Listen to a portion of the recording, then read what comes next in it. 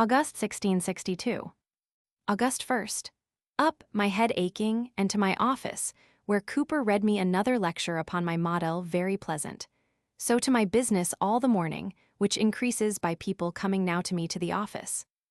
At noon to the exchange, where meeting Mr. Creed and more we three to a house hard by, which I was not pleased with to dinner, and after dinner and some discourse ordinary by coach home, it raining hard, and so at the office all the afternoon till evening to my chamber, where, God forgive me, I was sorry to hear that Sir W. Penn's maid Betty was gone away yesterday, for I was in hopes to have had a bout with her before she had gone, she being very pretty. I had also a mind to my own wench, but I dare not for fear she should prove honest and refuse and then tell my wife. I stayed up late, putting things in order for my going to Chatham tomorrow, and so to bed, being in pain, with the little riding in a coach today from the exchange, which do trouble me. Second, up early and got me ready in my riding clothes, and so to the office, and there wrote letters to my father and wife against night, and then to the business of my office, which being done, I took boat with Will and down to Greenwich, where Captain Cock not being at home I was vexed, and went to walk in the park till he come thither to me. And Will's forgetting to bring my boots in the boat did also vex me, for I was forced to send the boat back again for them. I to Captain Cock's along with him to dinner, where I find his lady still pretty, but not so good a humor as I thought she was. We had a plain, good dinner, and I see they do live very frugally. I eat among other fruit much mulberries, a thing I have not eat of these many years, since I used to be at Ashted, at my cousin Pepys's. After dinner we to boat, and had a pleasant passage down to Gravesend, but it was 9 o'clock before we got thither, so that we were in great doubt what to do, whether to stay there or no, and the rather because I was afeard to ride, because of my pain. But at the Swan, finding Mr. Hempson and Lieutenant Carteret of the Foresight come to meet me, I borrowed Mr. Hempson's horse, and he took another, and so we rode to Rochester in the dark, and there at the Crown Mr. Gregory, Barrow, and others stayed to meet me. So after a glass of wine, we to our barge, that was ready for me, to the Hill House, where we soon went to bed. Before we slept I telling upon discourse Captain Cock the manner of my being cut of the stone, which pleased him much. So to sleep. Third, Lord's Day. Up early, and with Captain Cock to the dockyard, a fine walk and fine weather, where we walked till Commissioner Pett come to us and took us to his house, and showed us his garden and fine things, and did give us a fine breakfast of bread and butter and sweetmeats and other things with great choice, and strong drinks, with which I could not avoid making my head ache, though I drank but little. Thither came Captain Allen of the Foresight, and the officers of the yard to see me. Thence by and by to church, by coach with the commissioner, and had a dull sermon. A full church and some pretty women in it, among others, Beck Allen, who was a bridemaid to a new married couple that came to church today, and which was pretty strange, sat in a pew hung with mourning for a mother of the bride, which methinks should have been taken down. After dinner going out of the church saluted Mrs. Pett, who came after us in the coach to church, and other officers' wives. The commissioner stayed at dinner with me, and we had a good dinner, better than I would have had, but I saw there was no helping of it. After dinner, the commissioner and I left the company and walked in the garden at the Hill House, which is very pleasant, and there talked of our businesses and matters of the navy. So to church again, where quite weary, and so after sermon walked with him to the yard up and down and the fields, and saw the place designed for the wet dock. And so to his house and had a syllabub, and saw his closet which come short of what I expected, but there was fine models of ships in it indeed, whose worth I could not judge of. At night walked home to the Hill House, Mr. Barrow with me, talking of the faults of the yard, walking in the fields an hour or two, and so home to supper, and so Captain Cock and I to bed. This day, among other stories, he told me how despicable a thing it is to be a hangman in Poland, although it be a place of credit. And that, in his time, there was some repairs to be made of the gallows there, which was very fine of stone. But nobody could be got to mend it till the burgomaster, or mayor of the town, with all the companies of those trades which were necessary to be used about those repairs, did go in their habits with flags, in solemn procession to the place, and there the burgomaster did give the first blow with the hammer upon the wooden work, and the rest of the masters of the companies upon the works belonging to their trades, that so workmen might not be ashamed to be employed upon doing of the gallows works. Fourth, up by 4 o'clock in the morning and walked to the dock, where Commissioner Pett and I took barge and went to the guardships and mustered them, finding them but badly manned. Thence to the Sovereign, which we found kept in good order and very clean, which pleased us well, but few of the officers on board. Thence to the Charles, and were troubled to see her kept so neglectedly by the boatswain Clements, who I always took for a very good officer.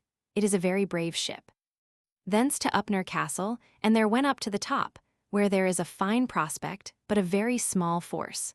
So to the yard, and there mustered the whole ordinary, where great disorder by multitude of servants and old decrepit men, which must be remedied. So to all the storehouses, and viewed the stores of all sorts and the hemp, where we found Captain Cox, which he came down to see along with me, very bad, and some others, and with much content, God forgive me.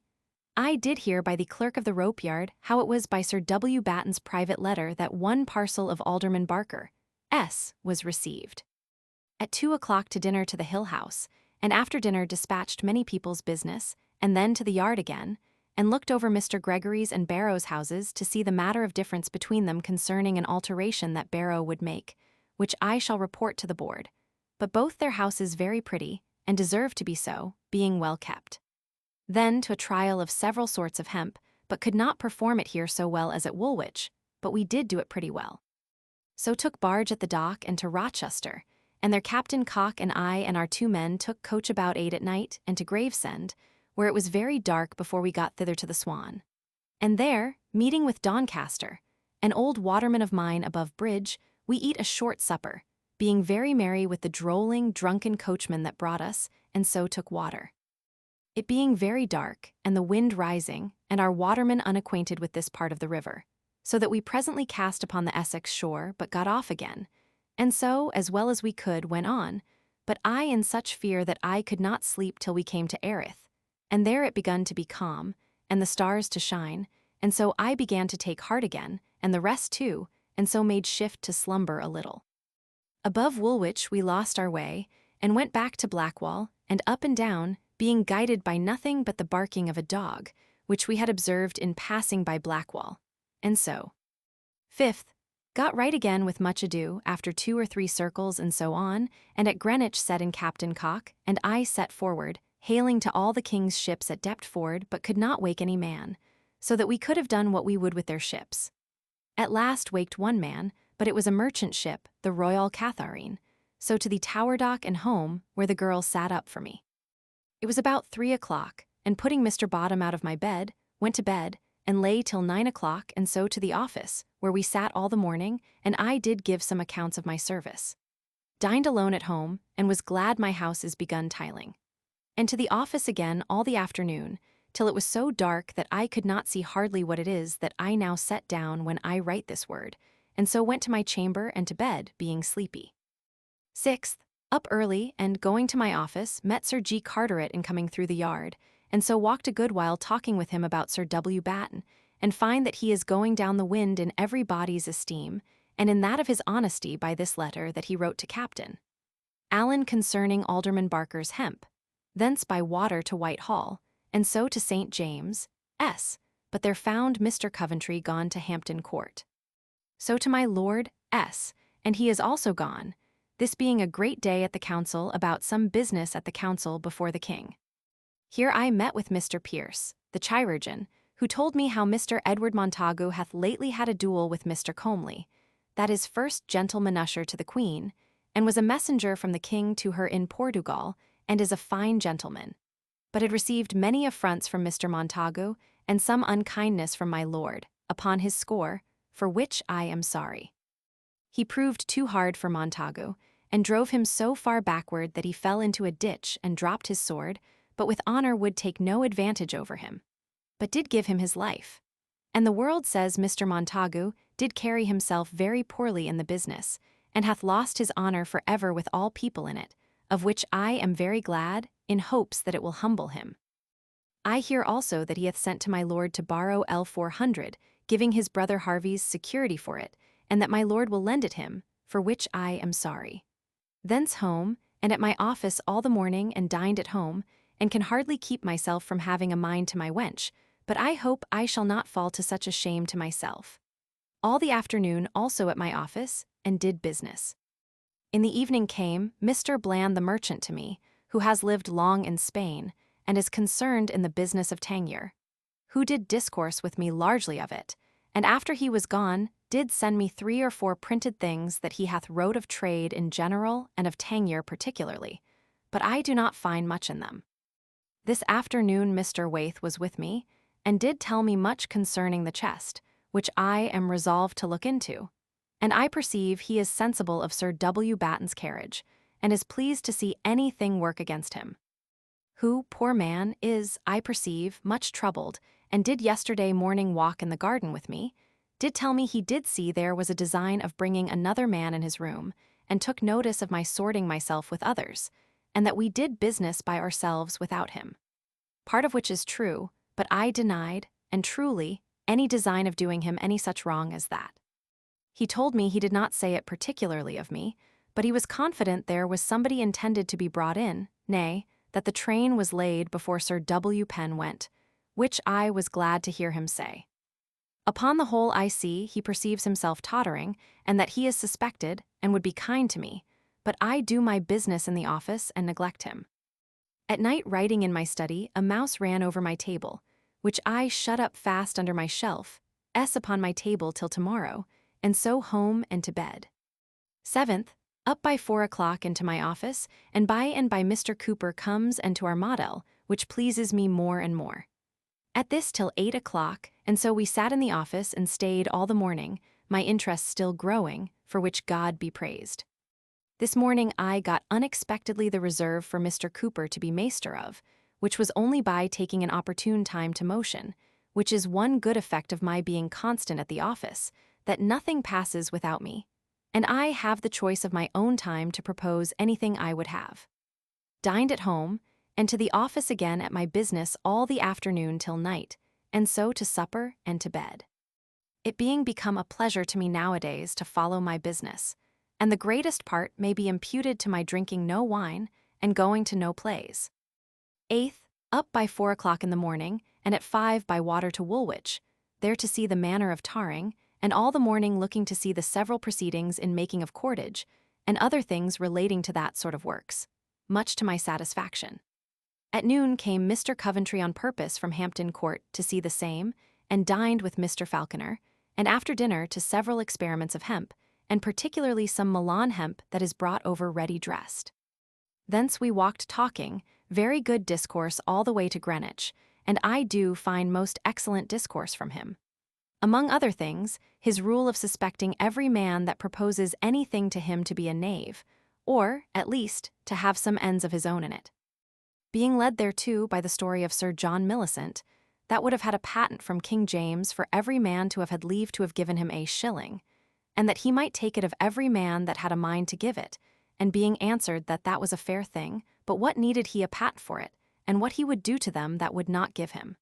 He answered, he would not force them, but that they should come to the Council of State, to give a reason why they would not. Another rule is a proverb that he hath been taught, which is that a man that cannot sit still in his chamber, the reason of which I did not understand him.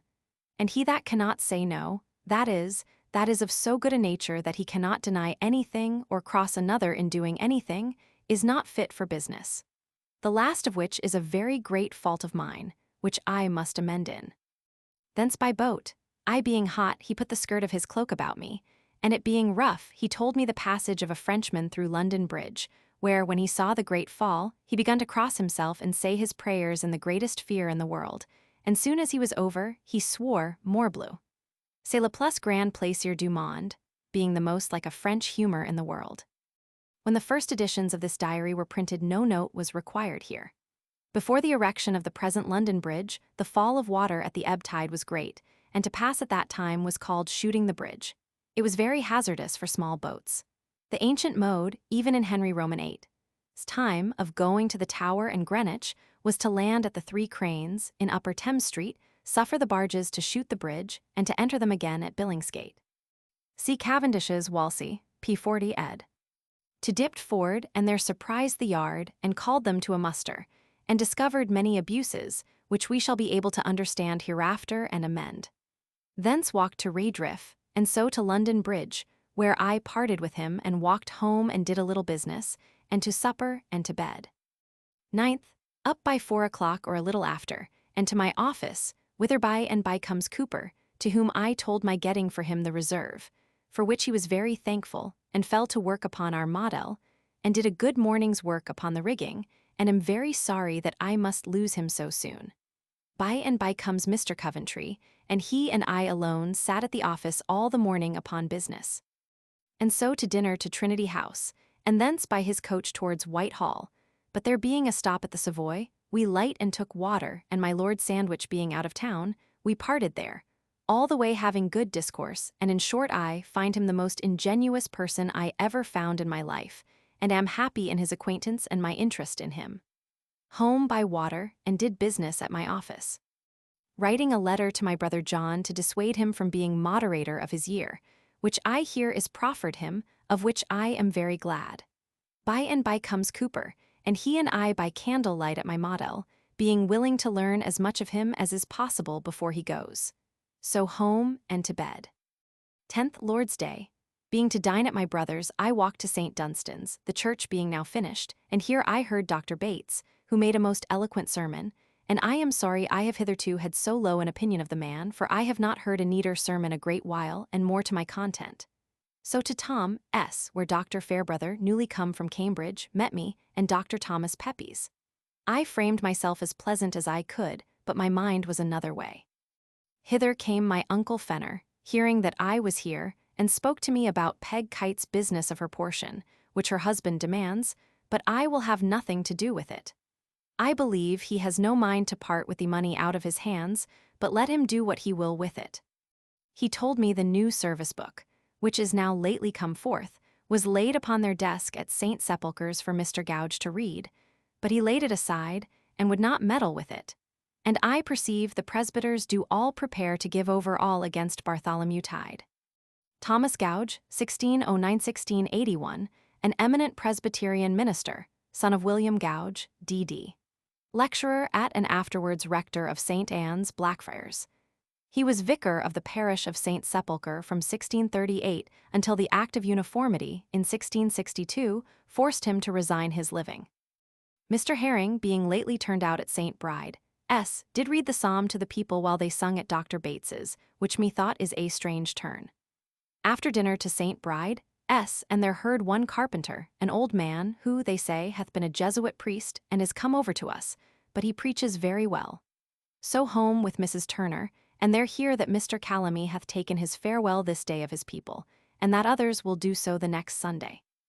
Mr. Turner, the draper, I hear, is knighted, made alderman, and pricked for sheriff, with Sir Thomas Bloodle, for the next year, by the king, and so are called with great honour the king's sheriffs. Thence walked home, meeting Mr. Moore by the way, and he home with me and walked till it was dark in the garden, and so good night, and I to my closet in my office to perfect my journal and to read my solemn vows, and so to bed. 11th, all the morning at the office. Dined at home all alone, and so to my office again, whither Dean Fuller came to see me, and having business about a ship to carry his goods to Dublin, whither he is shortly to return, I went with him to the Hermitage, and the ship happening to be captain. Holland's I did give orders for them to be well looked after, and thence with him to the custom house about getting a pass for them, and so to the Dolphin Tavern, where I spent 60. On him but drank but one glass of wine, and so parted. He tells me that his niece, that sings so well, whom I have long longed to see, is married to one Mr. Boys, a wholesale man at the 3 Crowns in Cheapside. I to the office again, whither Cooper came and read his last lecture to me upon my model, and so bid me good-bye, he being to go tomorrow to Chatham to take charge of the ship I have got him. So to my business till 9 at night, and so to supper and to bed, my mind a little at ease because my house is now quite tiled. 12th, up early at my office, and I find all people beginning to come to me. Among others Mr. Dean, the assistant of Woolwich, who I find will discover to me the whole abuse that His Majesty suffers in the measuring of timber, of which I shall be glad. He promises me also a model of a ship, which will please me exceedingly, for I do want one of my own. By and by we sat, and among other things Sir W. Batten and I had a difference about his clerk, S. making a warrant for a maester, which I would not suffer, but got another signed, which he desires may be referred to a full board, and I am willing to it. But though I did get another signed of my own clerk, Yet I will give it to his clerk, because I would not be judged unkind, and though I will stand upon my privilege. At noon home and to dinner alone, and so to the office again, where busy all the afternoon till 2 o'clock at night, and so to supper and to bed, my mind being a little disquieted about Sir W. Batten's dispute today, though this afternoon I did speak with his man Norman at last, and told him the reason of my claim. 13th, up early, and to my office, where people come to me about business, and by we met on purpose to inquire into the business of the flag makers, where I am the person that do chiefly manage the business against them on the king's part. And I do find it the greatest cheat that I have yet found. They having 8 pence per yard allowed them by pretence of a contract, where no such thing appears. And it is 3 pence more than was formerly paid, and then I now offer the board to have them done. We did not fully end it, but refer it to another time. At noon, Pet and I by water to Greenwich, and on board the pleasure boats to see what they wanted, they being ordered to see, and very pretty things I still find them, and so on shore and at the ship had a bit of meat and dined, there waiting upon us a barber of Mr. Pet's acquaintance that plays very well upon the violin. Thence to Lambeth, and there saw the little pleasure boat in building by the king, my Lord Brunkard, and the virtuosos of the town, according to new lines, which Mr. Pett cries up mightily, but how it will prove we shall soon see. So by water home, and busy at my study late, drawing a letter to the yards of reprehension and direction for the board to sign, in which I took great pains. So home and to bed. 14th, up early and to look on my works and find my house to go on apace. So to my office to prepare business, and then we met and sat till noon, and then Commissioner Pett and I being invited, went by Sir John Winter's coach sent for us, to the Mitre in Fenchurch Street to a venison pasty, where I found him a very worthy man, and good discourse. Most of which was concerning the Forest of Dean, and the timber there and ironworks with their great antiquity, and the vast heaps of cinders which they find, and are now of great value, being necessary for the making of iron at this day, and without which they cannot work. With the age of many trees there left at a great fall in Edward the Third's time, by the name of forbid trees, which at this day are called vorbid trees. Thence to my office about business till late, and so home and to bed. 15th, up very early, and up about seeing how my work proceeds, and am pretty well pleased therewith. Especially my wife's closet will be very pretty. So to the office, and they're very busy, and many people coming to me. At noon to the Change, and there hear of some Quakers that are seized on, that would have blown up the prison in Southwark where they are put. So to the Swan in Old Fish Street, where Mr. Brigden and his father-in-law, Blackberry, of whom we had bought timber in the office, but have not dealt well with us, did make me a fine dinner only to myself. And after dinner comes in a juggler, which showed us very pretty tricks. I seemed very pleasant, but am no friend to the man's dealings with us in the office. After an hour or two sitting after dinner talking about office business, where I had not spent any time a great while, I went to Paul's churchyard to my bookseller, S., and there I hear that next Sunday will be the last of a great many Presbyterian ministers in town, who, I hear, will give up all. I pray God the issue may be good, for the discontent is great. Home and to my office till 9 at night doing business, and so to bed. My mind well pleased with a letter I found at home from Mr. Coventry, expressing his satisfaction in a letter I writ last night, and sent him this morning, to be corrected by him in order to its sending down to all the yards as a charge to them. 17th, Lord's Day. Up very early, this being the last Sunday that the Presbyterians are to preach, unless they read the New Common Prayer and renounce the covenant. On St. Bartholomew's Day, August 24th, 1662, the Act of Uniformity took effect, and about 200 Presbyterian and Independent ministers lost their preferments. And so I had a mind to hear Dr. Bates's farewell sermon and walked thither, calling first at my brother's, where I found that he is come home after being a week abroad with Dr. Pepys. Nobody knows where, nor I but by chance, that he was gone, which troubles me. So I called only at the door, but did not ask for him, but went to Madam Turner's to know whether she went to church, and to tell her that I would dine with her, and so walked to St. Dunstan's, where, it not being 7 o'clock yet, the doors were not open. And so I went and walked an hour in the Temple Garden, reading my vows, which it is a great content to me to see how I am a changed man in all respects for the better, since I took them, which the God of heaven continue to me, and make me thankful for. At 8 o'clock I went, and crowded in at a back door among others, the church being half full almost before any doors were opened publicly, which is the first time that I have done so these many years since I used to go with my father and mother, and so got into the gallery beside the pulpit, and heard very well. His text was, "Now the God of peace," the last Hebrews and the 20th verse, he making a very good sermon and very little reflections in it to anything of the times. Besides the sermon, I was very well pleased with the sight of a fine lady that I have often seen walk in Gray's and Walks, and it was my chance to meet her again at the door going out, and very pretty and sprightly she is, and I believe the same that my wife and I some years since did meet at Temple Bar Gate, and have sometimes spoke of. So to Madam Turner, S., and dined with her. She had heard Parson Herring take his leave, though he, by reading so much of the common prayer as he did, hath cast himself out of the good opinion of both sides. After dinner to St. Dunstan's again, and the church quite crowded before I came, which was just at 1 o'clock, but I got into the gallery again, but stood in a crowd and did exceedingly sweat all the time. He pursued his text again very well, and only at the conclusion told us, after this manner: I do believe that many of you do expect that I should say something to you in reference to the time, this being the last time that possibly I may appear here. You know it is not my manner to speak anything in the pulpit that is extraneous to my text and business. Yet this I shall say, that it is not my opinion, fashion, or humor that keeps me from complying with what is required of us, but something which, after much prayer, discourse, and study, yet remains unsatisfied, and commands me herein. Wherefore, if it is my unhappiness not to receive such an illumination as should direct me to do otherwise, I know no reason why men should not pardon me in this world, and am confident that God will pardon me for it in the next. And so he concluded. Parson Herring read a psalm and chapters before sermon, and one was the chapter in the Acts, where the story of Ananias and Sapphira is. And after he had done, says he, this is just the case of England at present. God he bids us to preach, and men bid us not to preach, and if we do, we are to be imprisoned and further punished. All that I can say to it is, that I beg your prayers, and the prayers of all good Christians for us.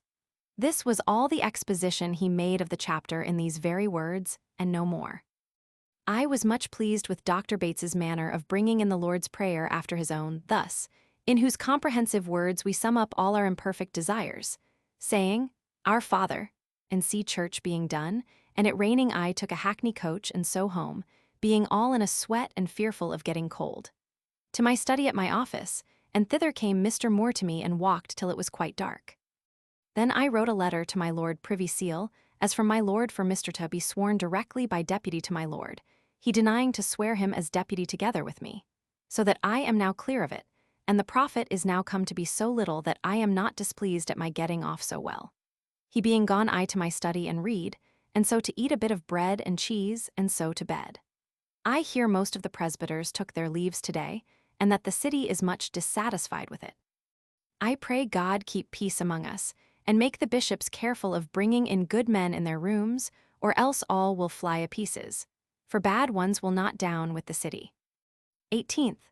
Up very early, and up upon my house to see how work goes on, which do please me very well. So about 7 o'clock took horse and rode to Bow, and there stayed at the King's Head, and eat a breakfast of eggs till Mr. Dean of Woolwich came to me, and he and I rid into Waltham Forest, and there we saw many trees of the King's a-hewing, and he showed me the whole mystery of Off Square. Off Square is evidently a mistake, in the shorthand Ms. for half square, wherein the King is abused in the timber that he buys, which I shall with much pleasure be able to correct. After we had been a good while in the wood, we rode to Ilford, and there, while dinner was getting ready, he and I practiced measuring of the tables and other things, till I did understand measuring of timber and board very well. So to dinner, and by, being sent for, comes Mr. Cooper, our officer in the forest, and did give me an account of things there, and how the country is backward to come in with their carts. By comes one Mr. Marshall, of whom the King has many carriages for his timber, and they stayed and drank with me, and while I am here, Sir W. Batten passed by in his coach, homewards from Colchester, where he had been seeing his son-in-law, Lemon, that lies a-dying, but I would take no notice of him, but let him go. By and by I got a horseback again and rode to Barking, and there saw the place where they shipped this timber for Woolwich. And so Dean and I home again, and parted at Bow, and I home just before a great shower of rain, as God would have it. I find Dean a pretty able man and able to do the king's service, but I think, more out of envy to the rest of the officers of the yard, of whom he complains much than true love more than others to the service. He would fain seem a modest man, and yet will commend his own work and skill, and vie with other persons, especially the pets, but I let him alone to hear all he will say. Whiled away the evening at my office, trying to repeat the rules of measuring learnt this day, and so to bed with my mind very well pleased with this day's work. 19th. Up betimes and to see how my work goes on. Then Mr. Creed came to me, and he and I walked an hour or two till 8 o'clock in the garden, speaking of our accounts one with another, and then things public. Among other things, he tells me that my lord has put me into commission with himself and many noblemen and others for Tangier, which, if it be, is not only great honor, but may be of profit too, and I am very glad of it. By and by to sit at the office, and Mr. Coventry did tell us of the duel between Mr. German, nephew to my Lord St. Albans, and Colonel Giles Rawlins, the latter of whom is killed, and the first mortally wounded, as it is thought. They fought against Captain Thomas Howard, my Lord Carlisle's brother, and another unknown, who, they say, had armor on that they could not be hurt, so that one of their swords went up to the hilt against it. They had horses ready, and are fled. But what is most strange, Howard sent one challenge, but they could not meet, and then another, and did meet yesterday at the old Pall Mall at St. James' S., and would not to the last tell German what the quarrel was, nor do anybody know. The court is much concerned in this fray, and I am glad of it, hoping that it will cause some good laws against it.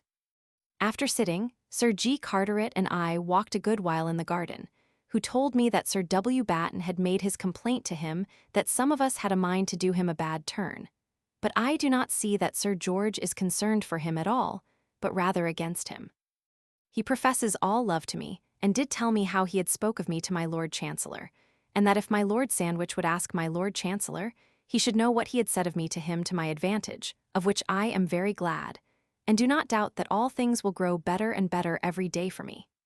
Dined at home alone, then to my office, and there till late at night doing business, and so home, eat a bit, and to bed.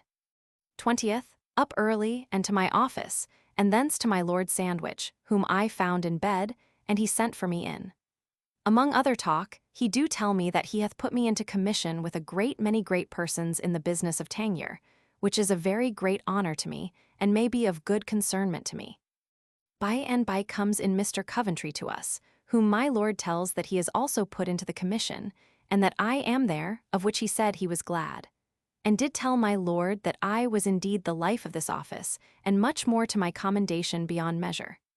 And that, whereas before he did bear me respect for his sake, he do it now much more for my own, which is a great blessing to me. Sir G. Carteret having told me what he did yesterday concerning his speaking to my Lord Chancellor about me. So that on all hands, by God's blessing, I find myself a very rising man. By and by comes my Lord Peterborough in, with whom we talked a good while, and he is going tomorrow towards Tangier again. I perceive there is yet good hopes of peace with Guyland, a Moorish usurper, who had put himself at the head of an army for the purpose of attacking Tangier, which is of great concernment to Tangier. And many other things I heard which yet I understand not, and so cannot remember.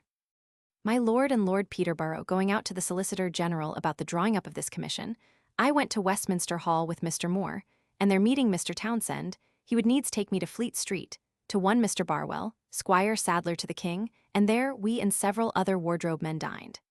We had a venison pasty, and other good plain and handsome dishes. The mistress of the house a pretty, well-carriaged woman, and a fine hand she hath, and her maid a pretty brown lass. But I do find my nature ready to run back to my old course of drinking wine and staying from my business. And yet, thank God, I was not fully contented with it, but did stay at little ease, and after dinner hastened home by water, and so to my office till late at night. In the evening Mr. Hayward came to me to advise with me about the business of the chest, which I have now a mind to put in practice, though I know it will vex Sir W. Batten, which is one of the ends, God forgive me, that I have in it. So home, and eat a bit, and to bed. 21st. Up early and to my office, and by we sat all the morning. At noon, though I was invited to my Uncle Fenner S to dinner to a haunch of venison I sent him yesterday, yet I did not go, but chose to go to Mr. Rawlinson's, where my Uncle White and my aunt and some neighbor couples were at a very good venison pasty. Hither came, after we were set down, a most pretty young lady, only her hands were not white nor handsome, which pleased me well, and I found her to be sister to Mrs. Ann White that comes to my Uncle White S. We were good company and had a very pretty dinner. And after dinner some talk, I with my aunt and this young lady about their being Epsom, from whence they came today, and so home and to my office, and their doing business till past 9 at night, and so home and to bed. But though I drank no wine today, yet how easily was I of my own accord stirred up to desire my aunt and this pretty lady, for it was for her that I did it, to carry them to Greenwich and see the pleasure boats. But my aunt would not go, of which since I am much glad. 22nd. About 3 o'clock this morning I waked with the noise of the rain, having never in my life heard a more violent shower. And then the cat was locked in the chamber, and kept a great mewing, and leapt upon the bed, which made me I could not sleep a great while. Then to sleep, and about 5 o'clock rose, and up to my office, and about 8 o'clock went down to Diptford, and there with Mr. Davis did look over most of his stores.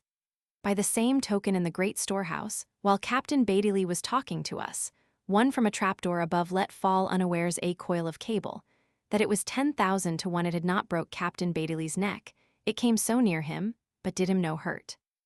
I went on with looking and informing myself of the stores with great delight, and having done there, I took boat home again and dined, and after dinner sent for some of my workmen, and did scold at them, so as I hope my work will be hastened. Then by water to Westminster Hall, and there I hear that old Mr. Hales did lately die suddenly in an hour's time. Here I met with Will Bowyer, and had a promise from him of a place to stand tomorrow at his house to see the show. Thence to my Lord S., and thither sent for Mr. Creed, who came and walked together talking about business, and then to his lodgings at Clerk's, the confectioner S., where he did give me a little banquet, and I had like to have begged a parrot for my wife, but he hath put me in a way to get a better from Steventon, at Portsmouth. But I did get of him a draught of Tangier to take a copy by, which pleases me very well. So home by water and to my office, where late, and so home to bed. 23d. Up early, and about my works in my house, to see what is done and design more. Then to my office, and by we sat till noon at the office. After sitting, Mr. Coventry and I did walk together a great while in the garden, where he did tell me his mind about Sir G. Carteret's having so much the command of the money, which must be removed, and indeed it is the bane of all our business. He observed to me also how Sir W. Batten begins to struggle and to look after his business, which he do indeed a little, but it will come to nothing.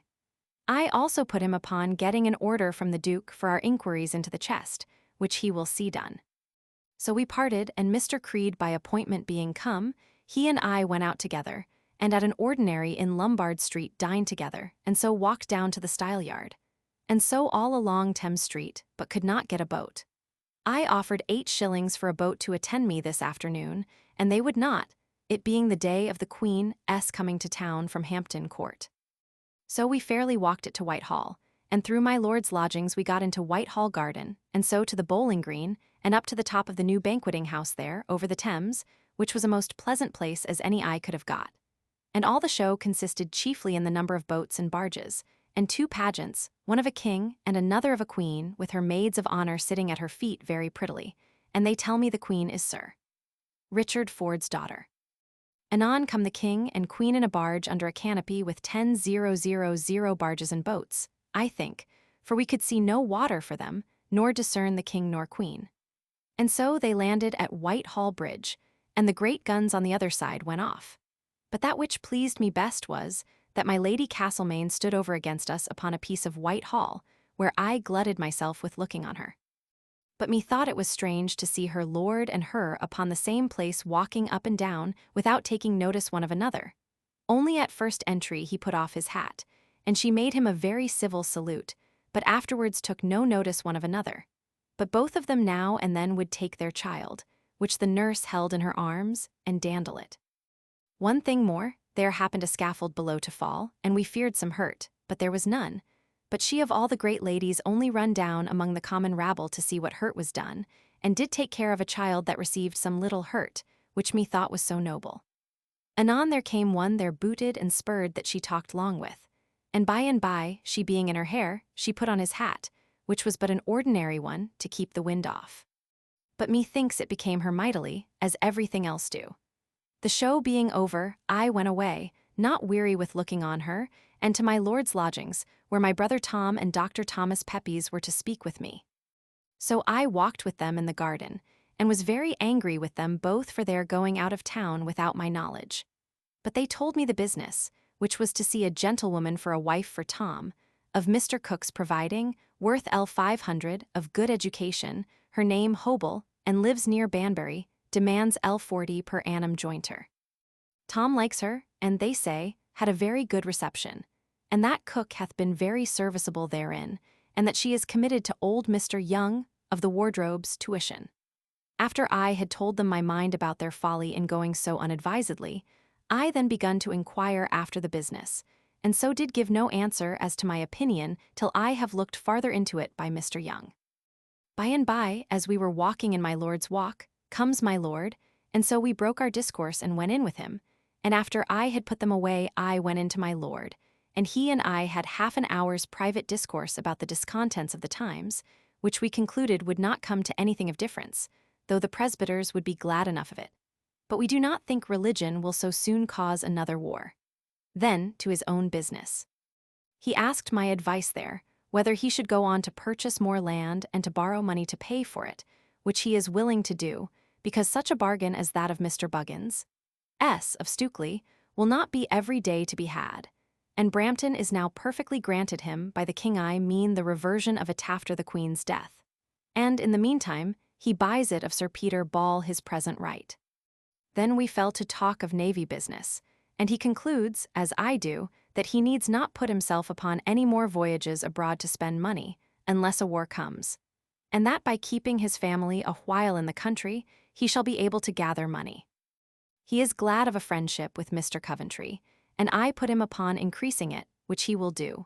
But he, as Mr. Coventry do much cry against the course of our payments, and the treasurer to have the whole power in his own hands of doing what he will, but I think will not meddle in himself. He told me also that in the commission for Tangier Mr. Coventry had advised him that Mr. Povey, who intended to be treasurer. Thomas Povey, who had held under Cromwell a high situation in the office of plantations, was appointed in July 1660 treasurer and receiver general of the rents and revenues of James, Duke of York. But his royal master's affairs falling into confusion, he surrendered his patent on the 27th July 1668 for a consideration of L2000. He was also first treasurer for Tangier, which office he resigned to Pepys. Povey had apartments at Whitehall, besides his lodgings in Lincoln's Inn, and a villa near Hounslow, called the Priory, which he had inherited from Justinian Povey, who purchased it in 1625.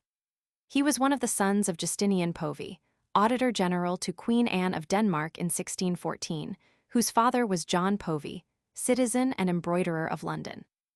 And it is intended him, may not be of the commission itself, and my lord I think will endeavor to get him to be contented to be left out of the commission.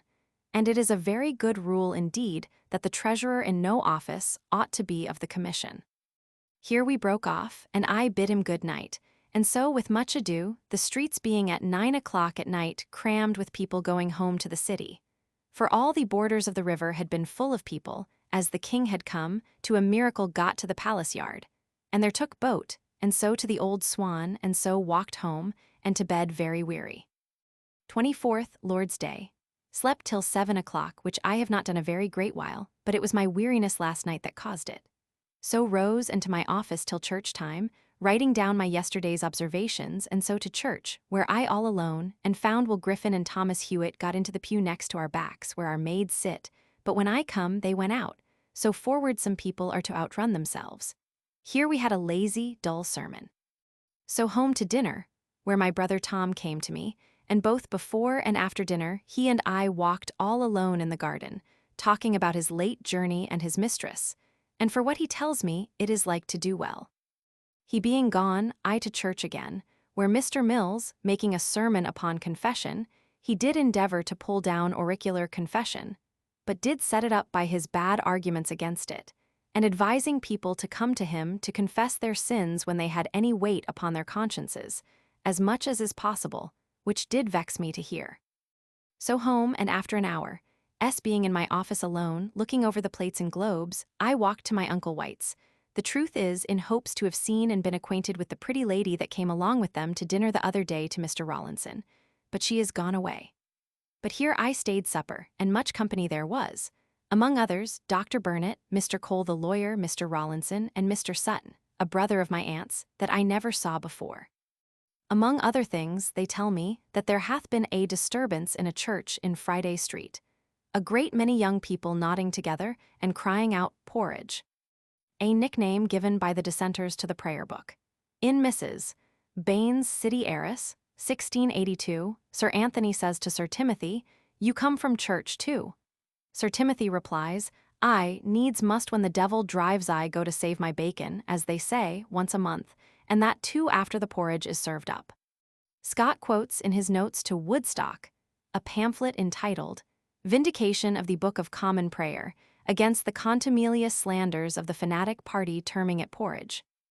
Often and seditiously in the church, and took the common prayer book, they say, away, and some say did tear it, but it is a thing which appears to me very ominous. I pray God avert it. After supper home and to bed. 25th.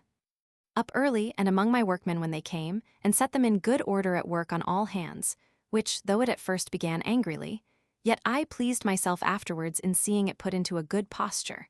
And so I left them, and away by water to Woolwich, calling in my way in Ham Creek, where I have never been before, and there found 2 of the king's ships lie there without any living creature aboard, which troubled me, everything being stole away that can be.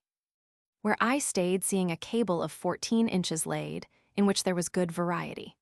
Then to Mr. Falconer, and there eat a bit of roast meat off of the spit, and so away to the yard, and there among other things mustered the yard, and did things that I perceive people do begin to value me, and that I shall be able to be of command in all matters, which God be praised for. Then to Mr. Pett, and there eat some fruit and drank, and so to boat again, and to Deptford, calling there about the business of my house only, and so home, where by appointment I found Mr. Coventry, Sir W. Batt, and Mr. Waith met at Sir W. Batt, and thither I met, and so agreed upon a way of answering my Lord Treasurer's letter. Here I found Mr. Coventry had got a letter from the Duke, sent us for looking into the business of the chest, of which I am glad. After we had done here I went home, and up among my workmen, and found they had done a good day's work. And so to my office till late ordering of several businesses, and so home and to bed, my mind, God be praised, full of business, but great quiet. 26th. Up betimes and among my works and workmen, and with great pleasure seeing them go on merrily, and a good many hands, which I perceive makes good riddance, and so to the office, where we sat all the morning, and at noon dined alone with Sir W. Batten, which I have not done a great while, but his lady being out of the way I was the willinger to do it. And after dinner he and I by water to Deptford, and there found Sir G. Carteret and my lady at dinner. And so we sat down and eat another dinner of venison with them, and so we went to the pay-house, and there stayed till 2 o'clock at night paying off the Martin and Kinsale, being small but troublesome ships to pay, and so in the dark by water home to the custom-house, and so got a lanthorn to light us home, there being Mr. Morris the wine cooper with us, he having been at Deptford to view some of the king's casks we have to sell. So to bed. 27th. Up and among my workmen, my work going on still very well. So to my office all the morning, and dined again with Sir W. Batten, his lady being in the country. Among other stories, he told us of the mayor of Bristol's reading a pass with the bottom upwards, and a barber that could not read, that flung a letter in the kennel when one came to desire him to read the superscription, saying, "Do you think I stand here to read letters?" Among my workmen again, pleasing myself all the afternoon there, and so to the office doing business till past 9 at night, and so home and to bed. This afternoon Mrs. Hunt came to see me, and I did give her a muskmelon. Today my hogshead of sherry I have sold to Sir W. Batten, and am glad of my money instead of wine. After I had wrote this at my office, as I have of late altogether done since my wife has been in the country, I went into my house, and while having been making up books at Diptford with other clerks all day, I did not think he was come home, but was in fear for him, it being very late, what was become of him. But when I came home I found him there at his ease in his study, which vexed me cruelly, that he should no more mind me, but to let me be all alone at the office waiting for him. Whereupon I struck him, and did stay up till 12 o'clock at night chiding him for it, and did in plain terms tell him that I would not be served so, and that I am resolved to look out some boy that I may have the bringing up of after my own mind, and which I do intend to do, for I do find that he has got a taste of liberty since he came to me that he will not leave. Having discharged my mind, I went to bed. 28th. I observed that Will, whom I used to call 2 or 3 times in a morning, would now wake of himself and rise without calling, which though angry I was glad to see.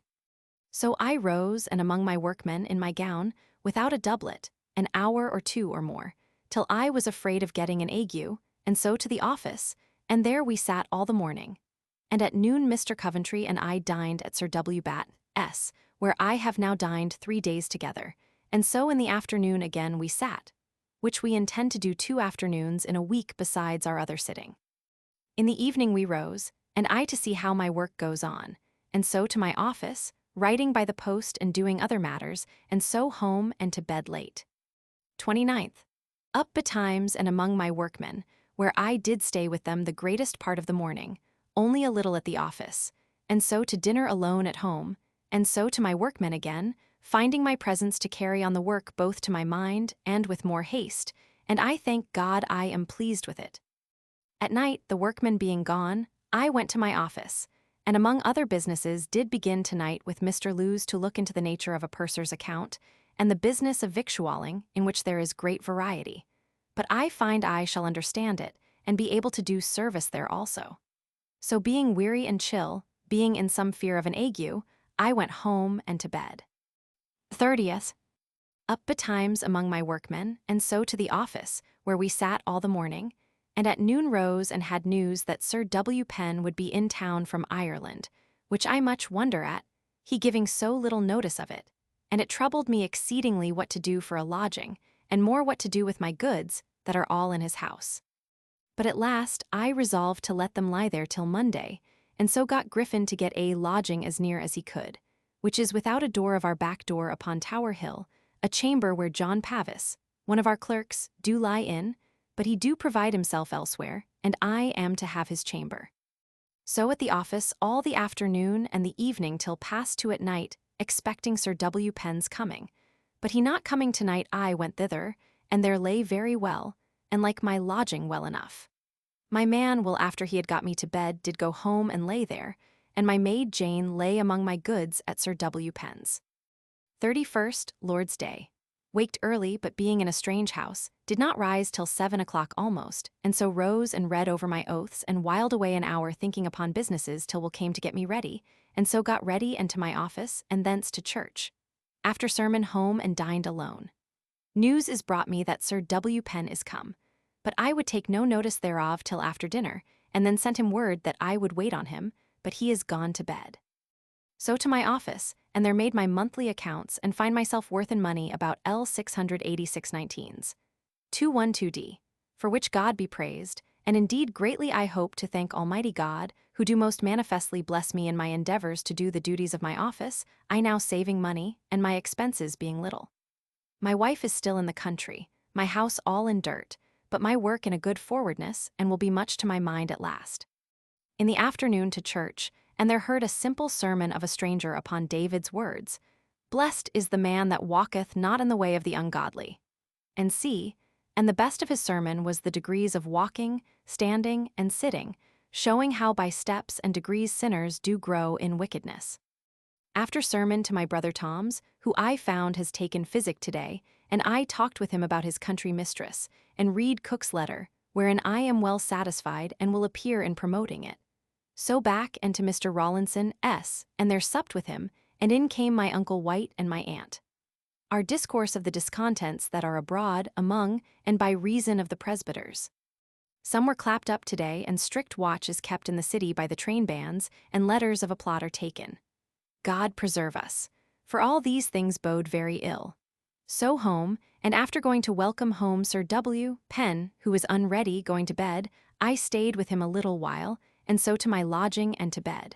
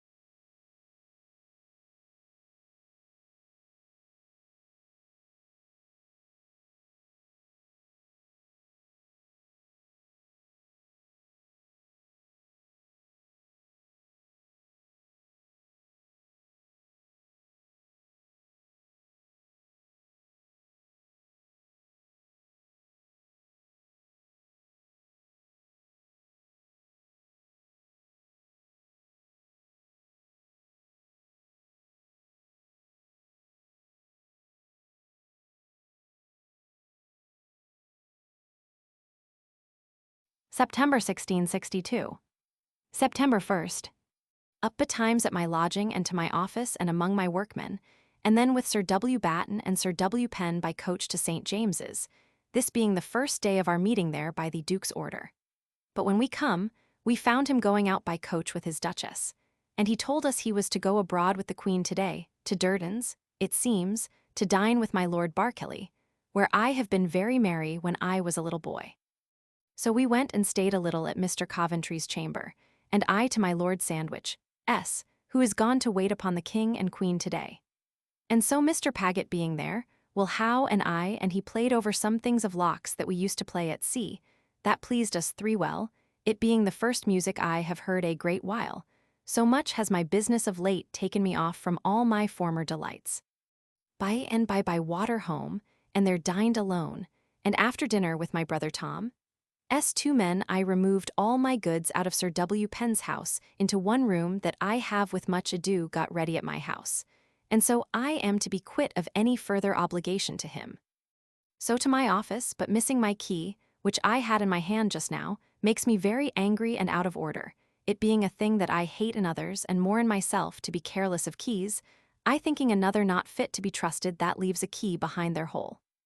One thing more vexes me. My wife writes me from the country that her boy plays the rogue there, and she is weary of him, and complains also of her maid Sarah, of which I am also very sorry. Being thus out of temper, I could do little at my office, but went home and eat a bit, and so to my lodging to bed. Second, up betimes and got myself ready alone, and so to my office, my mind much troubled for my key that I lost yesterday, and so to my workmen and put them in order, and so to my office, and we met all the morning, and then dined at Sir W. Batten's with Sir W. Penn, and so to my office again all the afternoon, and in the evening wrote a letter to Mr. Cook, in the country, in behalf of my brother Tom, to his mistress, it being the first of my appearing in it. And if she be as Tom sets her out, it may be very well for him. So home and eat a bit, and so to my lodging to bed. Third, up betimes, but now the days begin to shorten, and so whereas I used to rise by 4 o'clock, it is not broad daylight now till after 5 o'clock, so that it is after 5 before I do rise. To my office, and about 8 o'clock I went over to Raydriff and walked to Diptford, where I found Mr. Coventry and Sir W. Penn beginning the pay, it being my desire to be there today, because it is the first pay that Mr. Coventry has been at, and I would be thought to be as much with Mr. Coventry as I can. Here we stayed till noon, and by that time paid off the Breda, and then to dinner at the tavern, where I have obtained that our commons is not so large as they used to be, which I am glad to see. After dinner by water to the office, and there we met and sold the Weymouth, Success, and Fellowship hulks, where pleasant to see how backward men are at first to bid, and yet when the candle is going out, how they bawl and dispute afterwards who bid the most first. And here I observed one man cunninger than the rest that was sure to bid the last man, and to carry it. And inquiring the reason, he told me that just as the flame goes out the smoke descends, which is a thing I never observed before, and by that he do know the instant when to bid last, which is very pretty.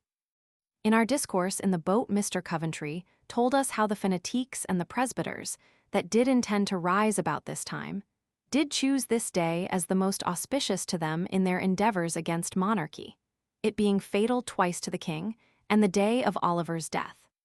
Cromwell had considered the 3rd of September as the most fortunate day of his life, on account of his victories at Dunbar and Worcester.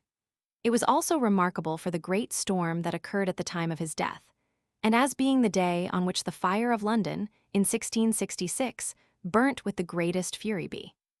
But blessed be God, all is likely to be quiet, I hope. After the sale, I walked to my brother S., in my way meeting with Dr. Fairbrother, of whom I inquired what news in church matters. He tells me, what I heard confirmed since, that it was fully resolved by the king's new council that an indulgence should be granted the presbyters, but upon the Bishop of London's speech. Gilbert Sheldon, born July 19, 1598, Fellow of All Souls, Oxford, Warden 1635, Bishop of London 1660-63, Archbishop of Canterbury 1663.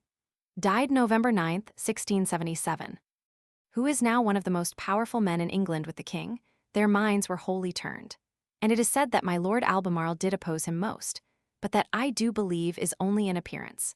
He told me also that most of the presbyters now begin to wish they had complied, now they see that no indulgence will be granted them, which they hoped for, and that the Bishop of London hath taken good care that places are supplied with very good and able men, which is the only thing that will keep all quiet.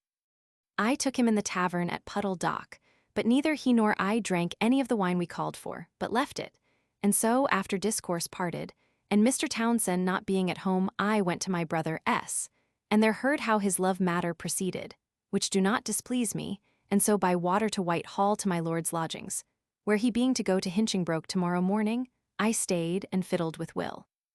How some new tunes very pleasant, and then my lord came in and had much kind talk with him, and then to bed with Mr. Moore there alone. So having taken my leave of my lord before I went to bed, I resolved to rise early and be gone without more speaking to him. 4th, which I did, and by water betimes to the Tower and so home, where I shifted myself, being to dine abroad, and so being also trimmed, which is a thing I have very seldom done of late.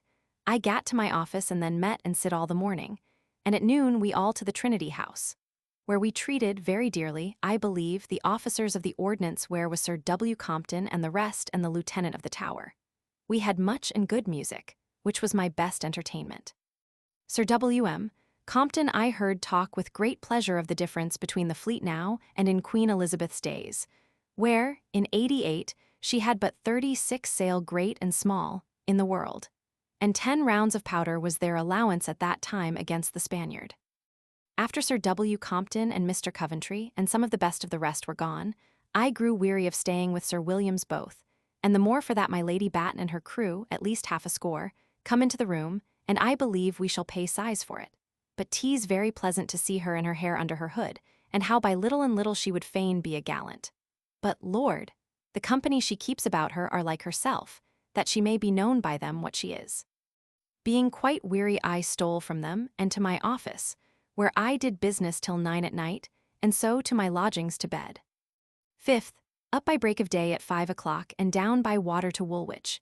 In my way saw the yacht lately built by our virtuosos, my Lord Brunkard and others, with the help of Commissioner Pett also, set out from Greenwich with the little Dutch Bezin, to try for mastery. And before they got to Woolwich the Dutch beat them half a mile, and I hear this afternoon, that, in coming home it got above 3 miles, which all our people are glad of. Here I stayed and mustered the yard and looked into the storehouses, and so walked all alone to Greenwich, and thence by water to Diptford, and there examined some stores, and did some of my own business in hastening my work there, and so walked to Raydriff, being by this time pretty weary and all in a sweat. Took boat there for the Tower, which made me a little fearful, it being a cold, windy morning. So to my lodgings and there rubbed myself clean, and so to Mr. Bland, S., the merchant, by invitation I alone of all our company of this office, where I found all the officers of the customs, very grave fine gentlemen, and I am very glad to know them. Viz. Sir Job Harvey, Sir John Wolstenholme, Sir John Jacob, Sir Nicholas Crisp, Sir John Harrison, and Sir John Shaw, very good company. And among other pretty discourse, some was of Sir Jerome Bowes, ambassador from Queen Elizabeth to the Emperor of Russia. In 1583, the object of his mission being to persuade the Muscovite Ivan Roman IV, the Terrible, to a peace with John, King of Sweden. He was also employed to confirm the trade of the English with Russia, and having incurred some personal danger, was received with favor on his return by the Queen. He died in 1616. Who, because some of the noblemen there would go up the stairs to the emperor before him, he would not go up till the emperor had ordered those two men to be dragged downstairs, with their heads knocking upon every stair till they were killed. And when he was come up, they demanded his sword of him before he entered the room. He told them, if they would have his sword, they should have his boots too. And so caused his boots to be pulled off, and his nightgown and nightcap and slippers to be sent for, and made the emperor stay till he could go in his night-dress, since he might not go as a soldier. And lastly, when the emperor in contempt, to show his command of his subjects, did command one to leap from the window down and broke his neck in the sight of our ambassador, he replied that his mistress did set more by, and did make better use of the necks of her subjects, but said that, to show what her subjects would do for her, he would, and did, fling down his gauntlet before the emperor, and challenged all the nobility there to take it up, in defense of the emperor against his queen. For which, at this very day, the name of Sir Jerome Bowes is famous and honored there. After dinner I came home and found Sir John Minns come this day, and I went to him to Sir W. Batten, S., where it pleased me to see how jealous Sir Williams both are of my going down to Woolwich and see, and doing my duty as I nowadays do, and of my dining with the commission of the customs. So to my office, and there till 9 at night, and so to my lodgings to bed. I this day heard that Mr. Martin Noel is knighted by the king, which I much wonder at, but yet he is certainly a very useful man. 6th, lay long, that is, till 6 and past before I rose, in order to sweat a little away the cold which I was afraid I might have got yesterday, but I bless God I am well. So up into my office, and then we met and sat till noon, very full of business. Then Sir John Minns, both Sir Williams and I to the Trinity House, where we had at dinner a couple of venison pasties, of which I eat but little, being almost cloyed, having been at 5 pasties in 3 days, namely 2 at our own feast, and 1 yesterday and 2 today. So home and at the office all the afternoon, busy till 9 at night, and so to my lodging and to bed. This afternoon I had my new key and the lock of my office door altered, having lost my key the other day, which vexed me. 7th, Lord's Day. Up betimes and round about by the streets to my office, and walked in the garden and in my office till my man Will rose, and then sent to tell Sir J. Minns that I would go with him to Whitehall, which anon we did in his coach, and to the chapel, where I heard a good sermon of the Dean of Ely's, upon returning to the old ways, and a most excellent anthem, with symphonies between, sung by Captain Cook. Then home with Mr. Fox and his lady, and there dined with them, where much company come to them. Most of our discourse was what ministers are flung out that will not conform, and the care of the Bishop of London that we are here supplied with very good men. Thence to my lord's, where nobody at home but a woman that let me in, and Sarah above, whither I went up to her and played and talked with her. After I had talked an hour or two with her, I went and gave Mr. Hunt a short visit, he being at home alone, and thence walked homewards, and meeting Mr. Pierce, the chirurgeon, he took me into Somerset House. And there carried me into the Queen Mother's presence chamber, where she was with our own queen sitting on her left hand, whom I did never see before. And though she be not very charming, yet she hath a good, modest, and innocent look, which is pleasing. Here I also saw Madame Castlemaine, and which pleased me most, Mr. Crofts, the king's bastard, a most pretty spark of about 15 years old, who, I perceive, do hang much upon my Lady Castlemaine, and is always with her. And I hear the queens both of them are mighty kind to him. James, the son of Charles Roman II. By Lucy Walter, daughter of William Walter of Rock Castle, Co-Pembroke. He was born April 9th, 1649, and landed in England with the Queen Mother July 28th, 1662, when he bore the name of Crofts after Lord Crofts, his governor. He was created Duke of Monmouth, February 14th, 1663, and married Lady Anne Scott, daughter and heiress of Francis, 2nd Earl of Buccleuch, on April 20th following. In 1673 he took the name of Scott and was created Duke of Buccleuch. By and by in comes the king, and anon the duke and his duchess, so that they being all together was such a sight as I never could almost have happened to see with so much ease and leisure. They stayed till it was dark, and then went away, the king and his queen, and my Lady Castlemaine and young Crofts, in one coach and the rest in other coaches. Here were great store of great ladies, but very few handsome. The king and queen were very merry, and he would have made the queen mother believe that his queen was with child, and said that she said so. And the young queen answered, "You lie," which was the first English word that I ever heard her say, which made the king good sport, and he would have taught her to say in English, "Confess and be hanged."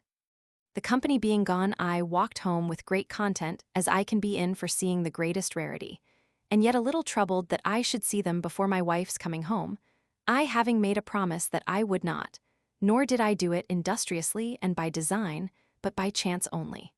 To my office, to fit myself for waiting on the Duke tomorrow morning with the rest of our company, and so to my lodgings and to bed. 8th, up betimes, and to my office preparing an account to give the Duke this morning, of what we have of late done at the office. About 7 o'clock I went forth thinking to go along with Sir John Minns and the rest, and I found them gone, which did vex me, so I went directly to the Old Swan and took boat before them to Sir G. Carteret's lodgings at Whitehall. And there staying till he was dressed talking with him, he and I to St. James's, where Sir Williams both and Sir John were come, and so up with Mr. Coventry to the Duke, who, after he was out of his bed, did send for us in. And when he was quite ready, took us into his closet, and there told us that he do intend to renew the old custom for the admirals to have their principal officers to meet them once a week, to give them an account what they have done that week, which I am glad of. And so the rest did tell His Royal Highness that I could do it best for the time past. And so I produced my short notes, and did give him an account of all that we have of late done, and proposed to him several things for his commands, which he did give us, and so dismissed us. The rest to Deptford, I to the Exchequer to meet Mr. Townsend, where I hear he is gone to the Sun Tavern, and there found him with some friends at breakfast, which I eat with him. And so we crossed the water together, and in walking I told him my brother Tom's intentions for a wife, which he would do me all favor in to Mr. Young, whose kinswoman he do look after. We took boat again at the Falcon, and there parted, and I to the Old Swan, and so to the Change, and there meeting Sir W. Warren did step to a tavern, and there sat and talked about price of masts and other things, and so broke up into my office to see what business, and so we took water again, and at the Tower I over to Redriff, and there left him in the boat and walked to Deptford, and there up and down the yard speaking with people.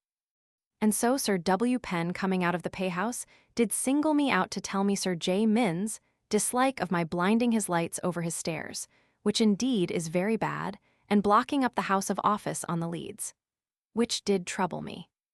So I went into the payhouse and took an occasion of speaking with him alone, and did give him good satisfaction therein, so as that I am well pleased and do hope now to have my closet on the leads without any more trouble, for he do not object against my having a door upon the leads, but that all my family should not make it a thoroughfare, which I am contented with. So to the pay, and in the evening home in the barge, and so to my office, and after doing some business there to my lodgings, and so to bed. 9th. At my office betimes, and by we sat, and at noon Mr. Coventry, Sir J. Minns, Mr. Pett, and myself by water to Deptford, where we met Sir G.C., Sir W.B., and Sir W.P. at the pay of a ship, and we dined together on a haunch of good venison boiled, and after dinner returned again to the office, and there met several tradesmen by our appointment to know of them their lowest rates that they will take for their several provisions that they sell to us, for I do resolve to know that. And to buy no dearer, that so when we know the lowest rate, it shall be the treasurer's fault, and not ours, that we pay dearer.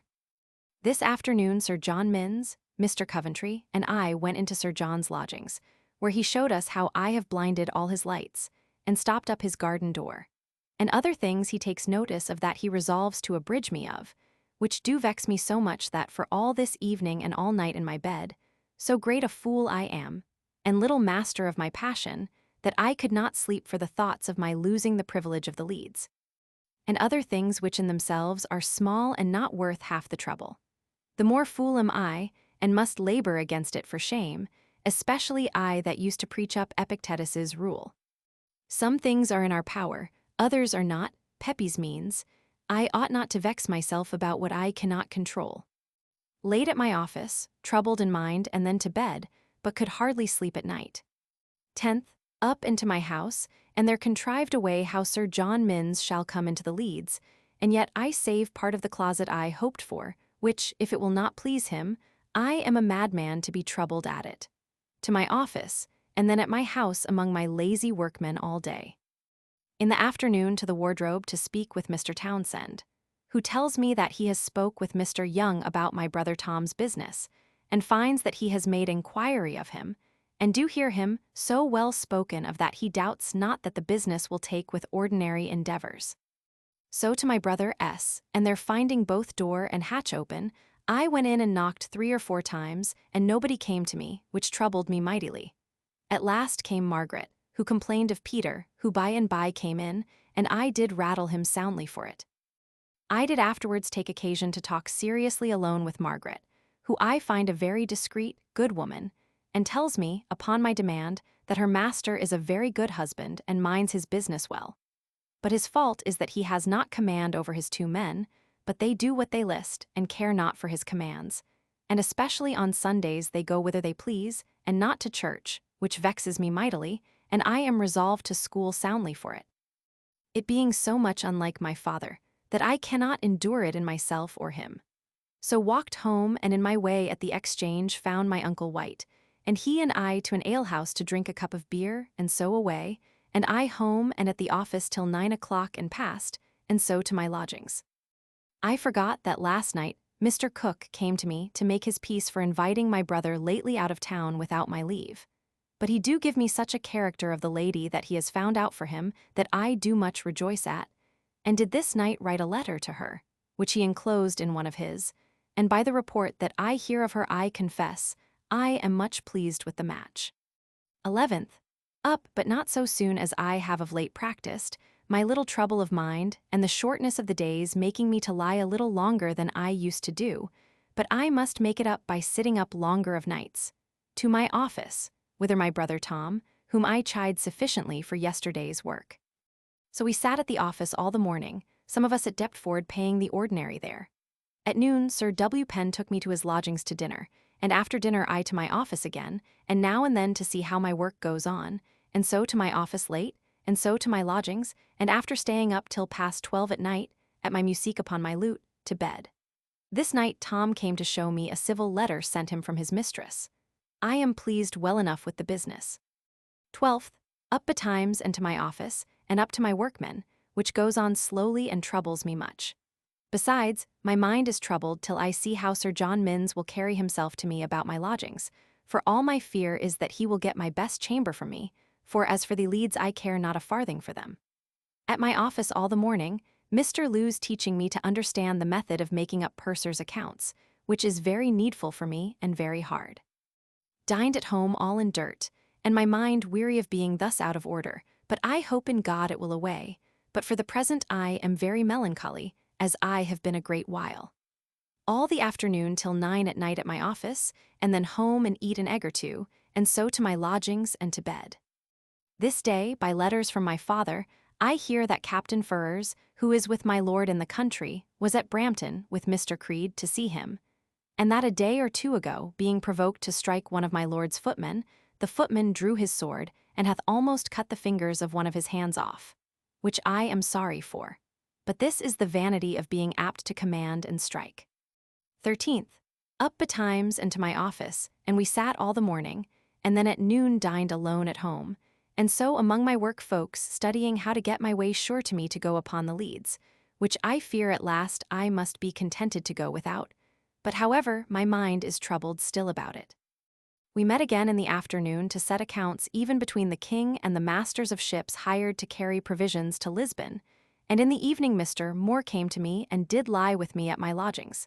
It is great pleasure to me his company and discourse, and did talk also about my law business, which I must now fall upon minding again, the term coming on apace. So to bed. 14th Lord's Day. Up very early, and Mr. Moore taking leave of me, the barber came and trimmed me. I having him now to come to me again, after I have used a pumice stone a good while. Not but what I like this, where I cannot conveniently have a barber. But here I cannot keep my hair dry without one. And so by water to Whitehall. By the way, hearing that the Bishop of London had given a very strict order against boats going on Sundays, and as I come back again. We were examined by the masters of the company in another boat, but I told them who I was. But the door not being open to Westminster Stairs there, called in at the leg and drank a cup of ale and a toast, which I have not done many a month before, but it served me for my 2 glasses of wine today. Thence to St. James's to Mr. Coventry, and there stayed talking privately with him an hour in his chamber of the business of our office, and found him to admiration good and industrious, and I think my most true friend in all things that are fair. He tells me freely his mind of every man and in everything, thence to Whitehall Chapel, where sermon almost done, and I heard Captain Cook's new musique.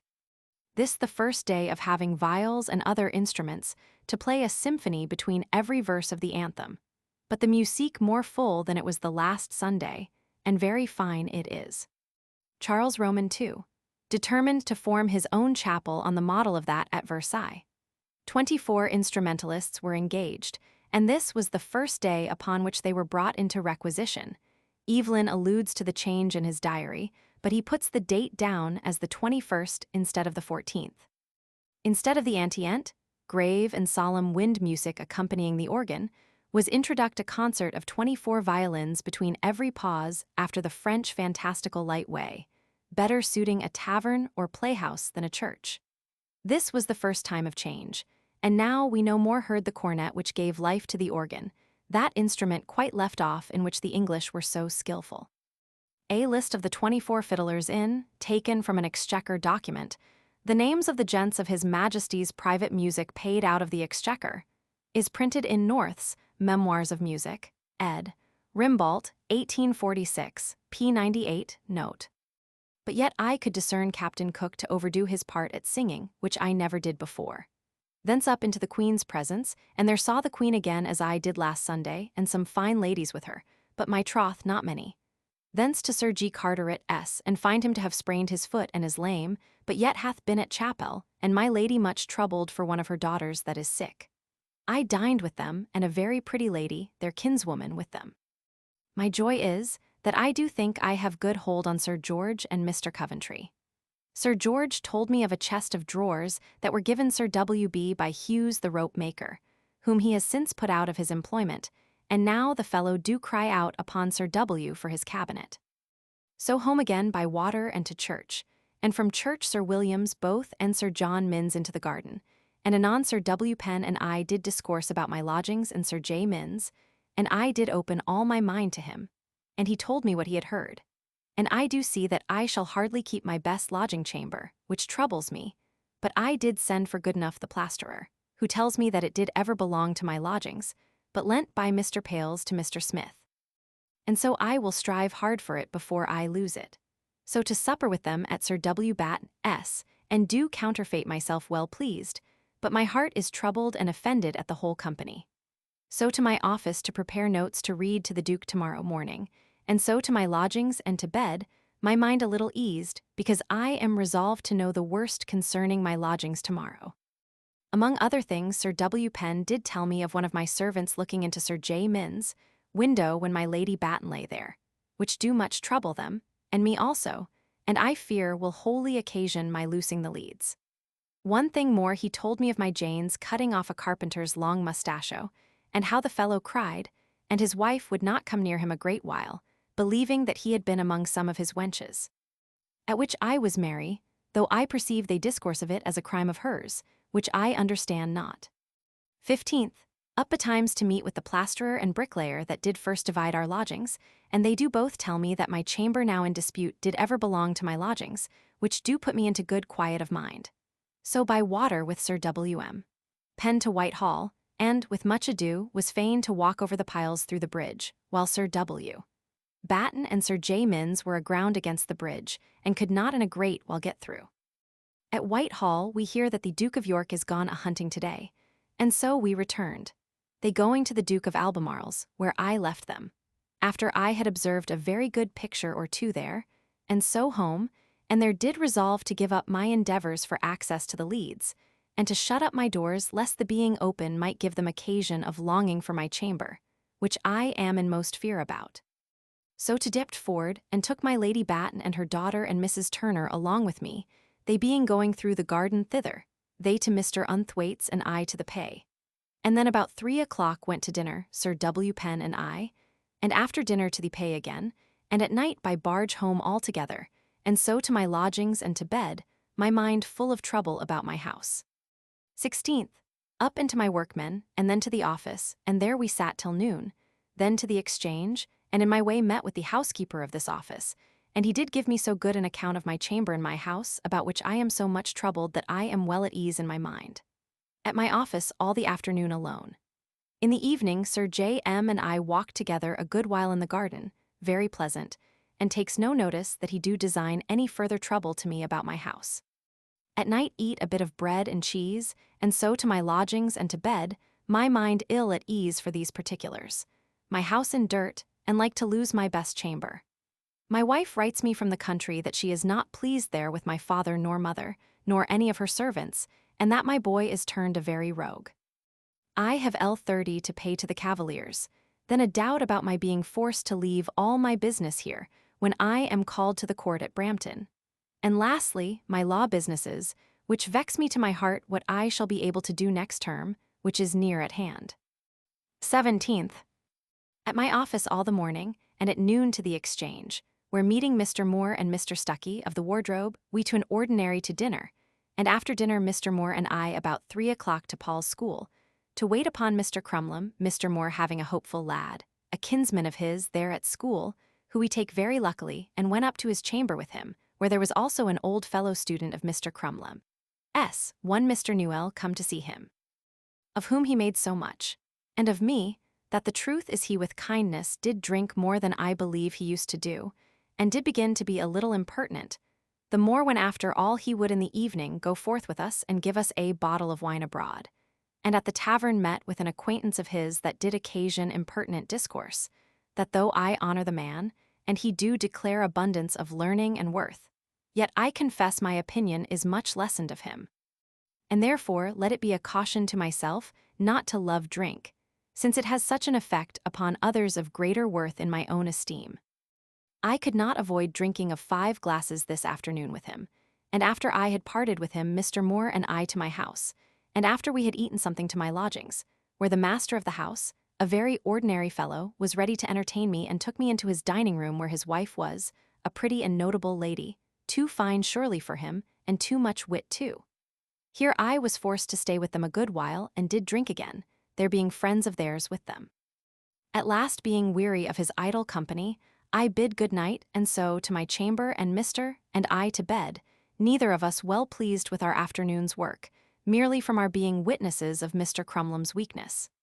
This day my boy is come from Brampton, and my wife I think the next week. 18th. At the office all the morning, and at noon Sir G. Carteret, Mr. Coventry, and I by invitation to dinner to Sheriff Meynell's, the great money man, he Alderman Backwell and much noble and brave company with the privilege of their rare discourse, which is great content to me above all other things in the world. And after a great dinner and much discourse, we arose and took leave, and home to the business of my office, where I thank God I take delight, and in the evening to my lodging and to bed. Among other discourse, speaking concerning the great charity used in Catholic countries, Mr. Ashburnham did tell us, that this last year there being great want of corn in Paris, and so a collection made for the poor, there was 2 pearls brought in, nobody knew from whom, till the Queen, seeing them, knew whose they were, but did not discover it, which were sold for 200,000 crowns. 19th.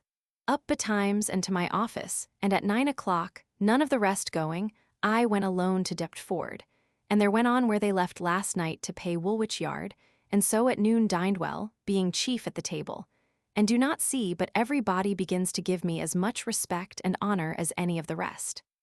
After dinner to pay again, and so till 9 at night, my great trouble being that I was forced to begin an ill practice of bringing down the wages of servants, for which people did curse me, which I do not love. At night, after I had eaten a cold pullet, I walked by brave moonshine, with 3 or 4 armed men to guard me, to redriff, it being a joy to my heart to think of the condition that I am now in, that people should of themselves provide this for me, unspoke to. I hear this walk is dangerous to walk alone by night, and much robbery committed here. So from thence by water home, and so to my lodgings to bed.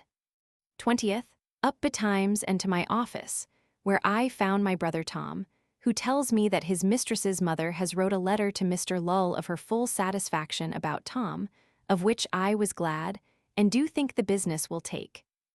All this morning we sat at the office, Sir J. Minns and I, and so dined at home, and among my workmen all the afternoon, and in the evening Tom brought Mr. Lull to me, a friend of his mistress, a serious man with whom I spoke, and he gives me a good account of her and of their satisfaction in Tom, all which pleases me well. We walked a good while in the garden together, and did give him a glass of wine at my office, and so parted. So to write letters by the post and news of this to my father concerning Tom, and so home to supper and to my lodgings and to bed. Tonight my barber sent me his man to trim me, who did live in King Street in Westminster lately, and tells me that 3 or 4 that I knew in that street, tradesmen, are lately fallen mad, and some of them dead, and the others continue mad. They live all within a door or two one of another. 21st, Lord's Day. Got up betimes and walked to St. James's, and there to Mr. Coventry, and sat an hour with him, talking of business of the office with great pleasure, and I do perceive he do speak his whole mind to me. Thence to the park, where by appointment I met my brother Tom and Mr. Cook, and there spoke about Tom's business, and to good satisfaction. The Queen coming by in her coach, going to her chapel at St. James's. The first time it hath been ready for her, I crowded after her, and I got up to the room where her closet is, and there stood and saw the fine altar, ornaments, and the friars in their habits, and the priests come in with their fine copes and many other very fine things. I heard their musique too, which may be good, but it did not appear so to me, neither as to their manner of singing, nor was it good concord to my ears, whatever the matter was. The Queen very devout, but what pleased me best was to see my dear Lady Castlemaine, who, though a Protestant, did wait upon the Queen to chapel. By and by, after Mass was done, a friar with his cowl did rise up and preach a sermon in Portuguese, which I not understanding, did go away and to the King's chapel, but that was done, and so up to the Queen's presence chamber, where she and the King was expected to dine. But she staying at St. James's, they were forced to remove the things to the King's presence, and there he dined alone, and I with Mr. Fox very finely. But I see I must not make too much of that liberty for my honour's sake only, not but that I am very well received. After dinner to Tom S., and so home, and after walking a good while in the garden I went to my Uncle White S., where I found my aunt in mourning and making sad stories for the loss of her dear sister Nicholls, of which I should have been very weary, but that pretty Mrs. Margaret White came in, and I was much pleased with her company. And so all supper did vex my aunt talking in commendation of the Mass which I had been at today, but excused it afterwards that it was only to make mirth. And so after supper broke up and home, and after putting my notes in order against tomorrow, I went to bed. 22nd. Up betimes among my workmen, hastening to get things ready against my wife's coming, and so with Sir J. M., Sir W. B., and Sir W. P. by coach to St. James's, and there with the Duke. I did give him an account of all things past of late, but I stood in great pain, having a great fit of the colic, having catched cold yesterday by putting off my stockings to wipe my toes, but at last it lessened, and then I was pretty well again, but in pain all day more or less. Thence I parted from them and walked to Greatorex, and there with him did overlook many pretty things, new inventions, and have bespoke a weather glass of him. Thence to my Lord Crew's, and dined with the servants, he having dined. And so, after dinner, up to him, and sat an hour talking with him of publique, and my lord's private businesses, with much content. So to my brother Tom's, where Mr. Cook expected me, and did go with me to see Mr. Young and Mr. Lull in Blackfriars, kindred of Tom's mistress, where I was very well used, and do find things to go in the business to my good content. Thence to Mr. Townsend, and did there talk with Mr. Young himself also, and then home and to my study, and so to my lodgings and to bed. 23rd. Up betimes and with my workmen, taking some pleasure to see my work come towards an end, though I am vexed every day enough with their delay. We met and sat all the morning, dined at home alone, and with my workmen all the afternoon, and in the evening by water and land to dip forward to give order for things about my house, and came back again by coach with Sir G. Carteret and Sir W. Batten, who has been at a pay today, and to my office and did some business, and so to supper and to my lodgings, and so to bed. In our coming home, Sir G. Carteret told me how in most cabarets in France they have writ upon the walls in fair letters to be read, Diety regard, as a good lesson to be in every man's mind, and have also, as in Holland, their poor's box, in both which places at the making all contracts and bargains they give so much, which they call God's penny. 24th. Up betimes and among my workmen, and among them all the morning till noon, and then to my Lord Cruise, and there dined alone with him. And among other things, he do advise me by all means to keep my Lord Sandwich from proceeding too far in the business of Tangier. First, for that he is confident the king will not be able to find money for the building the mole. And next, for that it is to be done as we propose it by the reducing of the garrison. And then either my lord must oppose the Duke of York, who will have the Irish regiment under the command of Fitzgerald continued, or else my Lord Peterborough, who is concerned to have the English continued. And he, it seems, is gone back again merely upon my Lord Sandwich's encouragement. Thence to Mr. Wotton the shoemaker, and there bought a pair of boots cost me 30s, and he told me how Bird hath lately broke his leg, while he was fencing in Aglora, upon the stage, and that the new theatre of all will be ready against term. So to my brother, and there discoursed with him and Mr. Cook about their journey to Tom, mistress again, and I did speak with Mr. Croxton about measuring of silk flags. So by water home and to my workmen, and so at night till late at my office, inditing a letter from Tom to his mistress upon his sending her a watch for a token, and so home and to supper, and to my lodgings and to bed. It is my content that by several hands today I hear that I have the name of good-natured man among the poor people that come to the office. 25th. Up betimes and to my workmen, and then to the office where we sat all the morning. So home to dinner alone, and then to my workmen till night, and so to my office till bedtime, and so after supper to my lodgings and to bed. This evening I sat a while at Sir W. Batten, with Sir J. Minns, and C., where he told us among many other things how in Portugal they scorn to make a seat for a house of office, but they do, all in pots, and so empty them in the river. I did also hear how the woman, formerly nurse to Mrs. Lemon, Sir W. Batten's daughter, her child was torn to pieces by 2 dogs at Walthamstow this week, and is dead, which is very strange. 26th. Up betimes and among my workmen. By and by to Sir W. Batten, who with Sir J. M. are going to Chatham this morning, and I was in great pain till they were gone that I might see whether Sir John do speak anything of my chamber that I am afraid of losing or no. But he did not, and so my mind is a little at more ease.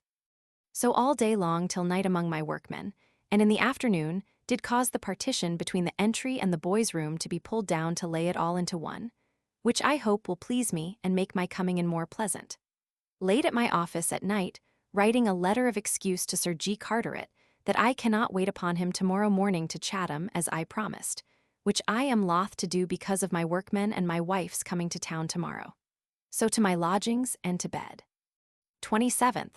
Up betimes and among my workmen, and with great pleasure see the posts in the entry taken down beyond expectation, so that now the boys' room being laid into the entry, do make my coming in very handsome, which was the only fault remaining almost in my house. We sat all the morning, and in the afternoon I got many jobs done to my mind, and my wife's chamber put into a good readiness against her coming, which she did at night. For Will did, by my leave to go, meet her upon the road, and at night did bring me word she was come to my brother by my order. So I made myself ready and put things at home in order, and so went thither to her. Being come, I found her and her maid and dog very well, and herself grown a little fatter than she was.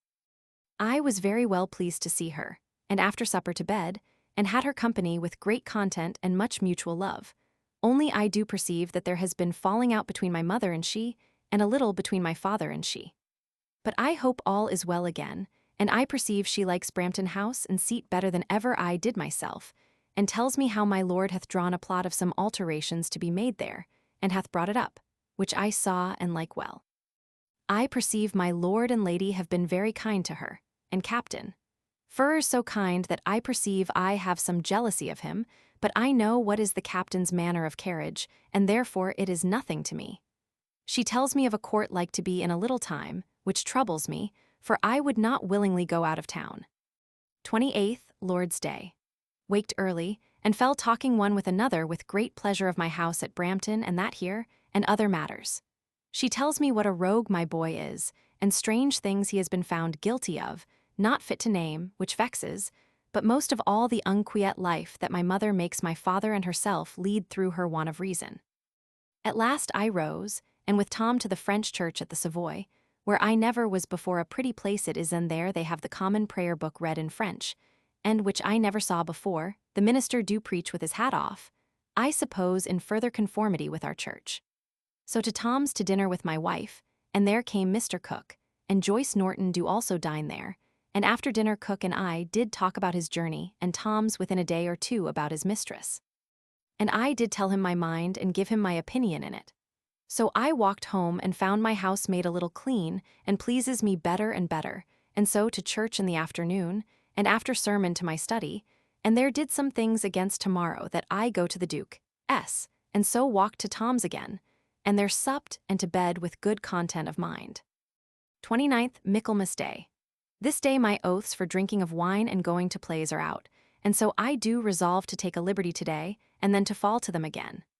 Up and by coach to Whitehall, in my way taking up Mr. Moore and walked with him, talking a good while about business in St. James's Park, and there left him, and to Mr. Coventry's, and so with him and Sir W. Penn up to the Duke, where the King came also and stayed till the Duke was ready.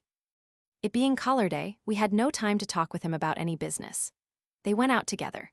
So we parted, and in the park Mr. Cook by appointment met me, to whom I did give my thoughts concerning Tom's match and their journey tomorrow, and did carry him by water to Tom's, and their taking up my wife, maid, dog, and him, did carry them home, where my wife is much pleased with my house, and so am I fully. I sent for some dinner and there dined, Mrs. Margaret Penn being by, to whom I had spoke to go along with us to a play this afternoon, and then to the King's Theatre, where we saw Midsummer's Night's Dream, which I had never seen before, nor shall ever again, for it is the most insipid, ridiculous play that ever I saw in my life. I saw, I confess, some good dancing and some handsome women, which was all my pleasure. Then set my wife down at Madame Turner's, and so by coach home, and having delivered Peg Pen to her father safe, went home, where I find Mr. Dean of Woolwich hath sent me the model he had promised me. But it so far exceeds my expectations, that I am sorry almost he should make such a present to no greater a person, but I am exceeding glad of it, and shall study to do him a courtesy for it. So to my office, and wrote a letter to Tom's mistress's mother to send by Cook tomorrow. Then came Mr. Moore, thinking to have looked over the business of my Brampton papers against the court, but my mind was so full of other matters, as it is my nature when I have been a good while from a business, that I have almost forgot it. I am loth to come to it again, that I could not set upon it, and so he and I passed the evening away in discourse, and to my lodgings and to bed. 30th, we rose, and he about his business, and I to my house to look over my workmen. But good God, how I do find myself by yesterday's liberty hard to be brought to follow business again, but however, I must do it, considering the great sweet and pleasure and content of mind that I have had since I did leave drink and plays and other pleasures, and followed my business. So to my office, where we sat till noon, and then I to dinner with Sir W. Penn, and while we were at it coming my wife to the office, and so I sent for her up, and after dinner we took coach and to the Duke's Playhouse, where we saw the Duchess of Malfi well performed, but Betterton and Ianthe to admiration. That being done, home again, by coach, and my wife's chamber got ready for her to lie in tonight, but my business did call me to my office, so that staying late I did not lie with her at home, but at my lodgings. Strange to see how easily my mind do revert to its former practice of loving plays and wine, having given myself a liberty to them but these 2 days. But this night I have again bound myself to Christmas next, in which I desire God to bless me and preserve me, for under God I find it to be the best course that ever I could take to bring myself to mind my business. I have also made up this evening my monthly balance, and find that, notwithstanding the loss of L30 to be paid to the loyal and necessitous Cavaliers by Act of Parliament. 2 acts were passed in 1662 for this purpose, viz., 13 and 14 car, Roman 2. Cap. 8. An act for distribution of £70,000 amongst the truly loyal and indigent commission officers, and for assessing of offices and distributing the moneys thereby raised for their further supply. And Cap. 9. An act for the relief of poor and maimed officers and soldiers who have faithfully served His Majesty and his royal father in the late wars. Yet I am worth about L680, for which the Lord God be praised. My condition at present is this: I have long been building, and my house to my great content is now almost done. But yet not so but that I shall have dirt, which troubles me too, for my wife has been in the country at Brampton these 2 months, and is now come home a week or 2 before the house is ready for her. My mind is somewhat troubled about my best chamber, which I question whether I shall be able to keep or no. I am also troubled for the journey which I must needs take suddenly to the court at Brampton, but most of all for that I am not provided to understand my business, having not minded it a great while, and at the best shall be able but to make a bad matter of it. But God, I hope, will guide all to the best, and I am resolved tomorrow to fall hard to it. I pray God help me therein, for my father and mother and all our well-doings do depend upon my care therein. My Lord Sandwich has lately been in the country and very civil to my wife, and hath himself spent some pains in drawing a plot of some alterations in our house there, which I shall follow as I get money. As for the office, my late industry hath been such, as I am become as high in reputation as any man there, and good hold I have of Mr. Coventry and Sir G. Carteret, which I am resolved, and it is necessary for me, to maintain by all fair means. Things are all quiet, but the king poor, and no hopes almost of his being otherwise, by which things will go to rack, especially in the navy. The late outing of the Presbyterian clergy by their not renouncing the covenant as the Act of Parliament commands is the greatest piece of state now in discourse. But for aught I see, they are gone out very peaceably, and the people not so much concerned therein as was expected. My brother Tom is gone out of town this day, to make a second journey to his mistress at Banbury, of which I have good expectations, and pray God to bless him therein. My mind, I hope, is settled to follow my business again, for I find that 2 days' neglect of business do give more discontent in mind than 10 times the pleasure thereof can repair again, be it what it will.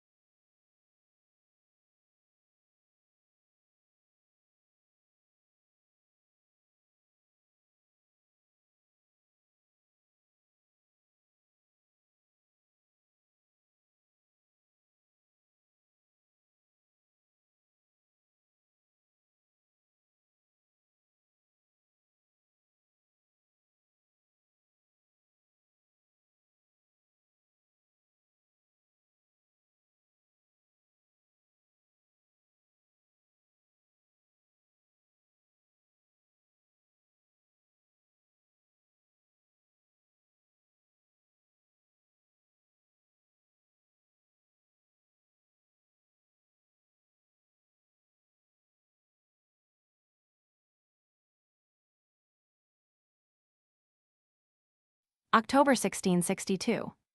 October 1st. Up with my mind pretty well at rest about my accounts and other business, and so to my house and there put my work to business, and then down to Diptford to do the same there, and so back and with my workmen all the afternoon, and my wife putting a chamber in order for us to lie in.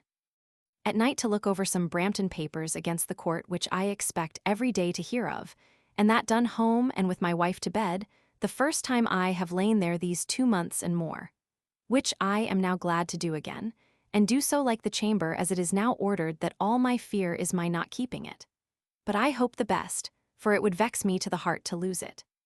Second, up into the office, where we sat till noon and then to dinner, and Mr. Moore came and dined with me, and after dinner to look over my Brampton papers, which was a most necessary work, though it is not so much to my content as I could wish. I fear that it must be as it can, and not as I would. He being gone, I to my workmen again, and at night by coach towards Whitehall took up Mr. Moore and set him at my Lord S. and myself, hearing that there was a play at the Cockpit, and my Lord Sandwich, who came to town last night, at it. I do go thither, and by very great fortune did follow 4 or 5 gentlemen who were carried to a little private door in a wall, and so crept through a narrow place, and come into one of the boxes next the King S. But so as I could not see the King or Queen. But many of the fine ladies, who yet are really not so handsome generally as I used to take them to be, but that they are finely dressed. Here we saw the Cardinal, a tragedy I had never seen before, nor is there any great matter in it. The company that came in with me into the box were all Frenchmen that could speak no English, but Lord, what sport they made to ask a pretty lady that they got among them that understood both French and English to make her tell them what the actors said. Thence to my Lord S. and saw him, and stayed with him half an hour in his chamber, talking about some of mine and his own business, and so up to bed with Mr. Moore in the chamber over my lord's. Third, rose, and without taking leave or speaking to my lord went out early and walked home, calling at my brother's and Paul's churchyard, but bought nothing because of my oath, though I had a great mind to it, at my office, and with my workmen till noon, and then dined with my wife upon herrings, the first I have eat this year, and so to my workmen again. By and by comes a gentleman to speak with my wife, and I found him to be a gentleman that had used her very civilly in her coming up out of the country, on which score I showed him great respect, and found him a very ingenious gentleman, and sat and talked with him a great while. He gone, to my workmen again, and in the evening comes Captain Furrers, and sat and talked a great while, and told me the story of his receiving his cut in the hand by falling out with one of my lord's footmen. He told me also of the impertinence and mischief that Ned Pickering has made in the country between my lord and all his servants almost by his finding of faults, which I am vexed to hear, it being a great disgrace to my lord to have the fellow seen to be so great still with him. He brought me a letter from my father that appoints the day for the court at Brampton to be the 13th of this month. But I perceive he has kept the letter in his pocket these 3 days, so that if the day had been sooner, I might have been spilt. So that it is a great folly to send letters of business by any friend that require haste. He being gone, I to my office all the evening, doing business there till bedtime, it being now my manner since my wife is come to spend too much of my daytime with her and the workmen, and do my office business at night, which must not be after the work of the house is done. This night late I had noticed that Dekins, the merchant, is dead this afternoon suddenly, for grief that his daughter, my Morna, who has long been ill, is given over by the doctors. For both which I am very sorry. So home and to bed. Fourth, to my office all the morning, after I was up, my wife beginning to make me lie long a mornings, where we sat till noon, and then dined at home, and after a little with my workmen to my office till 9 at night, among other things examining the particulars of the miscarriage of the Satisfaction, sunk the other day on the Dutch coast through the negligence of the pilot. Fifth, Lord's Day. Lay long in bed talking with my wife, and among other things fell out about my maid Sarah, whom my wife would fain put away, when I think her as good a servant as ever came into a house, but it seems my wife would have one that would dress a head well, but we were friends at last. I to church, and this day the parson has got one to read with a surplice on. I suppose himself will take it up hereafter, for a cunning fellow he is as any of his coat. Dined with my wife, and then to talk again above, chiefly about her learning to dance against her going next year into the country, which I am willing she shall do. Then to church to a tedious sermon, and thence walked to Tom's to see how things are in his absence in the country, and so home and in my wife's chamber till bedtime talking, and then to my office to put things in order to wait on the Duke tomorrow morning, and so home and to bed. Sixth, Sir W. Penn and I early to St. James's by water, where Mr. Coventry, finding the Duke in bed and not very well, we did not stay to speak with him, but to Whitehall, and there took boat and down to Woolwich we went. In our way Mr. Coventry telling us how of late upon inquiry into the miscarriages of the Duke's family, Mr. Biggs, his steward, is found very faulty, and is turned out of his employment. Then we fell to reading of a book which I saw the other day at my Lord Sandwich, intended for the late king, finely bound up, a treatise concerning the benefit the Hollanders make of our fishing, but whereas I expected great matters from it, I find it a very impertinent, and though some things good, yet so full of tautologies that we were weary of it. At Woolwich we mustered the yard, and then to the Hart to dinner, and then to the rope yard, where I did vex Sir W. Penn I know to appear so well acquainted, I thought better than he in the business of hemp. Thence to Deptford, and there looked over several businesses, and wakened the officers there.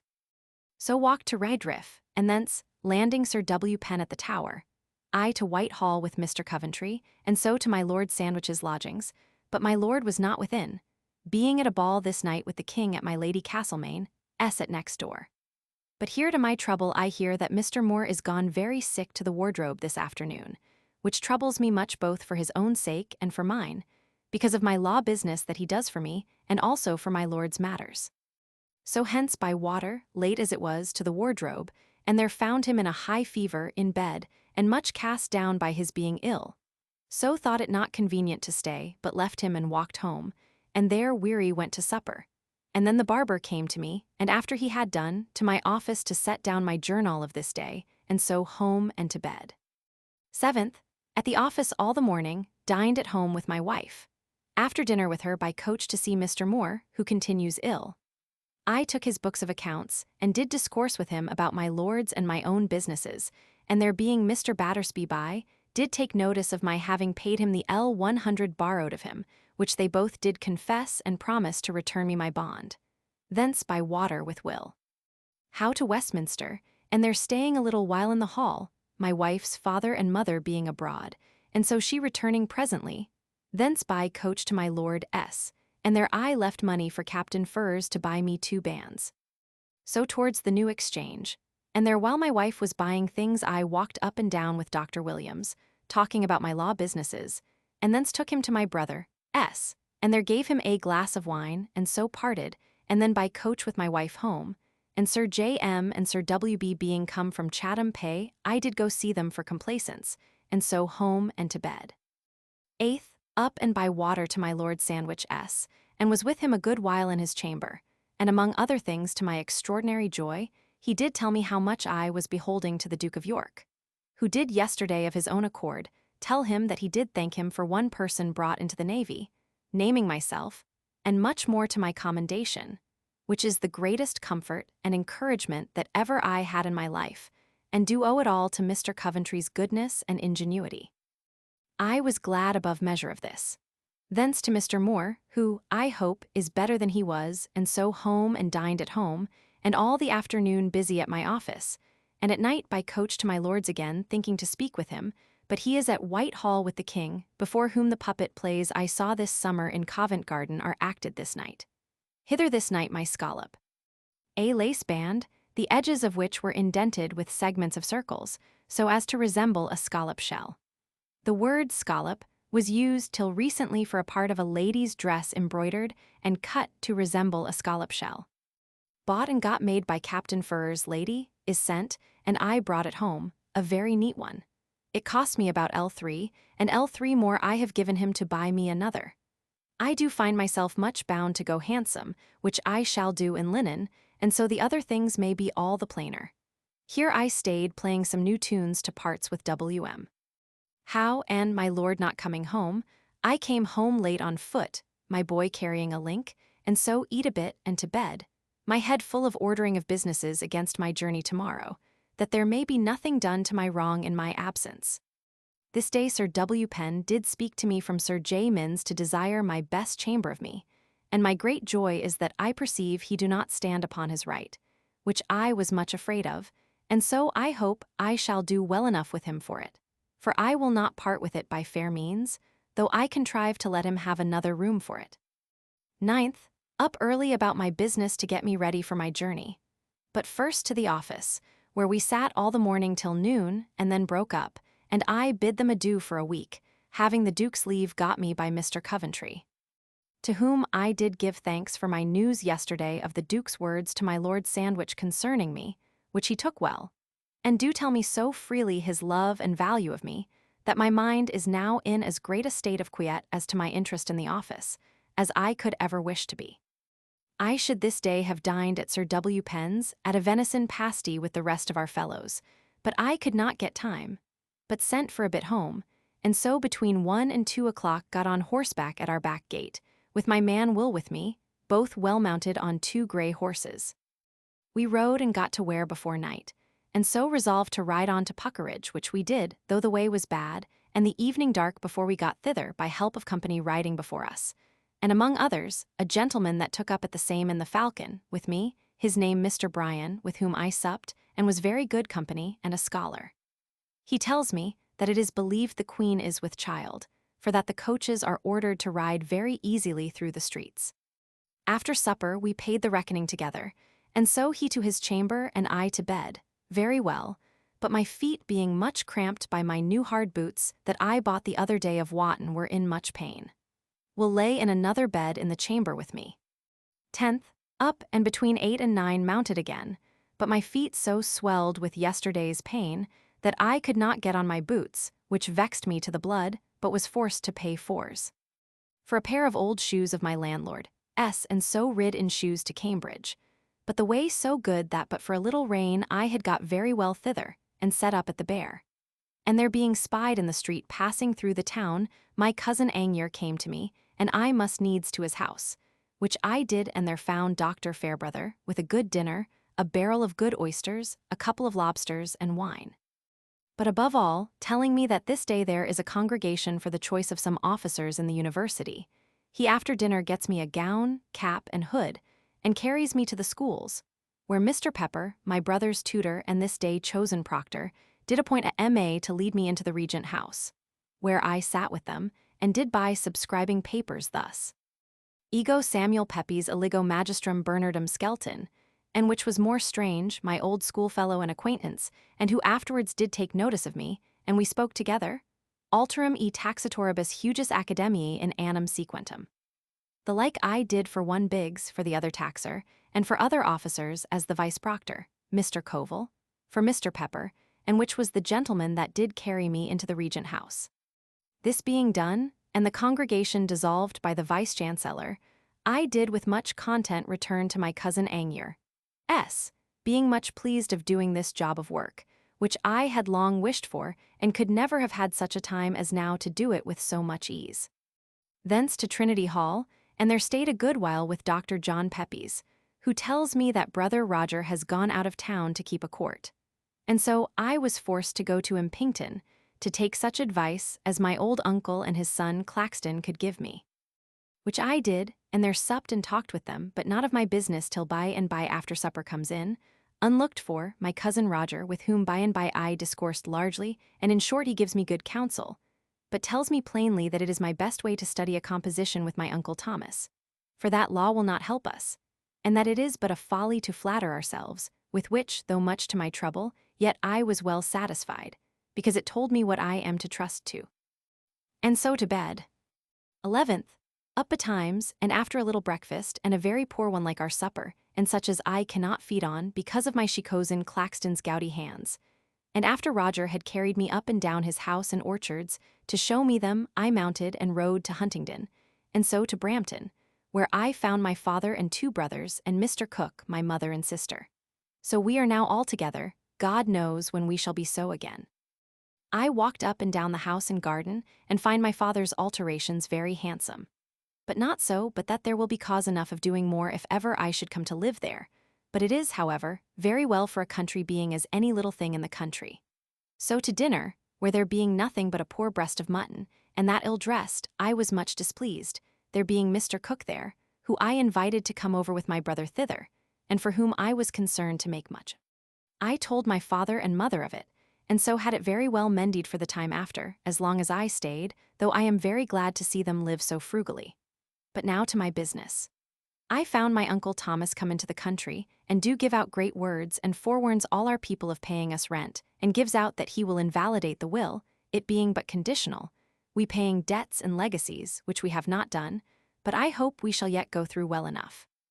I settled to look over papers, and discourse of business against the court till the evening, and then rode to Hinchingbroke, Will with me, and there to my lady's chamber and saw her, but it being night and my head full of business, stayed not long, but drank a cup of ale below, and so home again, and to supper, and to bed, being not quiet in mind till I speak with Pigot, to see how his business goes, whose land lies mortgaged to my late uncle, but never taken up by him.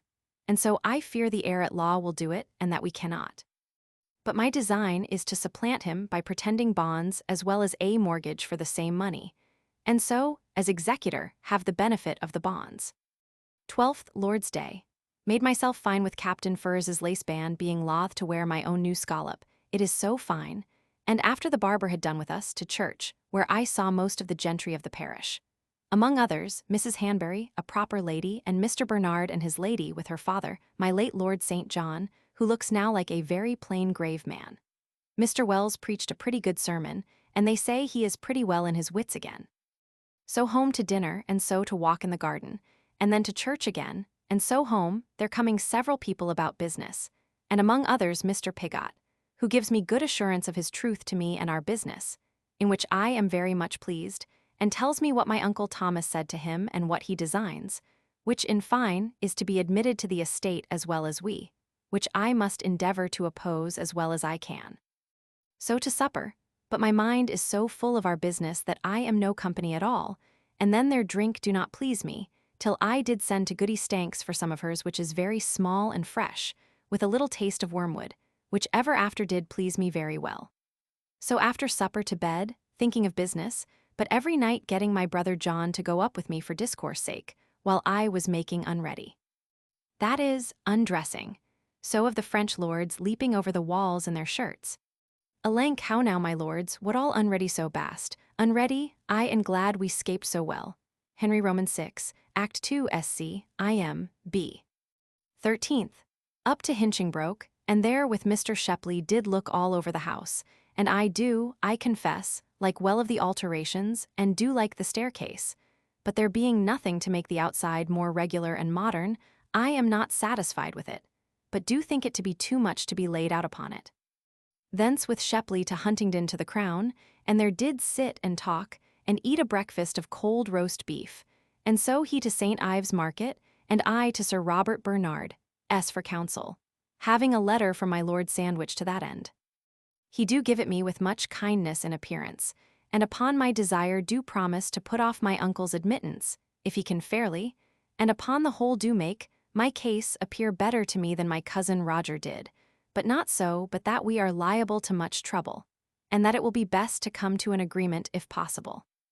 With my mind here also pretty well to see things proceed so well, I returned to Brampton, and spent the morning in looking over papers and getting my copies ready against tomorrow. So to dinner, and then to walk with my father and other business, when by and by comes in my Uncle Thomas and his son Thomas to see us, and very calm they were, and we to them. And after a short how do you, and drinking a cup of beer, they went away again, and so by and by my father and I to Mr. Phillips, and there discoursed with him in order to tomorrow's business of the court, and getting several papers ready, when presently comes in my Uncle Thomas and his son thither also, but finding us there I believe they were disappointed, and so went forth again.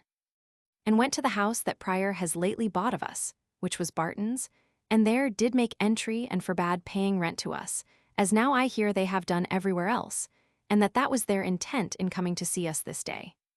I perceive most of the people that do deal with us begin to be afraid that their title to what they buy will not be good, which troubled me also, I confess, a little, but I endeavored to remove all as well as I could. Among other things, they make me afraid that Barton was never admitted to that my uncle bought of him, but I hope the contrary. Thence home, and with my father took a melancholy walk to Porthome, seeing the country maids milking their cows there, they being there now at grass, and to see with what mirth they come all home together in pomp with their milk, and sometimes they have musique go before them. So back home again, and to supper, and in comes Pigott with a counterfeit bond which by agreement between us, though it be very just in itself, he has made, by which I shall lay claim to the interest of the mortgage money, and so waiting with much impatience and doubt the issue of tomorrow's court, I to bed, but hardly slept half an hour the whole night, my mind did so run with fears of tomorrow. 14th. Up and did digest into a method all I could say in our defense, in case there should be occasion, for I hear he will have counsel to plead for him in the court, and so about 9 o'clock to the court at the lordship where the jury was called. And there being vacancies, They would have had my father, in respect to him, have been one of the homage, but he thought fit to refuse it, he not knowing enough the customs of the town. They being sworn and the charge given them, they fell to our business, finding the heir-at-law to be my uncle Thomas. But Sir Robert did tell them that he had seen how the estate was devised to my father by my uncle's will, according to the custom of the manor, which they would have denied, first, that it was not according to the custom of the manor, proposing some difficulty about the half-acre of land which is given the heir-at-law according to custom, which did put me into great fear lest it might not be in my uncle's possession at his death, but mortgaged with other to T. Trice, who was there, and was with my good will admitted to Taylor's house mortgaged to him, if not being worth the money for which it was mortgaged, which I perceive he now, although he lately bragged the contrary, yet is now sensible of, and would have us to redeem it with money, and he would now resurrender it to us rather than the heir-at-law, or else that it was part of Goody Gorham's, in which she has a life, and so might not be capable of being according to the custom given to the heir-at-law. But Will Stanks tells me we are sure enough against all that. Then they fell to talk of Pigot's land mortgaged to my uncle, but he never admitted to it, which they now as heir would have admitted to. But the steward, as he promised me, did find pretensions very kindly and readily to put off their admittance, by which I find they are much defeated, and if ever, I hope, will now listen to a treaty and agreement with us, at our meeting at London. So they took their leaves of the steward in court, and went away, and by, after other business many brought in, they broke up to dinner. So my father and I home with great content to dinner, my mind now as full against the afternoon business, which we sat upon after dinner at the court, and did sue out a recovery, and cut off the entail, and my brothers there to join therein. And my father and I admitted to all the lands, he for life, and I for myself and my heirs in reversion, and then did surrender according to bargain to Prior Green, and Shefford the 3 cottages with their appurtenances that they have bought of us. And that being done and taken leave of the steward, I did with most complete joy of mind go from the court with my father home, and in a quarter of an hour did get on horseback, with my brother Tom, Cook, and Will, all mounted, and without eating or drinking, take leave of father, mother, Paul, to whom I did give tens, but have shown no kindness since I come, for I find her so very ill-natured that I cannot love her, and she so cruel a hypocrite that she can cry when she pleases, and John and I away, calling in at Hinchingbroke, and taking leave in 3 words of my lady and the young ladies. And so by moonlight most bravely all the way to Cambridge, with great pleasure, whither we come at about 9 o'clock and took up at the Bear, but the house being full of guests we had very ill lodging, which troubled me, but had a supper, and my mind at good ease, and so to bed. Will in another bed in my chamber. 15th. My mind, though out of trouble, yet intent upon my journey home, being desirous to know how all my matters go there, I could hardly sleep, but waked very early, and when it was time, did call up Will, and we rose and musique with a bandour, a musical instrument with wire strings, and sounded with a plectrum, used as a bass to the cittern. The banjo is a modification of the bandour, as the name is a Negro corruption of that word. For the bass did give me a levet, a blast of trumpets, intended as a reveille, from French lever. First he that led the cavalcade wore a sowgelder's flageolet, on which he blew as strong a levet as well-feed lawyer on his breviate. Hudibras Roman II, v. 609. And so we got ready, and while breakfast was providing, I went forth, by the way finding Mr. George Mountagu and his lady, whom I saluted, going to take their coach thus early to proceed on their journey, they having lodged in the chamber just under me all this night, and showed Mr. Cook King's College Chapel, Trinity College, and St. John's College Library, and that being done, to our inn again, where I met Dr. Fairbrother brought thither by my brother Tom, and he did breakfast with us, a very good-natured man he is, and told us how the room we were in was the room where Cromwell and his associated officers did begin to plot and act their mischiefs in these counties. Having eat well, only our oysters proving bad, we mounted, having a pair of boots that I borrowed and carried with me from Impington, my own to be sent from Cambridge to London, and took leave of all, and begun our journey about 9 o'clock. After we had rode about 10 miles, we got out of our way into Royston Road, which did vex me cruelly, and the worst for that my brother's horse, which was lame yesterday, grows worse today, that he could not keep pace with us. At last, with much ado, we got into the road again, having misguided also a gentleman's man who had lost his master, and thought us to be going the same way did follow us. But coming into the road again, we met with his master, by his coat a divine.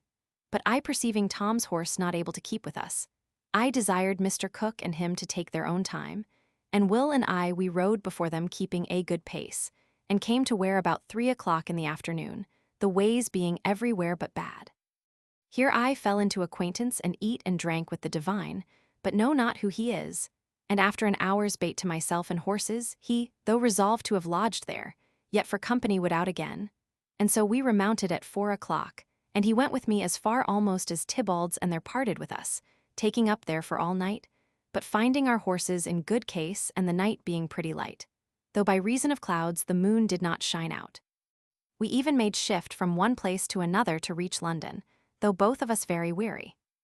And having left our horses at their masters, walked home, found all things well, and with full joy, though very weary, came home and went to bed, there happening nothing since our going to my discontent in the least degree. Which do so please me, that I cannot but bless God for my journey, observing a whole course of success from the beginning to the end of it, and I do find it to be the reward of my diligence, which all along in this has been extraordinary, for I have not had the least kind of divertisement imaginable since my going forth, but merely carrying on my business which God has been pleased to bless. So to bed very hot and feverish by being weary, but early morning the fever was over. 16th.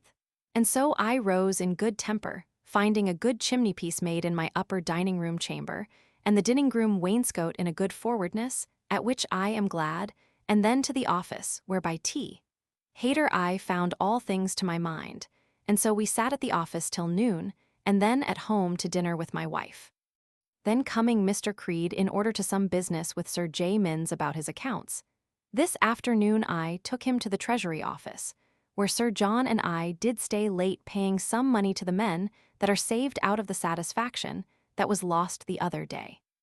The king gives them half pay, which is more than is used in such cases, for they never used to have anything, and yet the men were most outrageously discontented, and did rail and curse us till I was troubled to hear it, and wished myself unconcerned therein.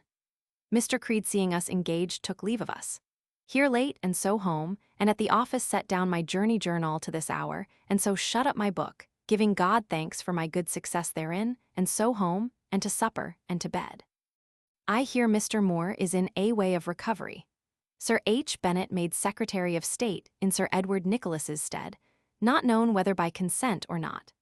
My brother Tom and Cook are come to town I hear this morning, and he sends me word that his mistress's mother is also come to treat with us about her daughter's portion and her jointure, which I am willing should be out of Sturtlow lands. 17th. This morning Tom comes to me, and I advise him how to deal with his mistress's mother about his giving her a jointure, but I intend to speak with her shortly and tell her my mind. Then to my Lord Sandwich by water, and told him how well things do go in the country with me, of which he was very glad, and seems to concern himself much for me. Thence with Mr. Creed to Westminster Hall, and by thither comes Captain Ferrers upon my sending for him, and we three to Creed's chamber, and there sat a good while and drank chocolate. Here I am told how things go at court, that the young men get uppermost, and the old serious lords are out of favor. That Sir H. Bennet, being brought into Sir Edward Nicholas's place, Sir Charles Barkeley is made privy purse, a most vicious person, and one whom Mr. Pierce, the surgeon, today, at which I laughed to myself, did tell me that he offered his wife L. 300 per annum to be his mistress. He also told me that none in court hath more the king's ear now than Sir Charles Barkeley, and Sir H. Bennet, and my Lady Castlemaine, whose interest is now as great as ever, and that Mrs. Haslerig, the great beauty, is got with child, and now brought to bed, and lays it to the king or the Duke of York. He tells me too that my Lord St. Albans is like to be Lord Treasurer, all which things do trouble me much. Here I stayed talking a good while, and so by water to see Mr. Moore, who is out of bed and in a way to be well, and thence home, and with Calmer. Pet by water to view Wood's masts that he proffers to sell, which we found bad, and so to dipped forward to look over some businesses, and so home and I to my office, all our talk being upon Sir J. M. and Sir W. B. Space carriage against him at their late being at Chatham, which I am sorry to hear. But I doubt not but we shall fling Sir W.B. upon his back ere long. At my office, I hearing Sir W. Penn was not well, I went to him to see and sat with him, and so home and to bed. 18th. This morning, having resolved of my brother, S. entertaining his mistress's mother tomorrow, I sent my wife thither today to lie there tonight and to direct him in the business, and I all the morning at the office, and the afternoon intent upon my workmen, especially my joiners, who will make my dining room very pretty. At night to my office to dispatch business, and then to see Sir W. Penn, who continues in great pain, and so home and alone to bed. But my head being full of my own and my brother Tom's business, I could hardly sleep, though not in much trouble, but only multitude of thoughts. 19th, Lord's Day. Got me ready in the morning and put on my first new lace band, and so neat it is, that I am resolved my great expense shall be lace bands, and it will set off anything else the more. So walked to my brother's, where I met Mr. Cook, and discoursing with him do find that he and Tom have promised a jointure of L50 to his mistress, and say that I did give my consent that she should be jointured in L30 per ann. For Sturtlow and the rest to be made up out of her portion. At which I was stark mad, and very angry the business should be carried with so much folly and against my mind and all reason. But I was willing to forbear discovering of it, and did receive Mrs. Butler, her mother, Mr. Lull and his wife, very civil people, very kindly, and without the least discontent, and Tom had a good and neat dinner for us. We had little discourse of any business, but leave it to one Mr. Smith on her part and myself on ours. So we stayed till sermon was done, and I took leave, and to see Mr. Moore, who recovers well. And his doctor coming to him, one Dr. Merritt, we had some of his very good discourse of anatomy, and other things, very pleasant. By and by, I with Mr. Townsend walked in the garden, talking and advising with him about Tom's business, and he tells me he will speak with Smith, and says I offer fair to give her L30 jointure and no more. Thence Tom waiting for me homewards towards my house, talking and scolding him for his folly, and telling him my mind plainly what he has to trust to if he goes this way to work, for he shall never have her upon the terms they demand of L50. He left me, and I to my uncle White, and there supped, and there was pretty mistress marked. White, whom I esteem very pretty and love dearly to look upon her. We were very pleasant, I droning with my aunt and them, but I am sorry to hear that the news of the selling of Dunkirk. A treaty was signed on the 27th October by which Dunkirk was sold to France for 5 million livres, 2 of which were to be paid immediately, and the remaining 3 by 8 bills at dates varying from 3 months to 2 years, during which time the King of England was to contribute the aid of a naval force, if necessary, for defense against Spain. Subsequently, the remaining 3 millions were reduced to 2,500,000 to be paid at Paris, and 254,000 in London. It is not known that Clarendon suggested the sale of Dunkirk, but it is certain that he adopted the measure with zeal. There is also no doubt that he got as much as France could be induced to give Lister's life of Clarendon, Roman 2. 173-4. Is taken so generally ill, as I find it is among the merchants, and other things, as removal of officers at court, good for worse, and all things else made much worse in their report among people than they are. And this night, I know not upon what ground, the gates of the city ordered to be kept shut, and double guards everywhere. So home, and after preparing things against tomorrow for the Duke, to bed. Indeed, I do find everybody's spirit very full of trouble, and the things of the court and council very ill taken, so as to be apt to appear in bad colors if there should ever be a beginning of trouble, which God forbid. 20th, up and in Sir J. Minns's coach with him and Sir W. Batten to Whitehall, where now the Duke is come again to lodge, and to Mr. Coventry's little new chamber there, and by up to the Duke, who was making himself ready, and there among other discourse young Killigrew did so commend, the villain. A new play made by Tom Porter, and acted only on Saturday at the Duke's house, as if there never had been any such play come upon the stage. The same yesterday was told me by Captain Furrers, and this morning afterwards by Dr. Clerk, who saw it. Insomuch that after I had done with the Duke, and thence gone with Commissioner Pett to Mr. Lilly's, the great painter, who came forth to us, but believing that I come to bespeak a picture, he prevented us by telling us that he should not be at leisure these 3 weeks, which methinks is a rare thing. and then to see in what pomp his table was laid for himself to go to dinner. And here, among other pictures, saw the so much desired by me picture of my Lady Castlemaine, which is a most blessed picture, and that I must have a copy of. And having thence gone to my brother's, where my wife lodged last night, and eat something there, I took her by coach to the Duke's house, and there was the house full of company. But whether it was in over-expecting or what, I know not, but I was never less pleased with a play in my life. Though there was good singing and dancing, yet no fancy in the play, but something that made it less contenting was my conscience that I ought not to have gone by my vow, and besides, my business commanded me elsewhere.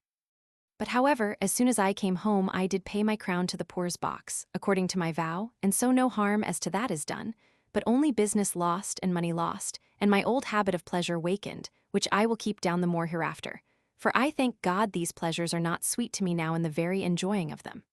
So by coach home, and after a little business at my office and seeing Sir W. Penn, who continues ill, I went to bed. Dunkirk, I am confirmed, is absolutely sold, for which I am very sorry. 21st. Up, and while I was dressing myself, my brother Tom being there I did chide him for his folly in abusing himself about the match, for I perceive he do endeavor all he can to get her, and she and her friends to have more than her portion deserves, which now from 6 or L 700 is come to L 450. I did by several steps show Tom how he would not be L 100 the better for her according to the ways he took to jointure her. After having done with him to the office, and there all the morning, and in the middle of our sitting my workmen setting about the putting up of my rails upon my leads, Sir J. Minns did spy them and fell a-swearing, which I took no notice of, but was vexed, and am still to the very heart for it, for fear it should put him upon taking the closet and my chamber from me, which I protest I am now afraid of. But it is my very great folly to be so much troubled at these trifles, more than at the loss of L 100 or things of greater concernment. But I forget the lesson I used to preach to others. After dinner to my office with my head and heart full of troublesome business, and thence by water with Mr. Smith to Mr. Letchmore, the counsellor at the Temple, about Field's business, and he tells me plainly that, there being a verdict against me, there is no help for it, but it must proceed to judgment. It is L 30 damage to me for my joining with others in committing Field to prison, we being not justices of the peace in the city, though in Middlesex. This troubled me, but I hope the king will make it good to us. Thence to Mr. Smith, the scrivener, upon Ludgate Hill, to whom Mrs. Butler do commit her business concerning her daughter and my brother. He tells me her daughter's portion is but L 400, at which I am more troubled than before, and they find fault that his house is too little. So after I had told him my full mind, I went away to meet again tomorrow, but I believe the business will be broke off, which for Tom's sake I am much grieved for, but it cannot be helped without his ruin. Thence to see Mr. Moore, who is pretty well again, and we read over and discoursed about Mrs. Goldsborough's business, and her son coming by my appointment thither. I did tell him our resolution as to her having her estate reconveyed to her. Hither also came my brother, and before Mr. Moore I did advise and counsel him about his match, and how we had all been abused by Mr. Cook's folly. So home and to my office, and there settled many businesses, and so home and to supper, and so to bed, Sir W. Penn being still in great pain. 22nd. Up and carrying my wife and her brother to Covent Garden, near their father's new lodging, by coach, I to my Lord Sandwich, S., who receives me now more and more kindly, now he sees that I am respected in the world, and is my most noble patron. Here I stayed and talked about many things, with my lord and Mr. Povey, being there about tangier business, for which the commission is a-taking out. Hence, after talking with Mr. Cook, whom I met here about Mrs. Butler's portion, he do persist to say that it will be worth L 600 certain, when he knows as well as I do now that it is but L 400, and so I told him but he is a fool and has made fools of us. So I by water to my brother S., and thence to Mr. Smith's, where I was last night, and there by appointment met Mrs. Butler, with whom I plainly discoursed, and she with me. I find she will give but L 400, and no more, and is not willing to do that without a jointure, which she expects and I will not grant for that portion. And upon the whole I find that Cook has made great brags on both sides, and so has abused us both, but know not how to help it. For I perceive she had much greater expectations of Tom's house and being than she finds. But however we did break off the business wholly, but with great love and kindness between her and me, and would have been glad we had known one another's minds sooner, without being misguided by this fellow to both our shames and trouble. For I find her a very discreet, sober woman, and her daughter, I understand and believe, is a good lady. And if portions did agree, though she finds fault with Tom's house, and his bad imperfection in his speech, I believe we should well agree in other matters. After taking a kind farewell, I to Tom, S., and there did give him a full account of this sad news, with which I find he is much troubled, but do appear to me to be willing to be guided herein, and apprehends that it is not for his good to do otherwise, and so I do persuade to follow his business again, and I hope he will, but for Cook's part and Dr. Pepys, I shall know them for two fools another time. Hence, it raining hard by coach home, being first trimmed here by Benear, who being acquainted with all the players, do tell me that Betterton is not married to Ian, as they say, but also that he is a very sober, serious man and studious and humble, following of his studies, and is rich already with what he gets and saves, and then to my office till late, doing great deal of business, and settling my mind in pretty good order as to my business, though at present they are very many. So home and to bed. This night was buried, as I hear by the bells at Barking Church, my poor Morna. The burial of Elizabeth, daughter of John Dekins or Dickens, is recorded in the parish register of All Hallows, Barking, as having taken place on October 22nd. See ante, October 3rd. Whose sickness being desperate, did kill her poor father. And he being dead for sorrow, she could not recover, nor desire to live, but from that time do languish more and more, and so is now dead and buried. 23rd. Up and among my workmen, and so to the office, and there sitting all the morning we stepped all out to visit Sir W. Batten, who it seems has not been well all yesterday, but being let blood is now pretty well. And Sir W. Penn after office I went to see, but he continues in great pain of the gout, and in bed, cannot stir hand nor foot, but with great pain. So to my office all the evening putting things public and private in order, and so at night home, and to supper and to bed, finding great content, since I am come to follow my business again, which God preserve in me. 24th. After with great pleasure lying a great while talking and sporting in bed with my wife, for we have been for some years now, and at present more and more, a very happy couple, blessed be God, I got up into my office, and having done there some business, I by water, and then walked to Diptford to discourse with Mr. Lowly and Davis about my late conceptions about keeping books of the distinct works done in the yards. Against which I find no objection but their ignorance and unwillingness to do anything of pains and what is out of their ordinary dull road. But I like it well, and will proceed in it. So home and dined there with my wife upon a most excellent dish of tripes of my own directing, covered with mustard, as I have heretofore seen them done at my Lord Crewe's, of which I made a very great meal, and sent for a glass of wine for myself, and so to see Sir W. Penn, who continues bedrid in great pain, and hence to the Treasury to Sir J. Minns paying off of tickets, and at night home, and in my study, after seeing Sir W. Batten, who also continues ill, I fell to draw out my conceptions about books for the clerk that checks in the yard to keep according to the distinct works there, which pleases me very well, and I am confident it will be of great use. At 9 at night home, and to supper, and to bed.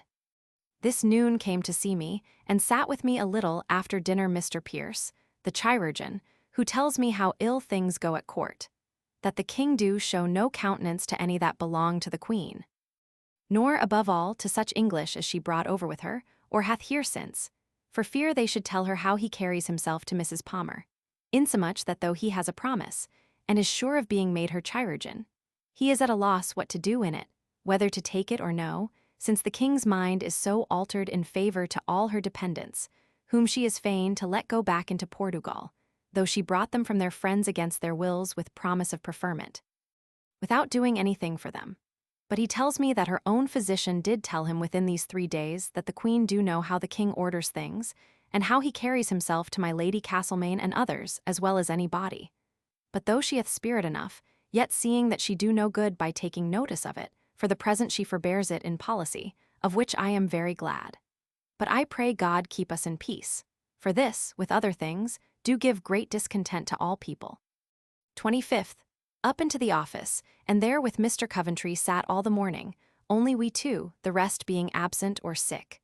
Dined at home with my wife upon a good dish of neat's feet and mustard, of which I made a good meal. All the afternoon alone at my office and among my workmen, who, I mean the joiners, have even ended my dining room, and will be very handsome and to my full content.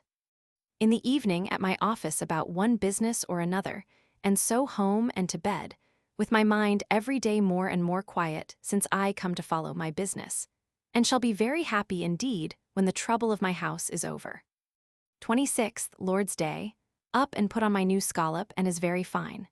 To church, and there saw the first time Mr. Mills in a surplice, but it seemed absurd for him to pull it over his ears in the reading pew, after he had done, before all the church, to go up to the pulpit, to preach without it.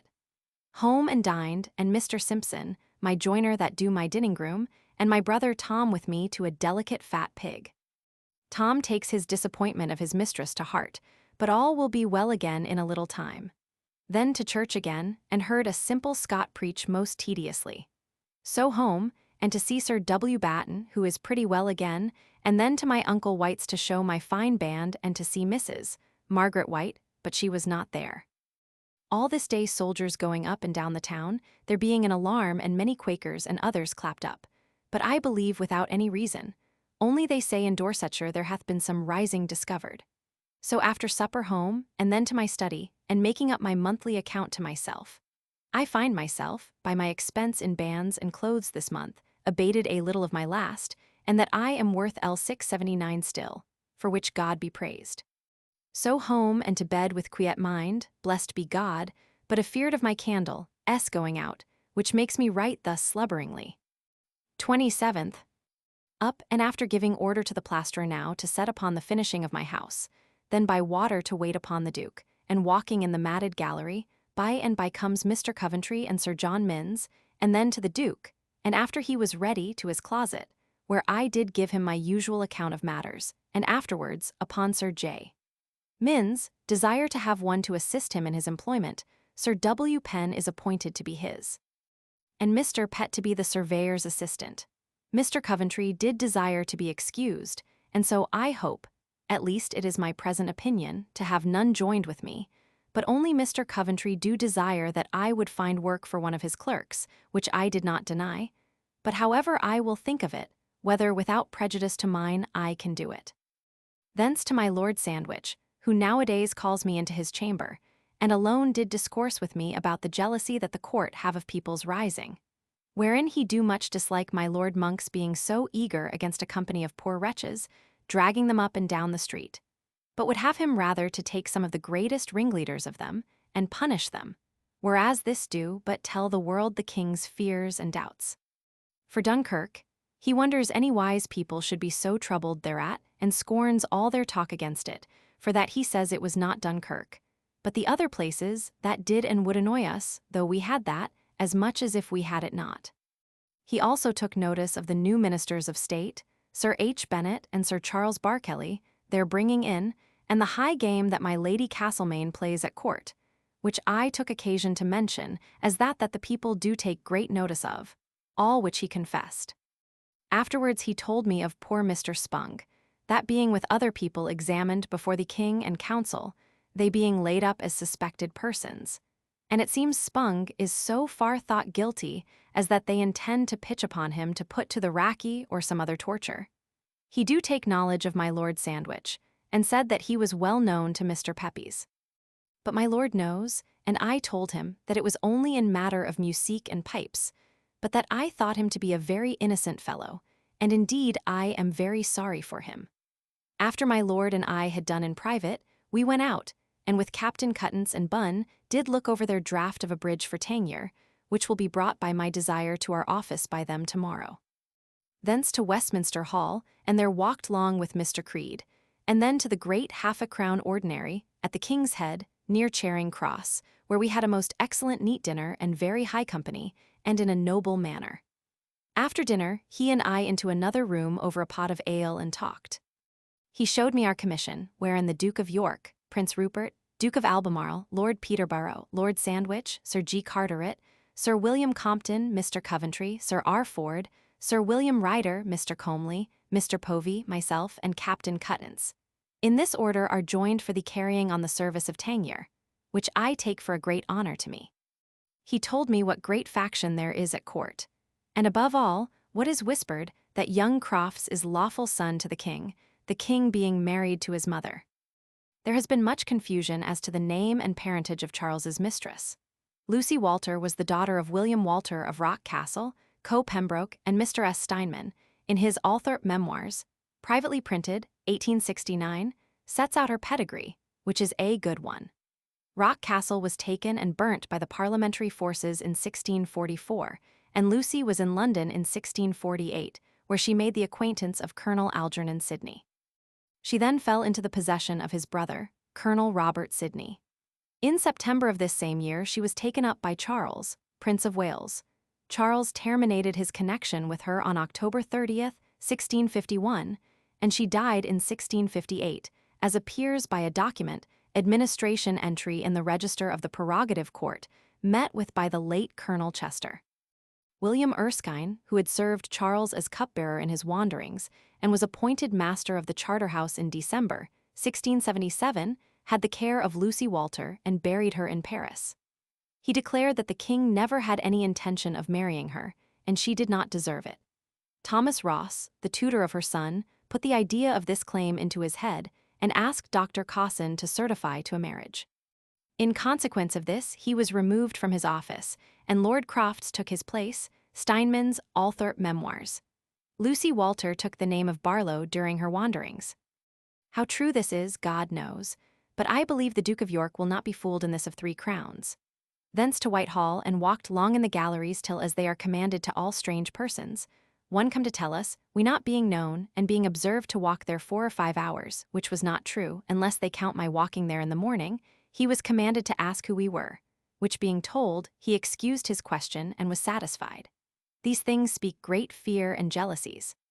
Here we stayed some time, thinking to stay out the play before the king tonight, but it being the villain, and my wife not being there, I had no mind. So walked to the Exchange, and there took many turns with him, among other things, observing one very pretty Exchange lass, with her face full of black patches, which was a strange sight. So bid him good night and away by coach to Mr. Moore, with whom I stayed an hour, and found him pretty well and intends to go abroad tomorrow, and so it raining hard by coach home, and having visited both Sir Williams, who are both sick, but like to be well again, I to my office, and there did some business, and so home and to bed. At Sir W. Batten's I met with Mr. Mills, who tells me that he could get nothing out of the maid hard by, that did poison herself before she died, but that she did it because she did not like herself, nor had not liked herself, nor anything she did a great while. It seems she was well favored enough, but crooked, and this was all she could be got to say, which is very strange. 28th. At the office sitting all the morning, and then home to dinner with my wife, and after dinner she and I passing an hour or 2 in ridiculous talk, and then to my office, doing business there till 9 at night, and so home and to supper and to bed. My house is now in its last dirt, I hope, the plasterer and painter now being upon winding up all my trouble, which I expect will now in a fortnight's time, or a little more, be quite over. 29th Lord Mayor's Day. Intended to have made me fine, and by invitation to have dined with the Lord Mayor today, but going to see Sir W. Batten this morning, I found Sir G. Carteret and Sir J. Minns going with Sir W. Batten and myself to examine Sir G. Carteret's accounts for the last year, whereupon I settled to it with them all the day long, only dinner time, which Sir G. Carteret gave us, and by night did as good as finish them, and so parted, and thence to my office. And there set papers in order and business against tomorrow. I received a letter this day from my father, speaking more trouble about my Uncle Thomas his business, and of proceeding to lay claim to Brampton and all my uncle left, because it is given conditional that we should pay legacies, which to him we have not yet done, but I hope that will do us no hurt. God help us if it should, but it disquiets my mind. I have also a letter from my Lord Sandwich desiring me upon matters of concernment to be with him early tomorrow morning, which I wonder what it should be. So my mind full of thoughts, and some trouble at night, home and to bed. Sir G. Carteret, who had been at the examining most of the late people that are clapped up, do say that he do not think that there hath been any great plotting among them, though they have a good will to it. But their condition is so poor, and silly, and low, that they do not fear them at all. 30th, could sleep but little tonight for thoughts of my business. So up by candlelight and by water to Whitehall, and so to my Lord Sandwich, who was up in his chamber and all alone, did acquaint me with his business, which was that our old acquaintance Mr. Wade in Axe Yard hath discovered to him L7000 hid in the tower, of which he was to have 2 for discovery, my lord himself 2, and the king the other 3, when it was found. And that the king's warrant runs for me on my lord's part, and one Mr. Lee for Sir Harry Bennet, to demand leave of the lieutenant of the Tower for to make search. After he had told me the whole business, I took leave and hastened to my office, expecting to be called by a letter from my lord to set upon the business, and so there I sat with the officers all the morning. At noon, when we were up, comes Mr. Wade with my lord's letter, and tells me the whole business. So we consulted for me to go first to Sir H. Bennet, who is now with many of the privy councillors at the Tower, examining of their late prisoners to advise with him when to begin. So I went, and the guard at the Tower gate, making me leave my sword at the gate, I was forced to stay so long in the alehouse hard by, till my boy run home for my cloak, that my Lord Mayor that now is, Sir John Robinson, lieutenant of the Tower, with all his company, was gone with their coaches to his house in Minchin Lane. So my cloak being come, I walked thither, and there, by Sir G. Carteret's means, did presently speak with Sir H. Bennet, who did show and give me the king's warrant to me and Mr. Lee, and another to himself, for the paying of L2000 to my lord, and other 2 to the discoverers. After a little discourse, dinner come in, and I dined with them. There was my Lord Mayor, my Lord Lauderdale, Mr. Secretary Morris, to whom Sir H. Bennet would give the upper hand, Sir W.M. Compton, Sir G. Carteret, and myself, and some other company, and a brave dinner. After dinner, Sir H. Bennet did call aside the Lord Mayor and me, and did break the business to him, who did not, nor durst appear the least averse to it, but did promise all assistance forthwith to set upon it. So Mr. Lee and I to our office, and there walked till Mr. Wade and one Eft his guide did come, and W. Griffin, and a porter with his pickaxes, and C. And so they walked along with us to the Tower, and Sir H. Bennet and my Lord Mayor did give us full power to fall to work. So our guide demands, a candle, and down into the cellars he goes, inquiring whether they were the same that Baxter intended for John Barkstead, lieutenant of the Tower under Cromwell. Committed to the Tower, see March 17th, 1661-62. Always had. We went into several little cellars, and then went out doors to view, and to the coal harbour, but none did answer so well to the marks which was given him to find it by, as one arched vault. Where, after a great deal of counsel whether to set upon it now, or delay for better and more full advice, we set to it. To digging we went to almost 8 o'clock at night, but could find nothing. But however, our guides did not at all seem discouraged. For that they being confident that the money is there they look for, but having never been in the cellars, they could not be positive to the place, and therefore will inform themselves more fully now they have been there, of the party that do advise them. So locking the door after us, we left work tonight, and up to the Deputy Governor, my Lord Mayor, and Sir H. Bennet, with the rest of the company being gone an hour before. And he do undertake to keep the key of the cellars, that none shall go down without his privity.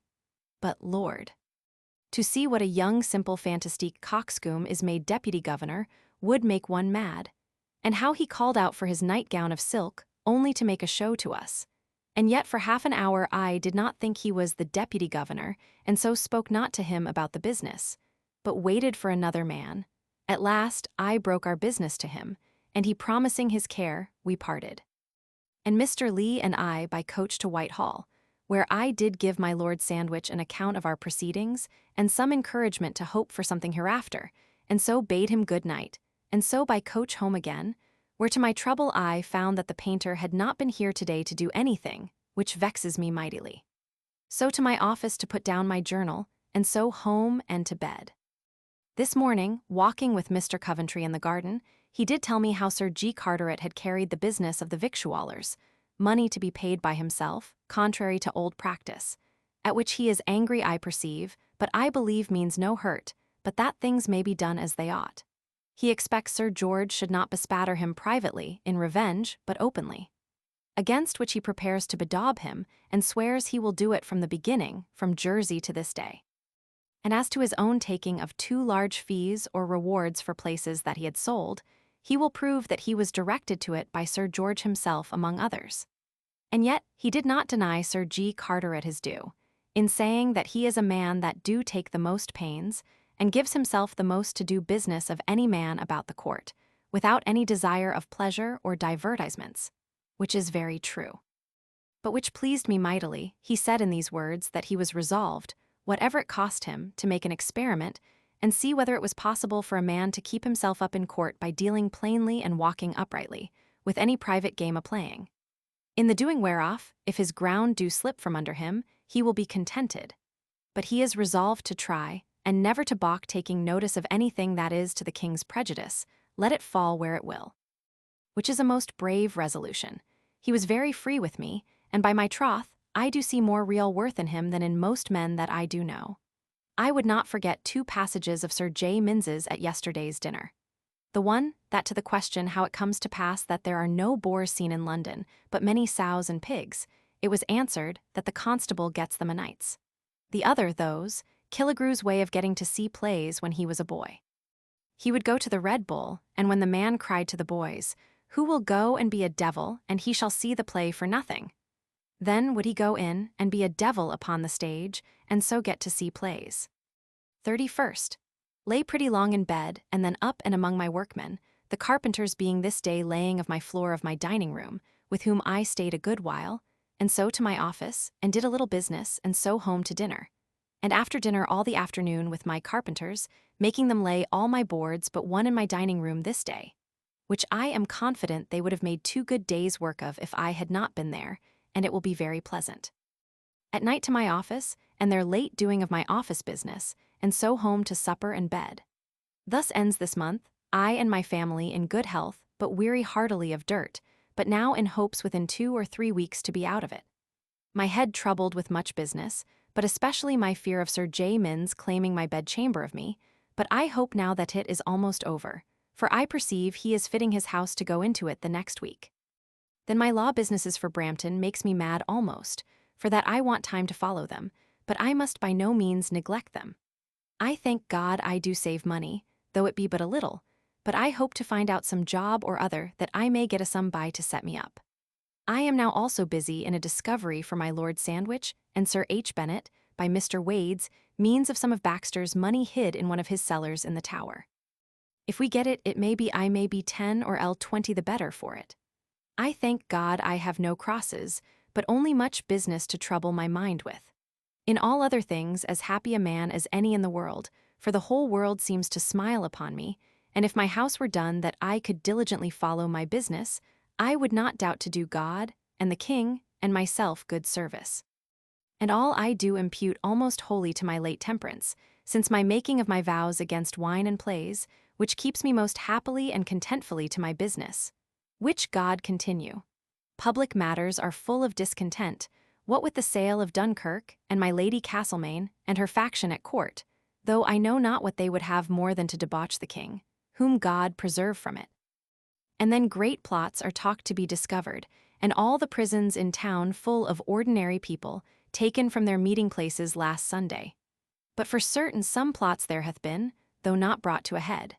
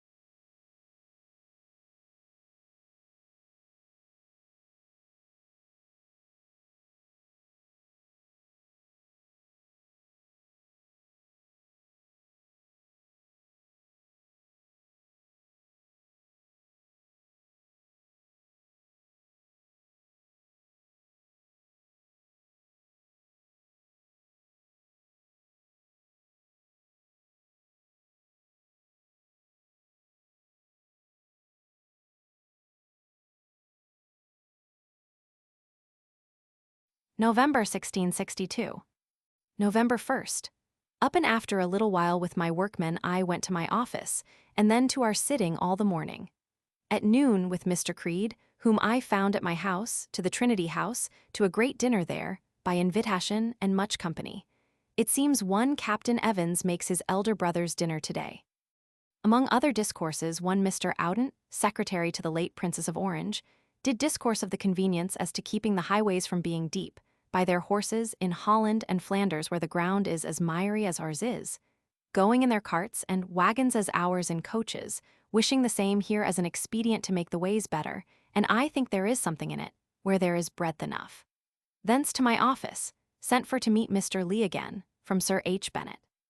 And he and I, with Wade and his intelligencer and labourers, to the Tower cellars, to make one trial more, where we stayed 2 or 3 hours digging, and dug a great deal all under the arches, as it was now most confidently directed, and so seriously, and upon pretended good grounds, that I myself did truly expect to speed. But we missed of all, and so we went away the second time like fools. And to our office, whither, a coach being come, Mr. Lee goes home to Whitehall, and I by appointment to the Dolphin Tavern, to meet Wade and the other captain. Eft, who now do tell me plainly, that he that do put him upon this is one that had it from Barkestead's own mouth, and was advised with by him, just before the king's coming in, how to get it out, and had all the signs told him how and where it lay, and had always been the great confident of Barkestead, even to the trusting him with his life and all he had. So that he did much convince me that there is good ground for what we go about. But I fear it may be that he did find some conveyance of it away, without the help of this man, before he died. But he is resolved to go to the party once more, and then to determine what we shall do further.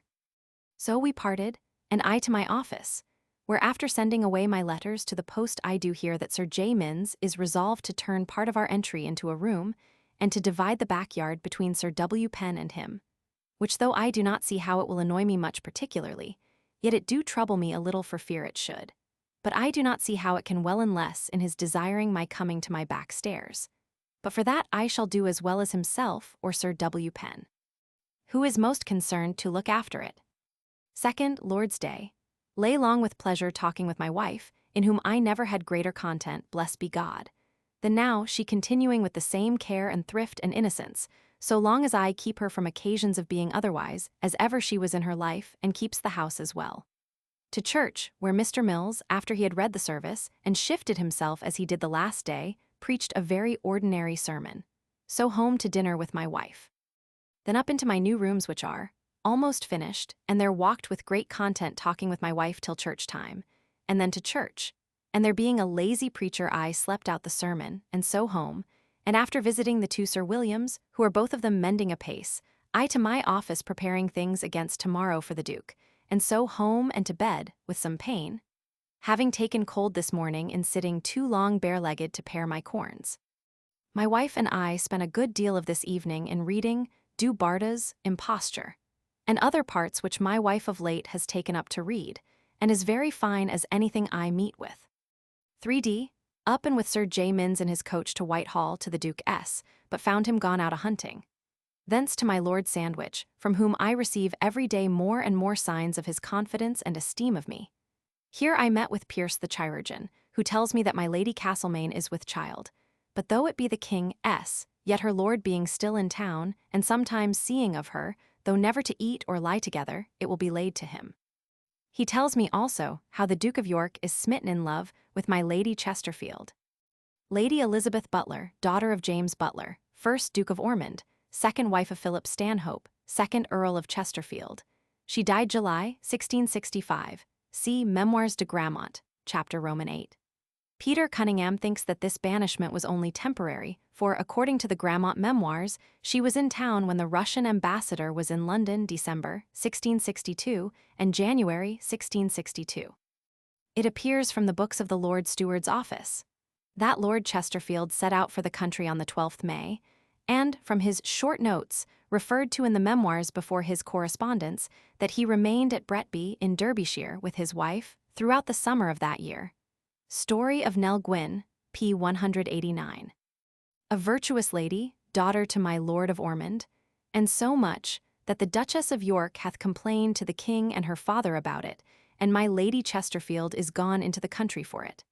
At all which I am sorry, but it is the effect of idleness, and having nothing else to employ their great spirits upon. Thence with Mr. Creed and Mr. Moore, who is got upon his legs and come to see my lord to Wilkinson's, and there I did give them and Mr. Howe their dinner of roast beef, cost me fives.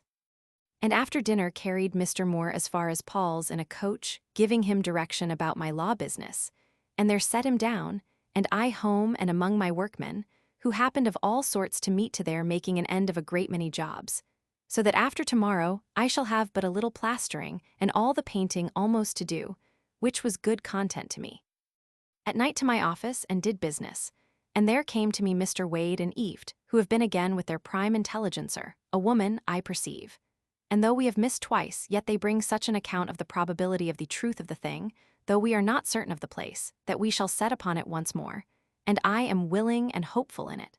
So we resolved to set upon it again on Wednesday morning, and the woman herself will be there in a disguise, and confirm us in the place. So they took leave for the night, and I to my business, and then home to my wife and to supper and bed, my pain being going away. So by God's great blessing my mind is in good condition of quiet. Fourth, lay long talking pleasantly with my wife in bed, it having rained and dew still, very much all night long. Up and to the office, where we sat till noon. This morning we had news by letters that Sir Richard Stainer is dead at sea in the Mary, which is now come into Portsmouth from Lisbon, which we are sorry for, he being a very stout seaman, but there will be no great miss of him for all that. Dined at home with my wife, and all the afternoon among my workmen, and at night to my office to do business there, and then to see Sir W. Penn, who is still sick, but his pain less than it was. He took occasion to talk with me about Sir J. Minns's intention to divide the entry and the yard, and so to keep him out of the yard, and forcing him to go through the garden to his house. Which he is vexed at, and I am glad to see that Sir J. Minns do use him just as he do me. And so I perceive it is not anything extraordinary his carriage to me in the matter of our houses. For this is worse than anything he has done to me, that he should give order for the stopping up of his way to his house, without so much as advising with him or letting of him know it. And I confess that it is very highly and basely done of him. So to my office again, and after doing business there, then home to supper and to bed. Fifth, up and with my painters painting my dining room all day long till night, not stirring out at all. Only in the morning my Lady Batten did send to speak with me, and told me very civilly that she did not desire, nor hoped I did, that anything should pass between us but what was civil, though there was not the neighborliness between her and my wife that was fit to be, and so complained of my maid's mocking of her. When she called Nan to her maid within her own house, my maid Jane in the garden overheard her, and mocked her, and some other such like things she told me, and of my wife speaking unhandsomely of her. To all which I did give her a very respectful answer, such as did please her, and am sorry indeed that this should be, though I do not desire there should be any acquaintance between my wife and her. But I promise to avoid such words and passages for the future.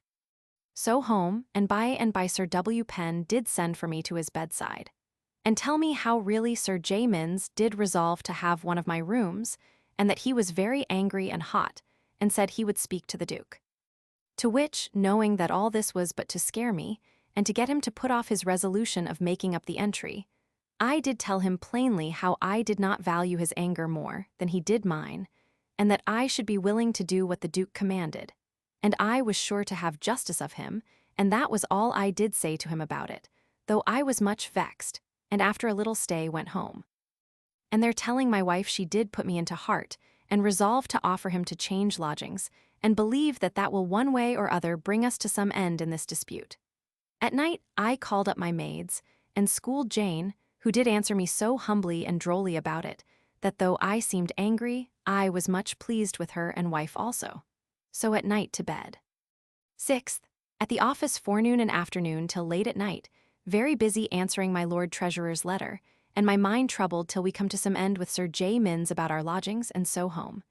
And after some pleasant discourse and supper to bed, and in my dream much troubled by being with Will Swan, a great fanatic, my old acquaintance, and methought, taken and led up with him for a plotter, all our discourse being at present about the late plots.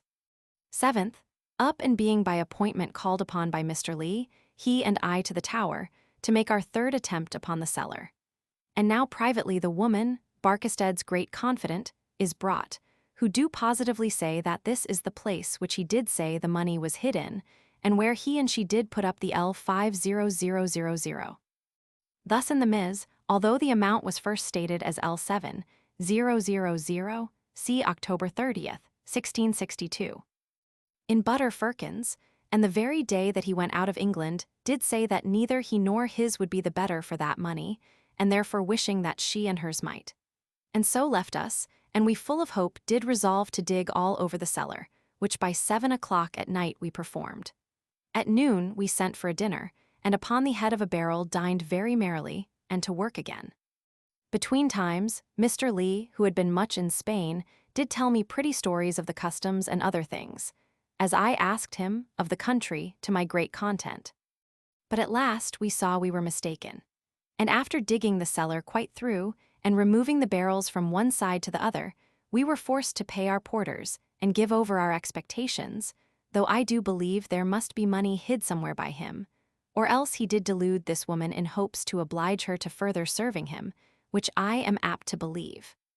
Thence by coach to Whitehall, and at my lord's lodgings did write a letter, he not being within, to tell him how things went, and so away again, only hearing that Mrs.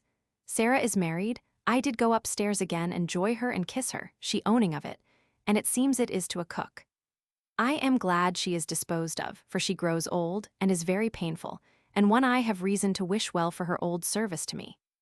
Then to my brother, S., where my wife, by my order, is tonight to stay a night or two while my house is made clean, and thence home, where I am angry to see, instead of the house made in part clean, all the pewter goods and other things are brought up to scouring, which makes the house 10 times worse, at which I was very much displeased, but cannot help it. So to my office to set down my journal, and so home and to bed. 8th, all the morning sitting at the office, and after that dined alone at home, and so to the office again till 9 o'clock, being loth to go home, the house is so dirty, and my wife at my brother's. So home and to bed. 9th, Lord's Day. Lay alone a good while, my mind busy about pleading tomorrow to the Duke if there shall be occasion for this chamber that I lie in against Sir J. Minns. Then up, and after being ready walked to my brother's, where my wife is, calling at many churches, and then to the temple, hearing a bit there too, and observing that in the streets and churches the Sunday is kept in appearance as well as I have known it at any time.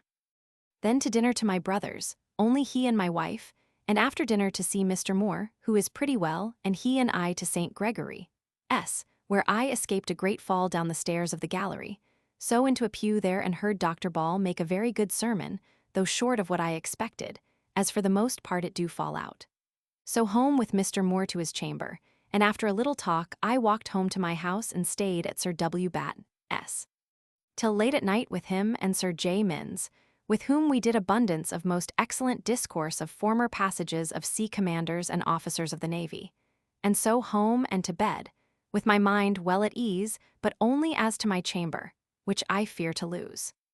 10th, up betimes and to set my workmen to work, and then a little to the office, and so with Sir J. Minns, Sir W. Batten, and myself by coach to Whitehall, to the Duke, who, after he was ready, did take us into his closet. Thither come my Lord General Monk, and did privately talk with the Duke about having the Life Guards pass through the city today only for show and to fright people, for I perceive there are great fears abroad, for all which I am troubled and full of doubt that things will not go well. He being gone, we fell to business of the navy.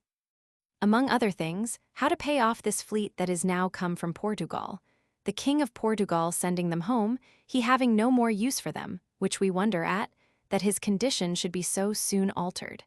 And our landmen also are coming back, being almost starved in that poor country. Having done here I went by my Lord Sandwich S., who was not at home, and so to Westminster Hall, where full of term, and here met with many about business, among others my cousin Roger Pepys, who is all for a composition with my uncle Thomas, which upon any fair terms I am for also, and desire it.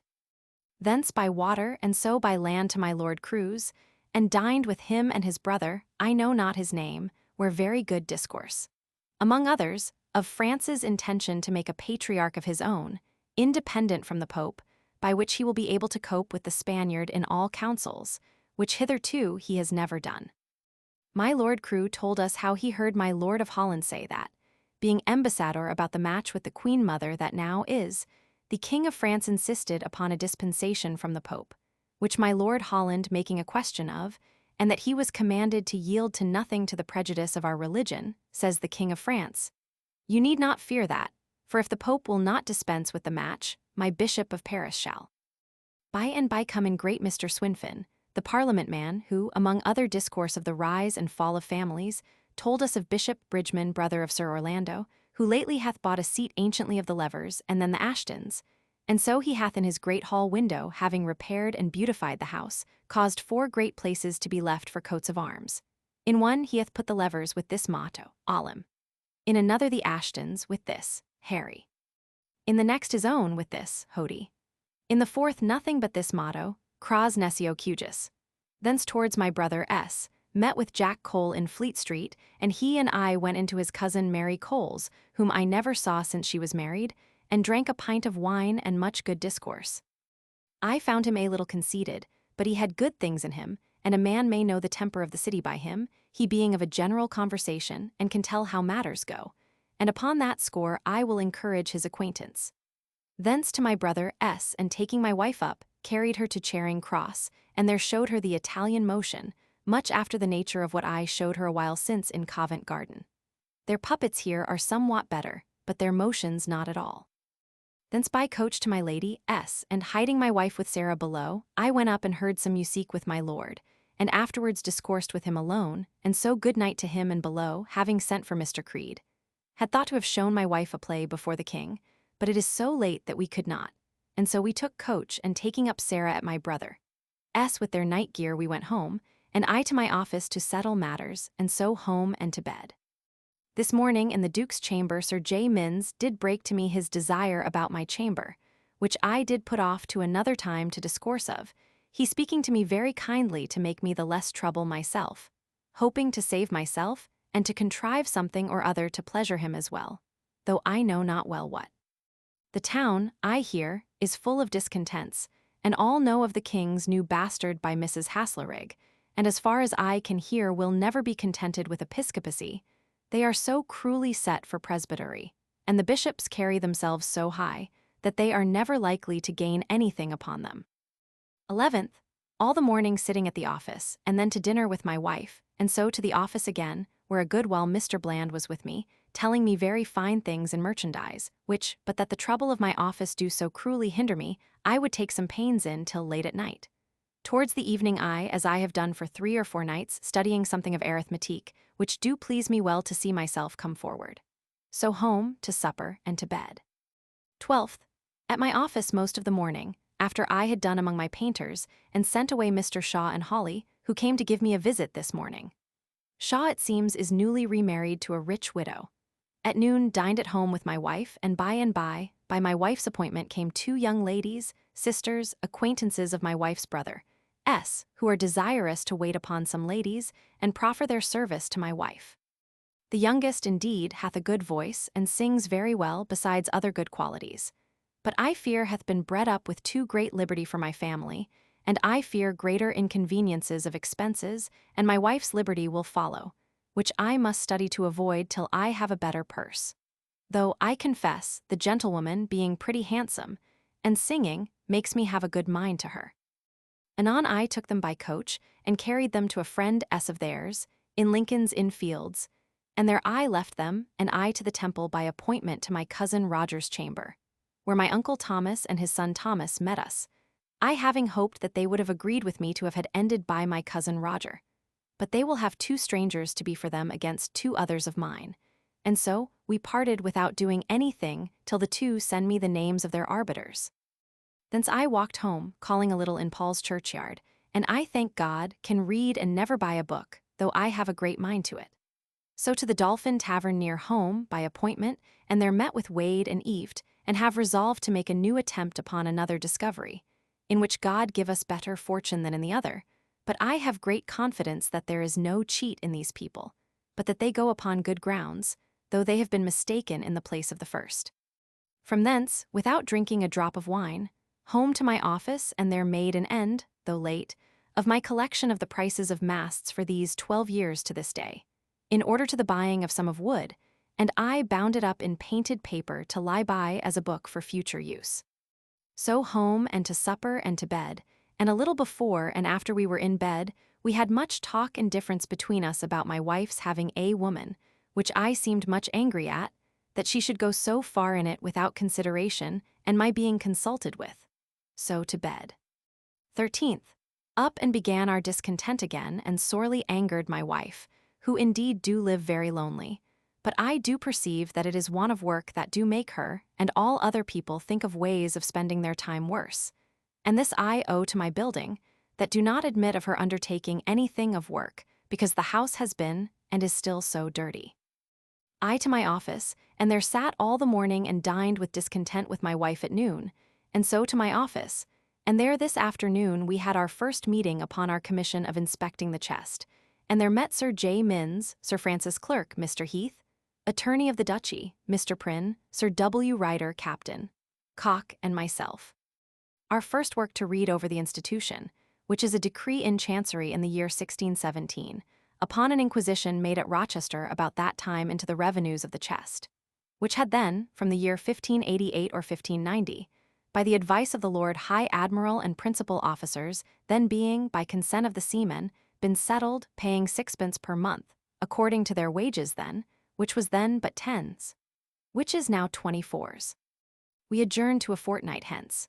So broke up, and I to see Sir W. Penn, who is now pretty well, but lies in bed still, he cannot rise to stand.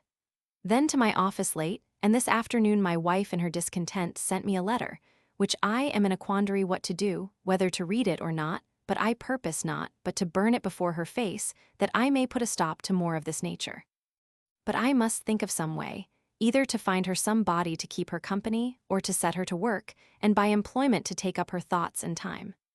After doing what I had to do, I went home to supper, and there was very sullen to my wife, and so went to bed and to sleep, though with much ado, my mind being troubled, without speaking one word to her. 14th. She begun to talk in the morning and to be friends, believing all this while that. I had read her letter, which I perceived by her discourse was full of good counsel, and relating the reason of her desiring a woman, and how little charge she did intend it to be to me. So I begun and argued it as full and plain to her, and she to reason it highly to me, to put her away, and take one of the bowyers if I did dislike her, that I did resolve when the house is ready she shall try her for a while. The truth is, I having a mind to have her come for her musique and dancing. So up and about my papers all the morning, and her brother coming I did tell him my mind plain, who did assure me that they were both of the sisters very humble and very poor, and that she that we are to have would carry herself so. So I was well contented and spent part of the morning at my office, and so home and to dinner, and after dinner, finding Sarah to be discontented at the news of this woman, I did begin in my wife's chamber to talk to her and tell her that it was not out of unkindness to her, but my wife came up, and I perceive she is not too reconciled to her whatever the matter is, that I perceive I shall not be able to keep her. Though she is as good a servant, only a little pettish, that ever I desire to have, and a creditable servant. So she desired leave to go out to look a service, and did, for which I am troubled, and fell out highly afterwards with my wife about it. So to my office, where we met this afternoon about answering a great letter of my Lord Treasurer's, and that done to my office drawing up a letter to him, and so home to supper. 15th.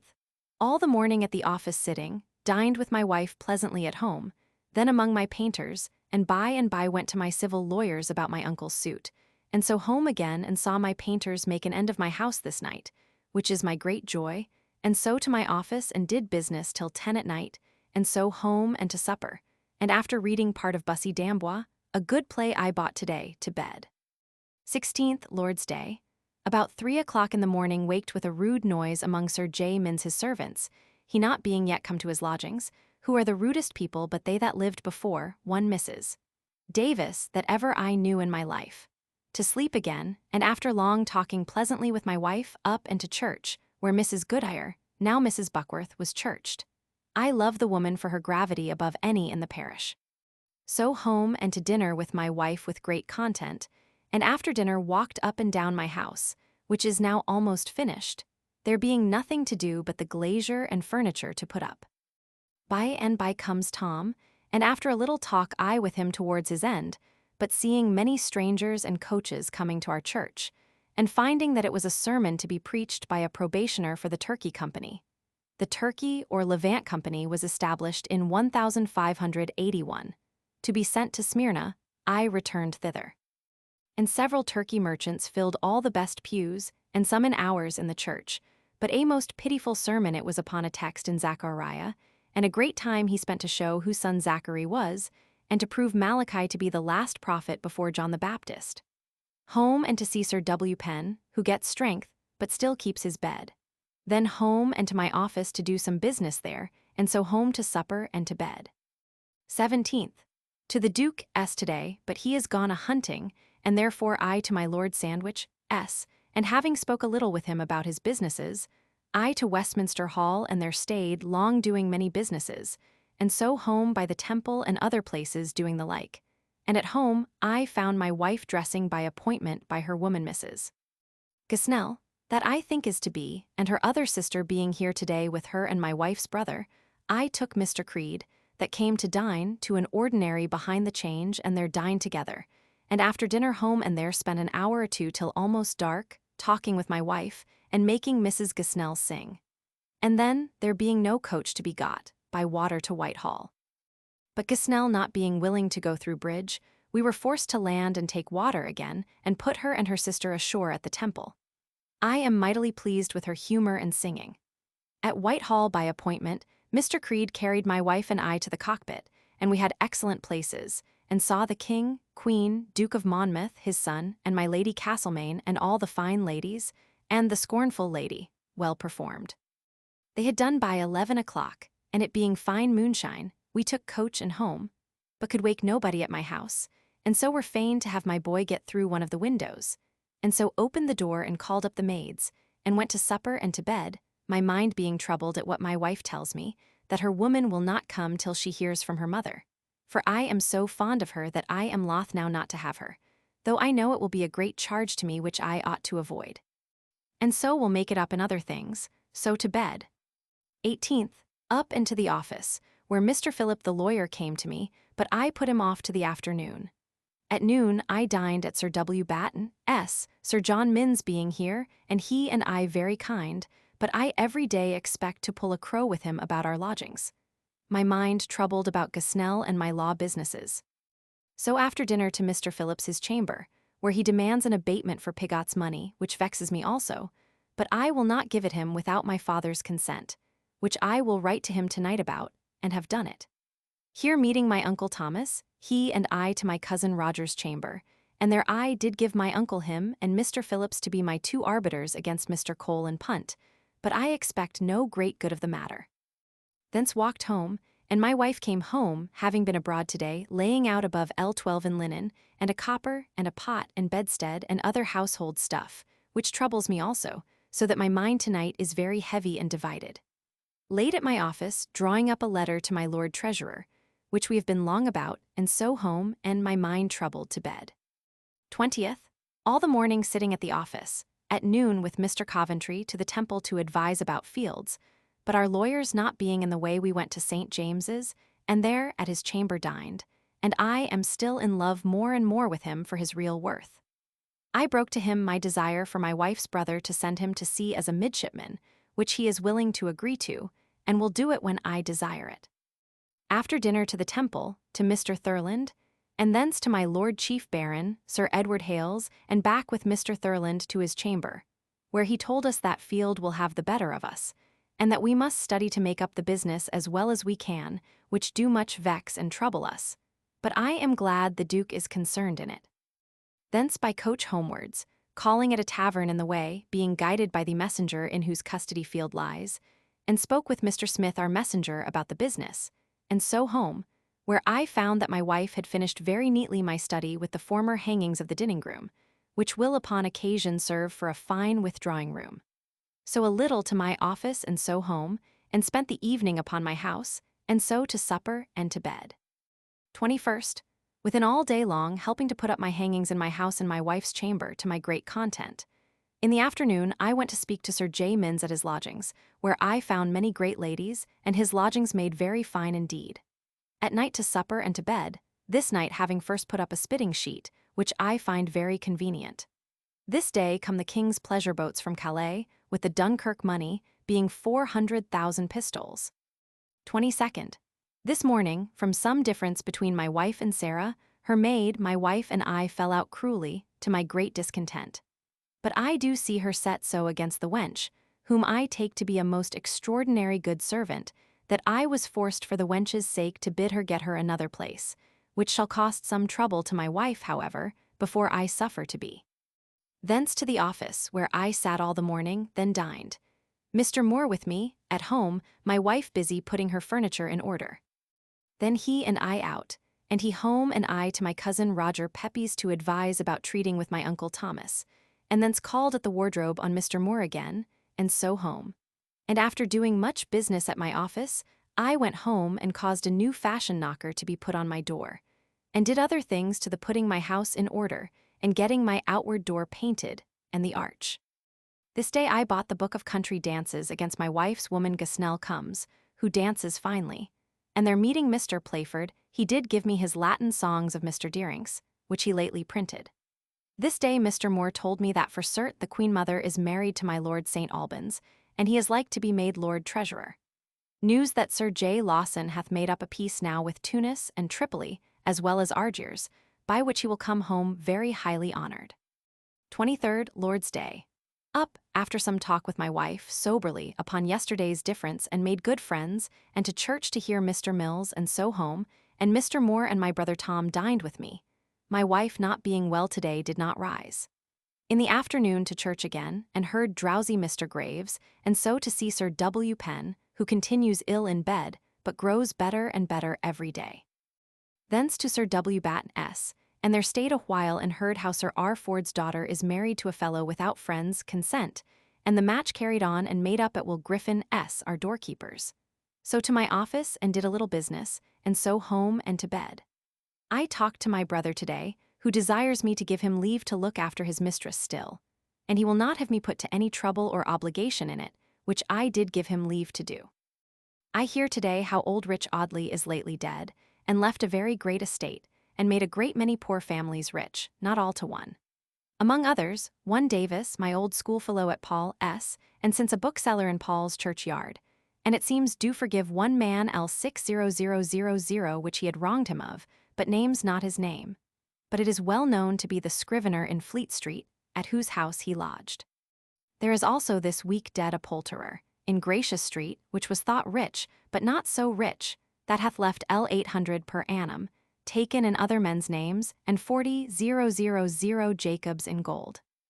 A Jacobus was a gold coin of the value of 25 shillings, called after James I, in whose reign it was first coined. 24th, Sir J. Minns, Sir W. Batten, and I, going forth toward Whitehall, we hear that the King and Duke are come this morning to the Tower to see the Dunkirk money. So we by coach to them, and there went up and down all the magazines with them.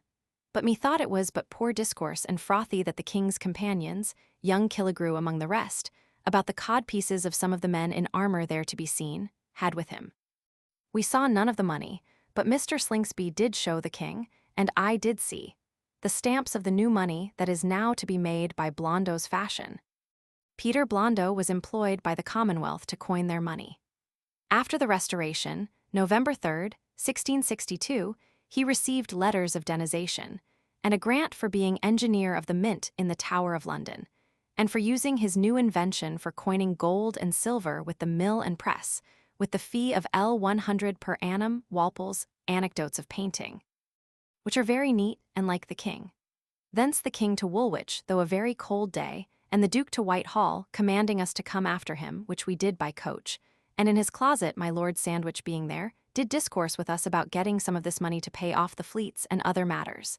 And then away hence, and it being almost dinner time, I to my Lord Cruise and dined with him, and had very good discourse, and he seemed to be much pleased with my visits. Thence to Mr. Phillips, and so to the Temple, where met my cousin Roger Pepys and his brother, Dr. John, as my arbitrators against Mr. Cole and Mr. John Bernard for my Uncle Thomas, and we too with them by appointment. They began very high in their demands, and my friends, partly being not so well acquainted with the will, and partly, I doubt, not being so good wits as they, for which I blame my choosing of relations, who besides that are equally engaged to stand for them as me, I was much troubled thereat, and taking occasion to deny without my father's consent to bind myself in a bond of L2000 to stand to their award, I broke off the business for the present till I hear and consider further. And so thence by coach, my cousin, Thomas Pepys, being in another chamber busy all the while, going along with me homeward, and I set him down by the way. But Lord, how he did endeavour to find out a ninepence to club with me for the coach, and for want was forced to give me a shilling, and how he still cries gad, and talks of popery coming in, as all the fanatiques do, of which I was ashamed. So home, finding my poor wife very busy putting things in order, and so to bed, my mind being very much troubled, and could hardly sleep all night, thinking how things are like to go with us about Brampton, and blaming myself for living so high as I do, when for aught I know my father and mother may come to live upon my hands when all is done. 25th. Up into the office all the morning, and at noon with the rest, by Mr. Holy, the ironmonger's invitation to the Dolphin, to a venison pasty, very good and rare at this time of the year, and thence by coach with Mr. Coventry as far as the Temple, and thence to Greatorex, where I stayed and talked with him, and got him to mend my pocket ruler for me, and so by coach to my lord's lodging, where I sat with Mr. Moore by appointment, making up accounts for my lord's sandwich. Which done he and I encapped. Furs and W how very merry a good while in the great dining room, and so it being late and my lord not coming in, I by coach to the Temple, and thence walked home, and so to my study to do some business, and then home and to bed. Great talk among people how some of the fanatiques do say that the end of the world is at hand, and that next Tuesday is to be the day. Against which, whenever it shall be, good God fit us all. 26th. In the morning to the Temple to my cousin Roger, who now desires that I would excuse him from arbitrating, he not being able to stand for me as he would do, without appearing too high against my Uncle Thomas, which will raise his clamour. With this I am very well pleased, for I did desire it, and so I shall choose other counsel. Thence home, he being busy that I could not speak more with him. All day long till 12 o'clock at night getting my house in order, my wife putting up the red hangings and bed in her woman's chamber, and I my books and all other matters in my chamber and study, which is now very pretty. So to bed. 27th. At my waking, I found the tops of the houses covered with snow, which is a rare sight that I have not seen these 3 years. Up and put my people to perfect the cleaning of my house, and so to the office, where we sat till noon. And then we all went to the next house upon Tower Hill to see the coming by of the Russia ambassador, for whose reception all the city train bands do attend in the streets, and the king's life guards, and most of the wealthy citizens in their black velvet coats and gold chains, which remain of their gallantry at the king's coming in, but they stayed so long that we went down again home to dinner. And after I had dined, I heard they were coming, and so I walked to the conduit in the Quarrifhour. In 2 ordinances of the reign of Edward Roman III, printed in Riley's Memorials of London, pp. 389, this is called the Carfewkes, which nearly approaches the name of the Carfax, at Oxford, where 4 ways also met. Pepys's form of the word is nearer quater voies, the French equivalent of quadrivium. At the end of Gracious Street in Cornhill, and there, the spouts thereof running very near me upon all the people that were under it, I saw them pretty well go by. I could not see the ambassador in his coach, but his attendants in their habits and fur caps very handsome, comely men, and most of them with hawks upon their fists to present to the king. But Lord, to see the absurd nature of Englishmen, that cannot forbear laughing and jeering at everything that looks strange. So back into the office, and there we met and sat till 7 o'clock, making a bargain with Mr. Wood for his masts of New England. And then in Mr. Coventry's coach to the Temple, but my cousin Roger Pepys not being at leisure to speak to me about my business, I presently walked home, and to my office till very late doing business, and so home, where I found my house more and more clear and in order, and hope in a day or 2 now to be in very good condition there, and to my full content.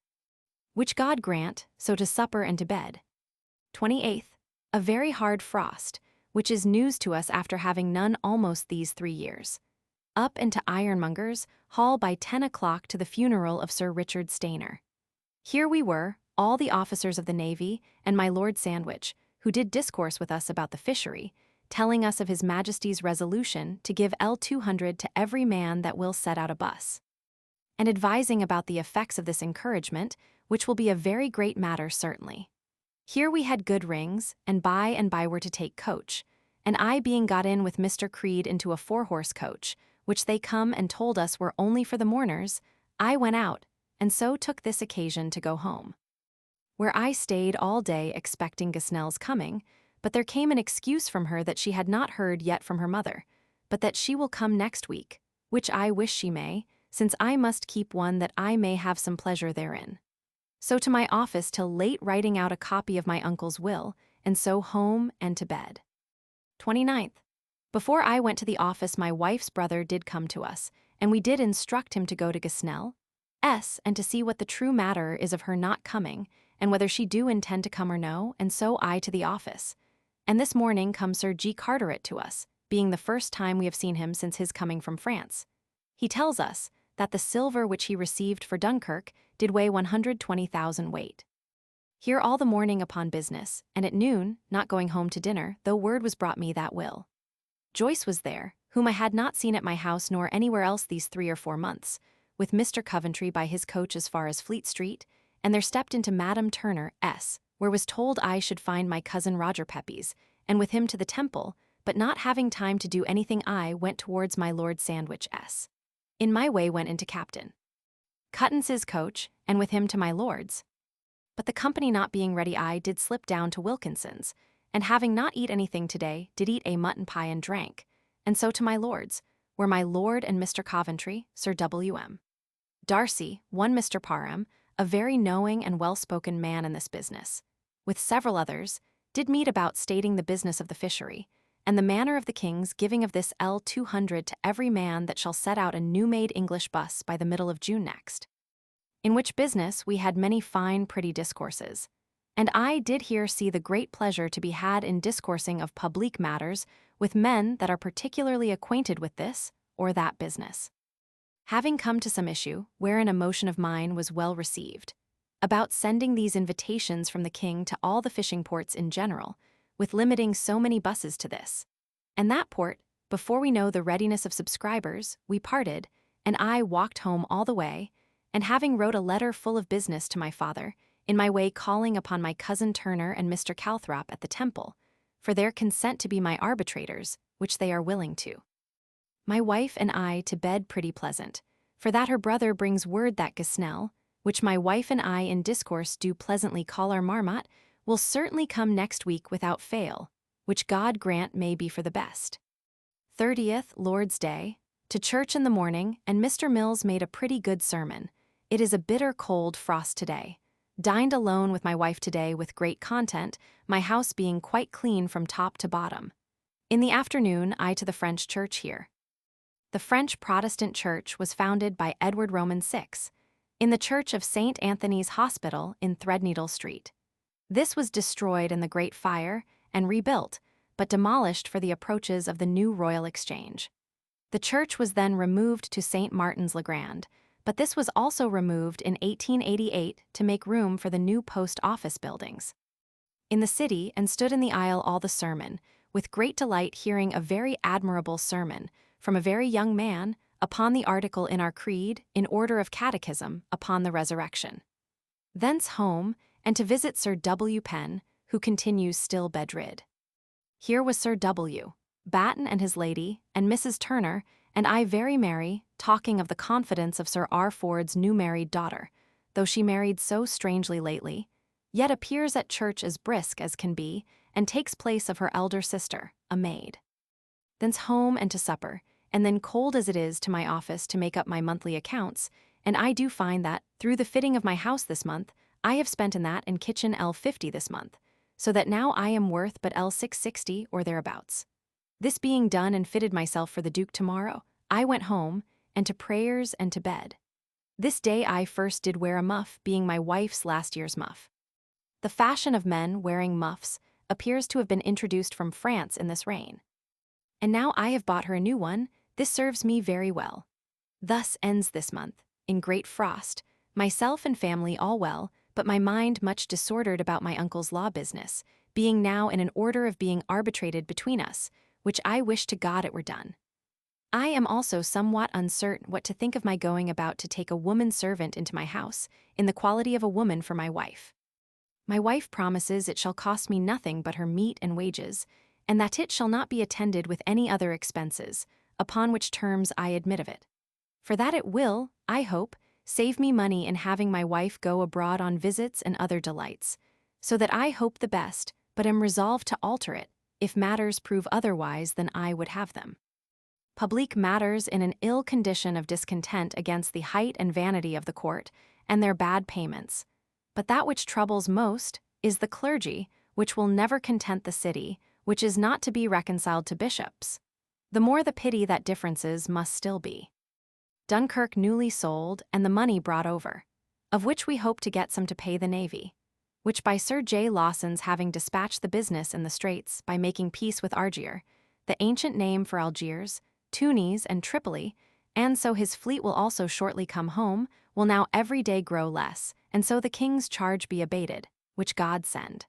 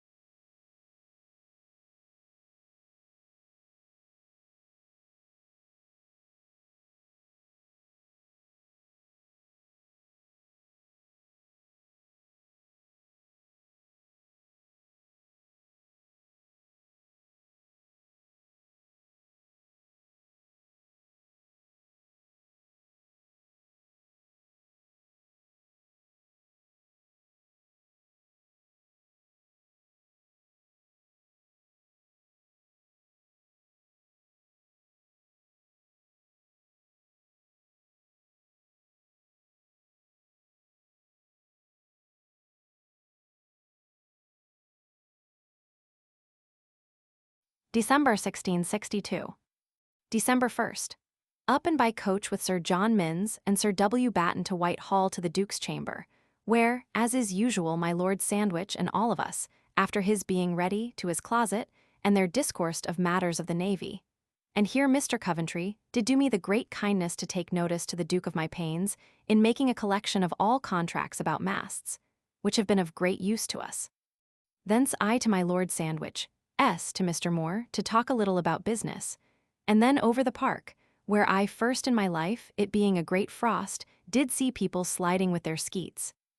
Iron skates appear to have been introduced by the Dutch, as the name certainly was, but we learn from Fitzstephen that bone skates, although not so called, were used in London in the 12th century. Which is a very pretty art, to Mr. Coventry's chamber to St. James's, where we all met to a venison pasty, and were very merry, Major Norwood being with us, whom they did play upon for his surrendering of Dunkirk. Here we stayed till 3 or 4 o'clock, and so to the council chamber, where there met the Duke of York, Prince Rupert, Duke of Albemarle, my Lord Sandwich, Sir Win. Compton, Mr. Coventry, Sir J. Minns, Sir R. Ford, Sir W. Ryder, myself, and Captain Cuttance as commissioners for Tangier.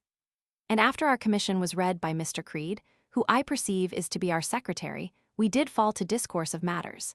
As first, the supplying them forthwith with victuals, then the reducing it to make way for the money, which upon their reduction is to go to the building of the mole, and so to other matters ordered as against next meeting. This done we broke up, and I to the cockpit, with much crowding and waiting, where I saw the valiant Cid, translated from the Cid of Corneille acted, a play I have read with great delight, but is a most dull thing acted, which I never understood before, there being no pleasure in it, though done by Betterton and by Ianthe, and another fine wench that is come in the room of Roxalana, nor did the king or queen once smile all the whole play. nor any of the company seemed to take any pleasure but what was in the greatness and gallantry of the company.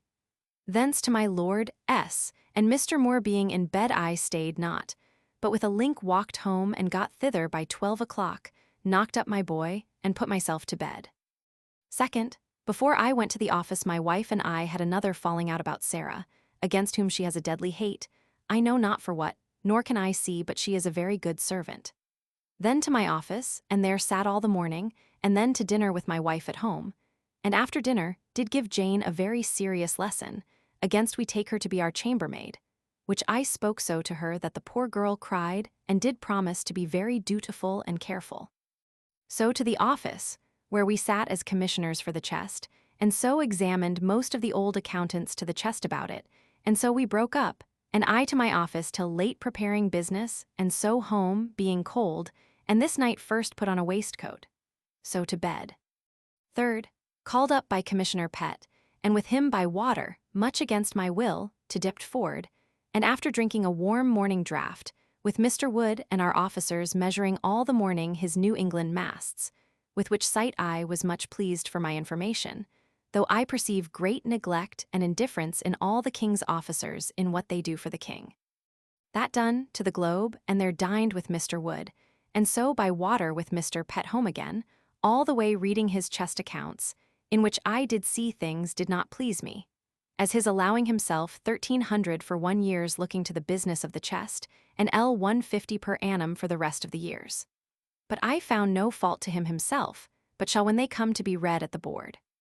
We did also call at Limehouse to view 2 busses that are building, that being a thing we are now very hot upon.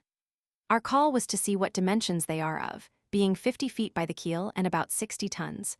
Home and did a little business, and so taking Mr. Pett by the way, we walked to the temple, in our way seeing one of the Russia ambassador's coaches go along, with his footmen not in liveries, but their country habits, one of one color and another of another, which was very strange. At the temple spoke with Mr. Turner and Calthrop, and so walked home again, being in some pain through the cold which I have got today by water, which troubles me. At the office doing business a good while, and so home and had a posset, and so to bed. Fourth, at the office all the morning setting about business, and after dinner to it again, and so till night, and then home looking over my Brampton papers against tomorrow that we are to meet with our counsel on both sides toward an arbitration, upon which I was very late, and so to bed. Fifth, up it being a snow and hard frost, and being up I did call up Sarah, who do go away today or tomorrow. I paid her wages and gave her 10s, myself and my wife 5s, to give her. For my part one think never servant and mistress parted upon such foolish terms in the world as they do, only for an opinion in my wife that she is ill-natured, in all other things being a good servant. The wench cried, and I was ready to cry too, but to keep peace I am content she should go, and the rather, though I say nothing of that Jane may come into her place. This being done, I walked towards Guildhall, thither being summoned by the commissioners for the lieutenancy, but they sat not this morning. So meeting in my way W. Swan, I took him to a house thereabouts, and gave him a morning draught of buttered ale. Buttered ale must have been a horrible concoction, as it is described as ale boiled with lump sugar and spice. He telling me still much of his fanatique stories, as if he were a great zealot, when I know him to be a very rogue. But I do it for discourse, and to see how things stand with him and his party, who I perceive have great expectation that God will not bless the court nor church, as it is now settled, but they must be purified. The worst news he tells me is that Mr. Chetwynd is dead, my old and most ingenious acquaintance. He is dead, worth L 3000, which I did not expect, he living so high as he did always and neatly. He hath given W. Simmons his wife L 300, and made Will one of his executors. Thence to the Temple to my counsel, and thence to Gray's Inn to meet with Mr. Cole, but could not, and so took a turn or two in the garden, being very pleasant with the snow and frost. Thence to my brother S., and there I eat something at dinner and transcribed a copy or two of the state of my uncle's estate, which I prepared last night, and so to the Temple Church, and there walked alone till 4 or 5 o'clock, and then to my cousin Turner's chamber and stayed there, up and down from his to Calthrop, S. and Bernard's chambers, till so late that Mr. Cole not coming, we broke up for meeting this night, and so taking my Uncle Thomas homewards with me by coach. talking of our desire to have a peace, and set him down at Gracious Street End, and so home, and there I find Gosnell come, who, my wife tells me, is like to prove a pretty companion, of which I am glad. So to my office for a little business, and then home, my mind having been all this day in most extraordinary trouble and care for my father, there being so great an appearance of my uncle S going away with the greatest part of the estate. But in the evening by Gosnell's coming I do put off these thoughts to entertain myself with my wife and her, who sings exceeding well, and I shall take great delight in her, and so merrily to bed. 6th, up into the office, and there sat all the morning, Mr. Coventry and I alone, the rest being paying off of ships. Dined at home with my wife and Gosnell, my mind much pleased with her, and after dinner sat with them a good while, till my wife seemed to take notice of my being at home now more than at other times. I went to the office, and there I sat till late, doing of business, and at 9 o'clock walked to Mr. Rawlinson S., thinking to meet my uncle White there where he was, but a great deal of his wife's kindred women, and I knew not whom, which Mr. Rawlinson did seem to me to take much notice of his being led by the nose by his wife. I went away to my office again, and doing my business there, I went home, and after a song by Gosnell we to bed.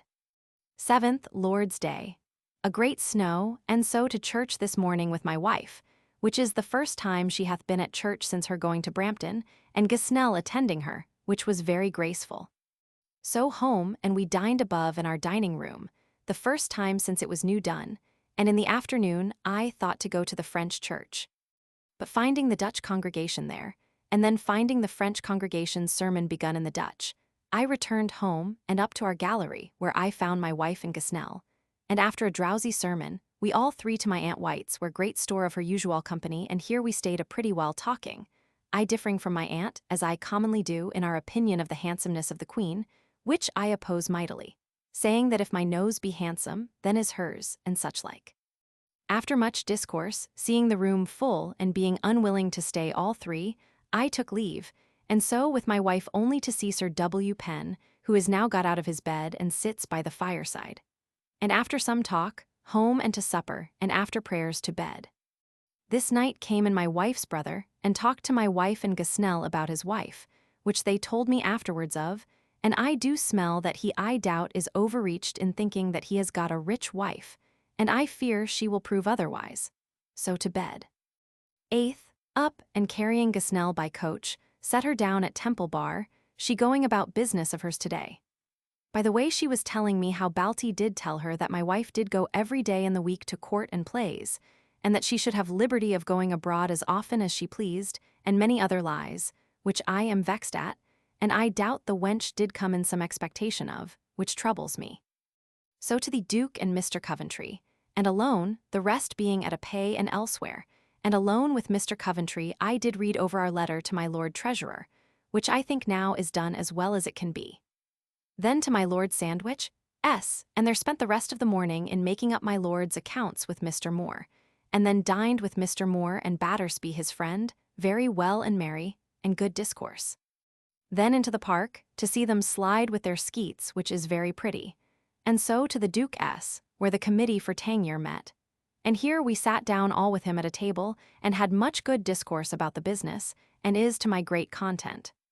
That done, I hearing what play it was that is to be acted before the king tonight, I would not stay, but home by coach, where I find my wife troubled about Gosnell, who brings word that her uncle, Justice Jiggins, requires her to come 3 times a week to him, to follow some business that her mother entrusts her withal, and that, unless she may have that leisure given her, he will not have her take any place. For which we are both troubled, but there is no help for it, and believing it to be a good providence of God to prevent my running behindhand in the world, I am somewhat contented therewith, and shall make my wife so, who, poor wretch, I know will consider of things, though in good earnest the privacy of her life must needs be irksome to her. So I made Gosnell, and we sit up looking over the book of dances till 12 at night, not observing how the time went, and so to prayers and to bed. 9th, lay long with my wife, contenting her about the business of Gosnell's going, and I perceive she will be contented as well as myself, and so to the office, and after sitting all the morning in hopes to have Mr. Coventry dine with me, he was forced to go to Whitehall, and so I dined with my own company only, taking Mr. Hayter home with me, but he, poor man, was not very well and so could not eat anything. After dinner stayed within all the afternoon, being vexed in my mind about the going away of Sarah this afternoon, who cried mightily, and so was I ready to do, and Jane did also, and then anon went Gosnell away, which did trouble me too. Though upon many considerations, it is better that I am rid of the charge. Altogether makes my house appear to me very lonely, which troubles me much, and in a melancholy humor I went to the office, and there about business sat, till I was called to Sir G. Carteret at the Treasury Office about my Lord Treasurer's letter, wherein he puts me to a new trouble to write it over again. So home and late with Sir John Minns at the office looking over Mr. Creed's accounts, and then home and to supper, and my wife and I melancholy to bed. 10th.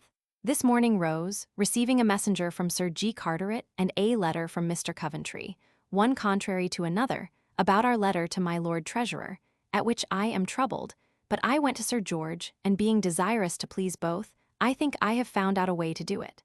So back to the office with Sir J. Minns, in his coach, but so great a snow that we could hardly pass the streets. So we and Sir W. batten to the office, and there did discourse of Mr. Creed's accounts, and I fear it will be a good while before we shall go through them, and many things we meet with, all of difficulty. Then to the Dolphin, where Sir J. Minns, Sir W. batten, and I did treat the auditors of the Exchequer, auditors Wood and Beale, and hither come Sir G. Carteret to us. We had a good dinner, cost us L5 and 6s, whereof my share 26s. And after dinner did discourse of our salaries and other matters, which I think now they will allow. Thence home, and there I found our new cookmaid Susan come, who is recommended to us by my wife's brother, for which I like her never the better, but being a good well-looked lass, I am willing to try, and Jane begins to take upon her as a chambermaid. So to the office, where late putting papers and my books and businesses in order, it being very cold, and so home to supper. 11th, up, it being a great frost upon the snow, and we sat all the morning upon Mr. Creed's accounts, wherein I did him some service and some disservice. At noon he dined with me, and we sat all the afternoon together, discoursing of ways to get money, which I am now giving myself wholly up to, and in the evening he went away and I to my office, concluding all matters concerning our great letter so long in doing to my Lord Treasurer, till almost 1 in the morning, and then home with my mind much eased, and so to bed. 12th, from a very hard frost, when I wake, I find a very great thaw, and my house overflown with it, which vexed me. At the office and home, doing business all the morning. Then dined with my wife and sat talking with her all the afternoon, and then to the office, and there examining my copy of Mr. Holland's book till 10 at night, and so home to supper and bed. 13th, slept long today till Sir J. Minns and Sir W. batten were set out towards Portsmouth before I rose, and Sir G. Carteret came to the office to speak with me before I was up. So I started up and down to him. By and by we sat, Mr. Coventry and I, Sir G. Carteret being gone, and among other things, Field and Stint did come, and received the L41 given him by the judgment against me and Harry Kem. Fine for the imprisonment of Field, see February 4th, 1661-62, and October 21st, 1662. And we did also sign bonds in L500 to stand to the award of Mr. Porter and Smith for the rest, which, however, I did not sign to till I got Mr. Coventry to go up with me to Sir W. Penn, and he did promise me before him to bear his share in what should be awarded, and both concluded that Sir W. batten would do no less. At noon broke up and dined with my wife, and then to the office again, and there made an end of last night's examination, and got my study there made very clean and put in order, and then to write by the post, among other letters one to Sir W. batten about this day's work with Field, desiring his promise also. The letter I have caused to be entered in our public book of letters. So home to supper and to bed. 14th, Lord's Day. Lay with great content talking with my wife in bed, and so up and to church and then home, and had a neat dinner by ourselves, and after dinner walked to Whitehall and my Lord S., and up and down till chapel time, and then to the King's Chapel, where I heard the service, and so to my Lord S., and their Mr. Howe and Paget, the counsellor, an old lover of musique. We sang some psalms of Mr. Law's, and played some symphonies between till night, that I was sent for to Mr. Creed's lodging, and there was Captain Furze and his lady and W. Howe and I, We supped very well in good sport in discourse. After supper I was sent for to my lord, with whom I stayed talking about his, and my own, and the public affairs with great content, he advising me as to my own choosing of Sir R. Bernard for umpire in the businesses between my uncle and us, that I would not trust to him upon his direction, for he did not think him a man to be trusted at all.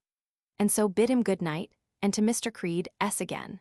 Mr. Moore, with whom I intended to have lain, lying physically without sheets. And there, after some discourse, to bed, and lay ill, though the bed good, my stomach being sick all night with my too heavy supper. 15th, up and to my lord's and thence to the Duke, and followed him into the park, where, though the ice was broken and dangerous, yet he would go slide upon his scats, which I did not like, but he slides very well. So back and to his closet, whither my lord's sandwich comes, and there Mr. Coventry and we three had long discourse together about the matters of the navy. And, indeed, I find myself more and more obliged to Mr. Coventry, who studies to do me all the right he can in everything to the Duke. Thence walked a good while up and down the galleries, and among others met with Dr. Clerk, who in discourse tells me that Sir Charles Berkeley's greatness is only his being pimp to the king and to my Lady Castlemaine. And yet for all this, that the king is very kind to the queen, who, he says, is one of the best women in the world. Strange how the king is bewitched to this pretty Castlemaine. Thence to my Lord S., and there with Mr. Creed, Moore, and Howe to the Crown and dined, and thence to Whitehall, where I walked up and down the galleries, spending my time upon the pictures, till the Duke and the committee for Tangier met, the Duke not staying with us, where the only matter was to discourse with my Lord Rutherford, who is this day made governor of Tangier, for I know not what reasons, and my Lord of Peterborough to be called home. Which, though it is said it is done with kindness, yet all the world may see it is done otherwise, and I am sorry to see a Catholic governor sent to command there, where all the rest of the officers almost are such already. But God knows what the reason is, and all may see how slippery places all courtiers stand in. Thence by coach home, in my way calling upon Sir John Birkenhead, to speak about my assessment of L42 to the loyal sufferers, which, I perceive, I cannot help. But he tells me I have been abused by Sir R. Ford, which I shall hereafter make use of when it shall be fit. Thence called at the Major General's, Sir R. Brown, about my being assessed arms to the militia. But he was abroad, and so driving through the backside of the shambles in Newgate Market, my coach plucked down 2 pieces of beef into the dirt, upon which the butchers stopped the horses, and a great rout of people in the street, crying that he had done him 40s and L5 worth of hurt. But going down, I saw that he had done little or none.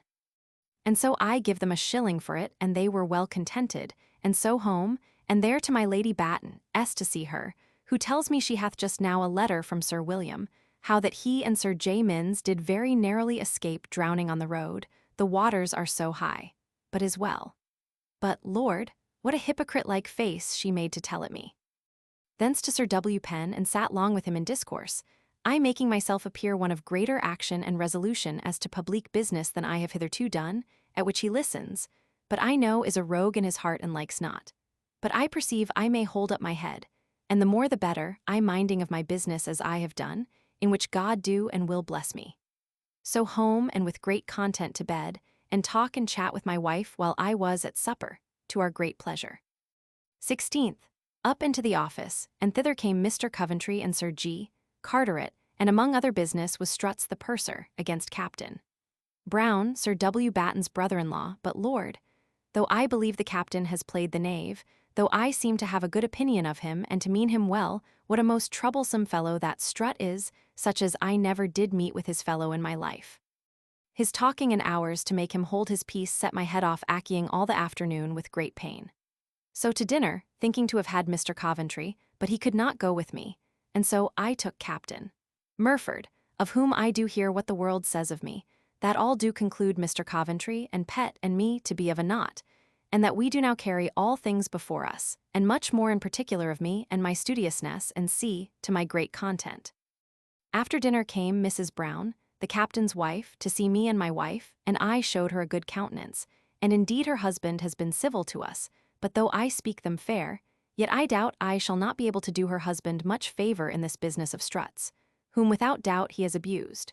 So to the office, and hence, having done some business, by coach to Whitehall to Secretary Bennet, S., and agreed with Mr. Lay to set upon our new adventure at the Tower tomorrow.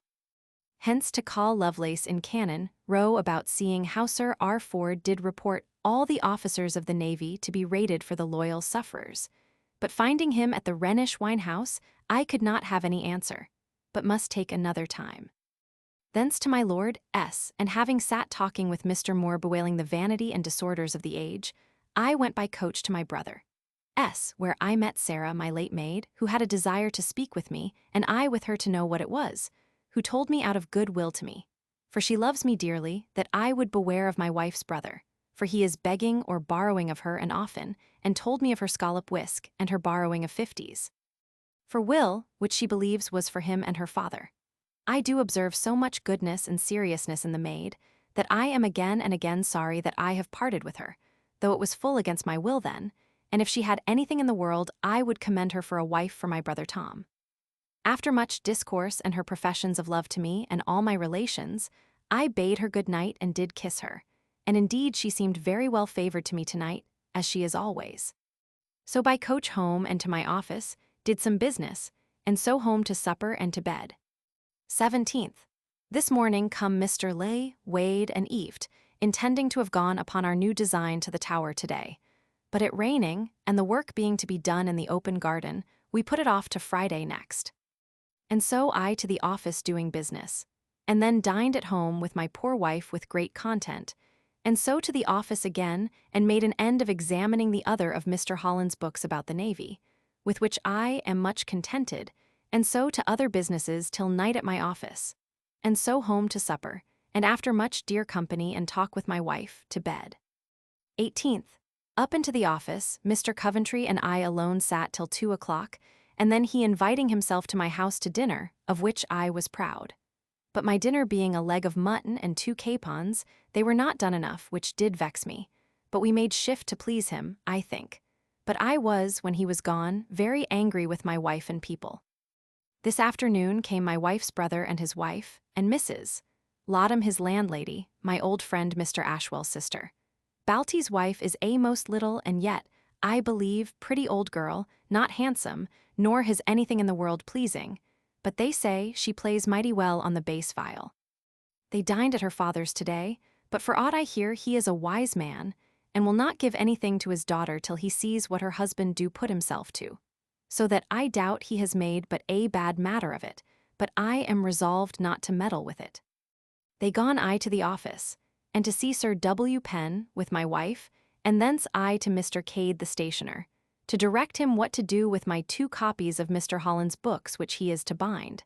And after supplying myself with several things of him, I returned to my office, and so home to supper and to bed. 19th.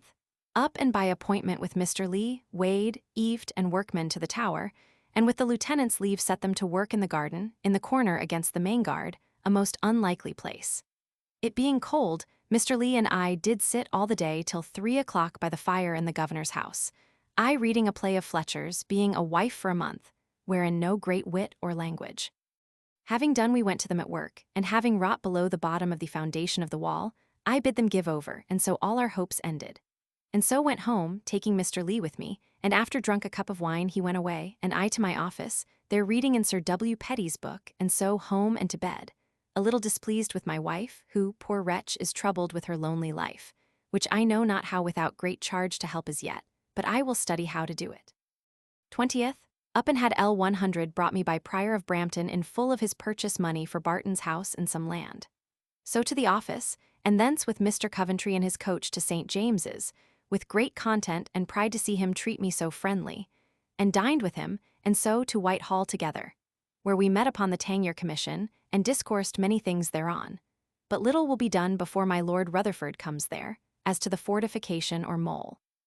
That done, my Lord Sandwich and I walked together a good while in the matted gallery, he acquainting me with his late inquiries into the wardrobe business to his content, and tells me how things stand, and that the first year was worth about L. 3,000 to him, and the next about as much, so that at this day, if he were paid, it will be worth about L. 7,000 to him.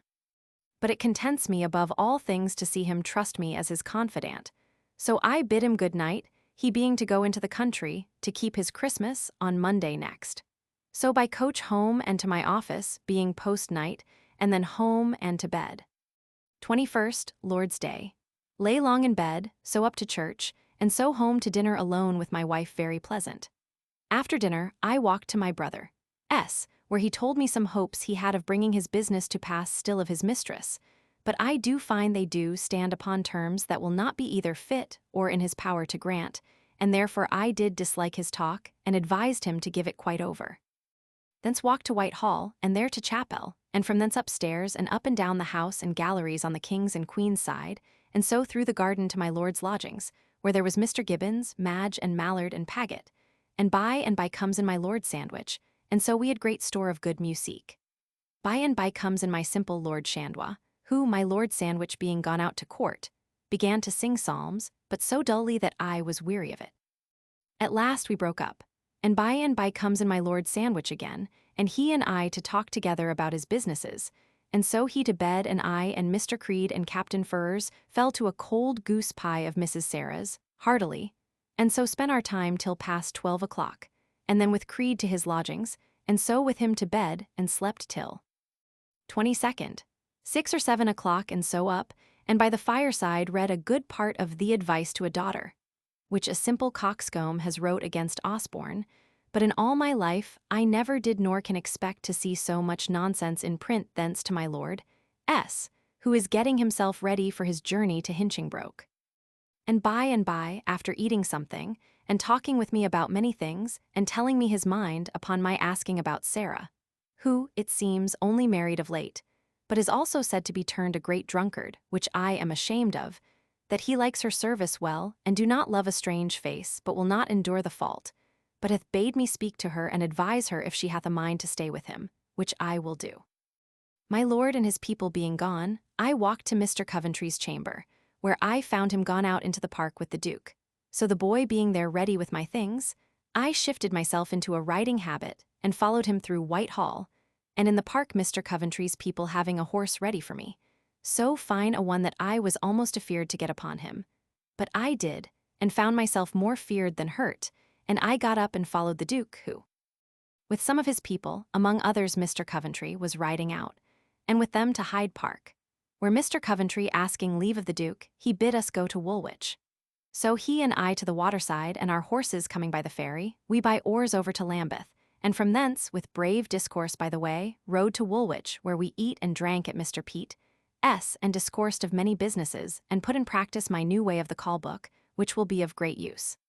Here, having stayed a good while, we got up again and brought night home with us in foul weather.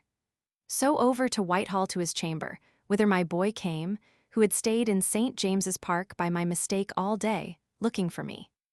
Thence took my things that I put off today, and by coach, being very wet and cold, on my feet home, and presently shifted myself, and so had the barber come. And my wife and I to read Ovid's Metamorphoses, which I brought her home from Paul's churchyard tonight, having called for it by the way, and so to bed. 23rd, and slept hard till 8 o'clock this morning, and so up into the office, where I found Sir J. Minns and Sir W. Batten come unexpectedly home last night from Portsmouth, having done the pay there before we could have thought it. Sat all the morning, and at noon home to dinner with my wife alone, and after dinner sat by the fire, and then up to make up my accounts with her, and find that my ordinary housekeeping comes to L7 a month, which is a great deal. By and by comes Dr. Pierce, who among other things tells me that my Lady Castlemaine's interest at court increases, and is more and greater than the Queen's, that she hath brought in Sir H. Bennet and Sir Charles Barkelly, but that the Queen is a most good lady, and takes all with the greatest meekness that may be. He tells me too that Mr. Edward Montagu is quite broke at court with his repute and purse, and that he lately was engaged in a quarrel against my Lord Chesterfield, but that the King did cause it to be taken up. He tells me too that the King is much concerned in the Chancellor's sickness, and that the Chancellor is as great, he thinks, as ever he was with the King. He also tells me what the world says of me, that Mr. Coventry and I do all the business of the office almost, at which I am highly proud. He being gone, I fell to business, which was very great, but got it well over by 9 at night, and so home, and after supper to bed. 24th. Lay pleasantly, talking to my wife, till 8 o'clock, then up and to Sir W. Batten, to see him and Sir G. Carteret and Sir J. Minns take coach towards the pay at Chatham, which they did, and I home, and took money in my pocket to pay many reckonings today in the town, as my bookseller S., and paid at another shop L 4/10. For Stephen's Thesaurus Graeci Lingui, given to Paul's school, so to my brothers and shoemaker, and so to my Lord Crew's, and dined alone with him, and after dinner much discourse about matters. Upon the whole, I understand there are great factions at court, and something he said that did imply a difference like to be between the king and the duke, in case the queen should not be with child. I understand about this bastard. James Crofts, son of Charles Roman II. By Lucy Walter, created Duke of Monmouth in 1663, Duke of Buccleuch in 1673, when he took the name of Scott. He says also that some great man will be aimed at when Parliament comes to sit again. I understand, the Chancellor, and that there is a bill will be brought in, that none that have been in arms for the Parliament shall be capable of office, and that the court are weary of my Lord Albemarle and Chamberlain. He wishes that my Lord Sandwich had some good occasion to be abroad this summer which is coming on, and that my Lord Hinchingbroke were well married, and Sidney had some place at court. He pities the poor ministers that are put out, to whom, he says, the king is beholden for his coming in, and that if any such thing had been foreseen, he had never come in. After this and much other discourse of the sea, and breeding young gentlemen to the sea, I went away, and homeward met Mr. Creed at my bookseller, S. in Paul's churchyard, who takes it ill my letter last night to Mr. Povey, wherein I accuse him of the neglect of the Tangier boats, in which I must confess I did not do altogether like a friend. But however it was truth, and I must own it to be so, though I fall wholly out with him for it. Thence home and to my office alone to do business, and read over half of Mr. Bland's Discourse Concerning Trade, which he being no scholar and so knows not the rules of writing orderly is very good. So home to supper and to bed, my wife not being well. This evening Mr. Gauden sent me, against Christmas, a great chine of beef and 3 dozen of tongues. I did give 5s, to the man that brought it, and half a crown to the porters. This day also the parish clerk brought the general bill of mortality, which cost me half a crown more. The bills of mortality for London were first compiled by order of Thomas Cromwell about 1538, and the keeping of them was commenced by the Company of Parish Clerks in the Great Plague year of 1593. The bills were issued weekly from 1603. The Charter of the Parish Clerks, Company, 1611, directs that each parish clerk shall bring to the clerks' hall weekly a note of all christenings and burials. Charles I in 1636 granted permission to the parish clerks to have a printing press and employ a printer in their hall for the purpose of printing their weekly bills. 25th, Christmas Day. Up pretty early, leaving my wife not well in bed, and with my boy walked, it being a most brave cold and dry frosty morning, and had a pleasant walk to Whitehall, where I intended to have received the communion with the family, but I came a little too late. So I walked up into the house and spent my time looking over pictures, particularly the ships in King Henry the VIII's voyage to Boulogne. Boulogne, these pictures were given by George Roman III, to the Society of Antiquaries, who in return presented to the king a set of Thomas Hearne's works on large paper. The pictures were reclaimed by George Roman IV, and are now at Hampton Court. They were exhibited in the Tudor Exhibition, 1890. Marking the great difference between their build then and now. By and by down to the chapel again, where Bishop Morley preached upon the Song of the Angels, glory to God on high, on earth peace, and goodwill towards men. Methought he made but a poor sermon, but long, and reprehending the mistaken jollity of the court for the true joy that shall and ought to be on these days, he particularized concerning their excess in plays and gaming, saying that he whose office it is to keep the gamesters in order and within bounds, serves but for a second rather in a duel, meaning the groom porter. Upon which it was worth observing how far they are come from taking the reprehensions of a bishop seriously, that they all laugh in the chapel when he reflected on their ill actions and courses. He did much press us to joy in these public days of joy, and to hospitality. But one that stood by whispered in my ear that the bishop himself do not spend 1 groat to the poor himself. The sermon done, a good anthem followed, with viols, and then the king came down to receive the sacrament.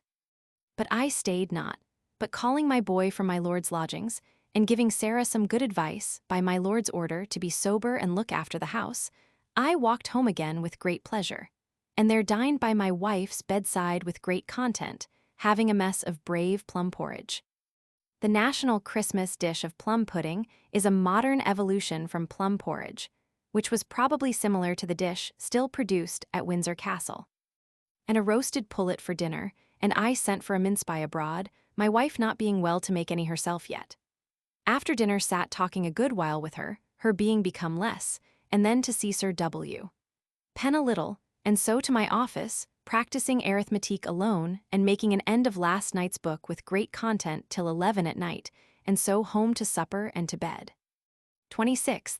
Up, my wife to the making of Christmas pies all day, being now pretty well again, and I abroad to several places about some businesses, among others bought a bake pan in Newgate Market, and sent it home. It cost me 16s. So to Dr. Williams, but he is out of town, then to the wardrobe. Hither come Mr. Battersby, and we falling into a discourse of a new book of drollery in verse called Hudibras. The first edition of Butler's, Hudibras, is dated 1663, and it probably had only been published a few days when Pepys bought it and sold it at a loss. He subsequently endeavored to appreciate the work, but was not successful. The edition in the Pepysian Library is dated 1689. I would needs go find it out and met with it at the Temple, cost me 2s, 6d. But when I came to read it, it is so silly an abuse of the presbyter knight going to the wars that I am ashamed of it, and by meeting at Mr. Townsend's at dinner, I sold it to him for 18d. Here we dined with many tradesmen that belonged to the wardrobe, but I was weary soon of their company, and broke up dinner as soon as I could, and away with the greatest reluctancy and dispute, 2 or 3 times my reason stopping my sense, and I would go back again within myself, to the Duke's house and saw the villain, which I ought not to do without my wife, but that my time is now out that I did undertake it for. But, Lord, to consider how my natural desire is to pleasure, which God be praised that he has given me the power by my late oaths to curb so well as I have done, and will do again after 2 or 3 plays more. Here I was better pleased with the play than I was at first, understanding the design better than I did. Here I saw Gosnell and her sister at a distance, and could have found it in my heart to have accosted them, but thought not prudent. But I watched their going out and found that they came, she, her sister, and another woman, alone, without any man, and did go over the fields afoot. I find that I have an inclination to have her come again, though it is most against my interest either of profit or content of mind, other than for their singing. Home on foot, in my way calling at Mr. Rawlinson, S., and drinking only a cup of ale there. He tells me my uncle has ended his purchase, which cost him L4500, and how my uncle do express his trouble that he has with his wife's relations. But I understand his great intentions are for the whites that hang upon him, and by whose advice this estate is bought. Thence home, and found my wife busy among her pies, but angry for some saucy words that her maid Jane has given her, which I will not allow of, and therefore will give her warning to be gone. As also we are both displeased for some slight words that Sarah, now at Sir W. Penn's, hath spoke of us, but it is no matter. We shall endeavor to join the lion's skin to the fox's tail, so to my office alone a while, and then home to my study and supper and bed.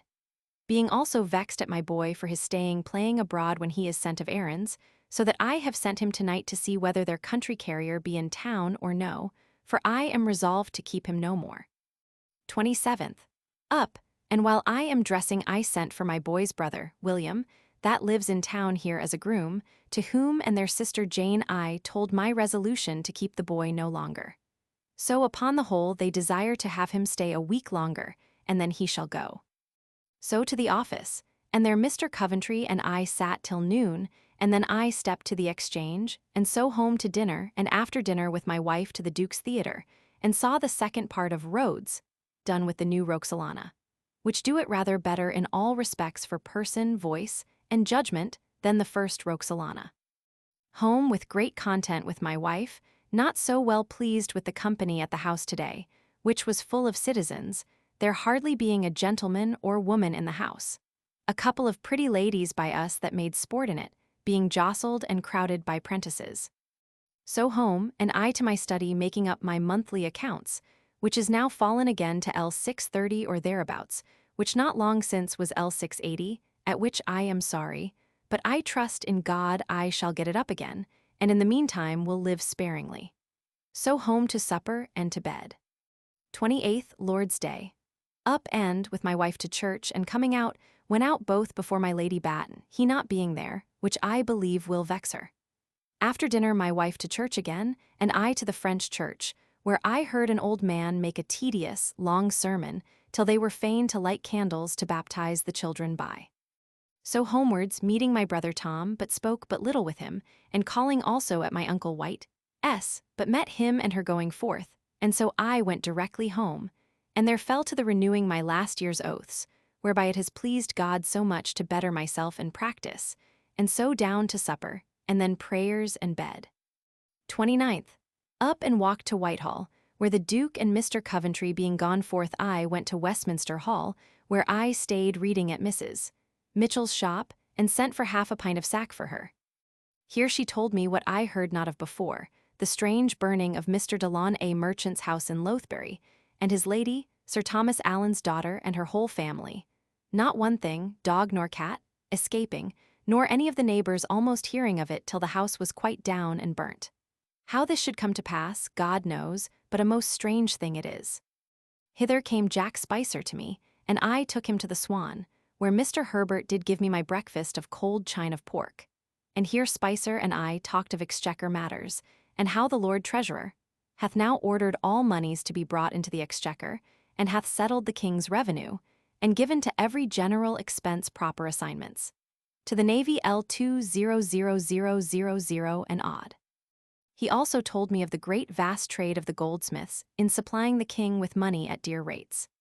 Thence to Whitehall, and got up to the top galleries in the banqueting house to see the audience of the Russia ambassadors, which after long waiting and fear of the falling of the gallery, it being so full, and part of it being parted from the rest, for nobody to come up merely from the weakness thereof, and very handsome it was. After they were come in, I went down and got through the crowd almost as high as the king and the ambassadors, where I saw all the presents, being rich furs, hawks, carpets, cloths of tissue, and seahorse teeth. The king took 2 or 3 hawks upon his fist, having a glove on, wrought with gold, given him for the purpose. The son of one of the ambassadors was in the richest suit for pearl and tissue that ever I did see or shall, I believe. After they and all the company had kissed the king's hand, then the 3 ambassadors and the son, and no more, did kiss the queen's. One thing more I did observe, that the chief ambassador did carry up his master's letters in state before him on high, and as soon as he had delivered them, he did fall down to the ground and lay there a great while. After all was done, the company broke up, and I spent a little while walking up and down the gallery seeing the ladies, the 2 queens, and the Duke of Monmouth with his little mistress, which is very little and like my brother-in-law's wife. So with Mr. Creed to the harp and ball, and their meeting with Mr. Howe, Goodgroom, and young Coleman, did drink and talk with them, and I have almost found out a young gentlewoman for my turn, to wait on my wife, of good family and that can sing. Thence I went away, and getting a coach went home and sat late talking with my wife about our entertaining Dr. Clerk's lady and Mrs. Pierce shortly, being in great pain that my wife hath never a winter gown, being almost ashamed of it, that she should be seen in a taffeta one. When all the world wears moire so to prayers and to bed, but we could not come to any resolution what to do therein, other than to appear as she is. 30th, up into the office, whither Sir W. Penn came, the first time that he has come downstairs since his late great sickness of the gout. We with Mr. Coventry sat till noon, then I to the change ward, to see what play was there, but I liked none of them, and so homeward, and calling in at Mr. Rawlinson's, where he stopped me to dine with him and 2 East India officers of ships and Howell our turner. With the officers I had good discourse, particularly of the people at the Cape of Good Hope, of whom they of their own knowledge do tell me these 1 or 2 things, viz., that they never sleep lying, but always sitting upon the ground, that their speech is not so articulate as ours, but yet understand one another well, that they paint themselves all over with the grease the Dutch sell them, who have a fort there, and soot. After dinner drinking 5 or 6 glasses of wine, which liberty I now take till I begin my oath again, I went home and took my wife into coach, and carried her to Westminster. There visited Mrs. Furrer, and stayed talking with her a good while. there being a little, proud, ugly, talking lady there, that was much crying up the Queen Mother's court at Somerset House above our own queen's, there being before no allowance of laughing and the mirth that is at the others. And indeed it is observed that the greatest court nowadays is there. Thence to Whitehall, where I carried my wife to see the Queen in her presence chamber, and the maids of honour and the young Duke of Monmouth playing at cards. Some of them, and but a few, were very pretty, though all well dressed in velvet gowns. Thence to my lord's lodgings, where Mrs. Sarah did make us my lord's bed, and Mr. Creed, I being sent for, sat playing at cards till it was late, and so good night, and with great pleasure to bed. 31st. Lay pretty long in bed, and then I up and to Westminster Hall, and so to the Swan, sending for Mr. W. Bowyer, and there drank my morning draught, and had some of his simple discourse. Among other things, he tells me how the difference comes between his fair cousin Butler and Colonel Dillon, upon his opening letters of her brother, S. from Ireland, complaining of his knavery and forging others to the contrary, and so they are long ago quite broke off. Thence to a barber, S. and so to my wife, and at noon took her to Mrs. Pierce's by invitation to dinner, where there came Dr. Clerk and his wife and sister, and Mr. Knight, chief chirurgeon to the king and his wife.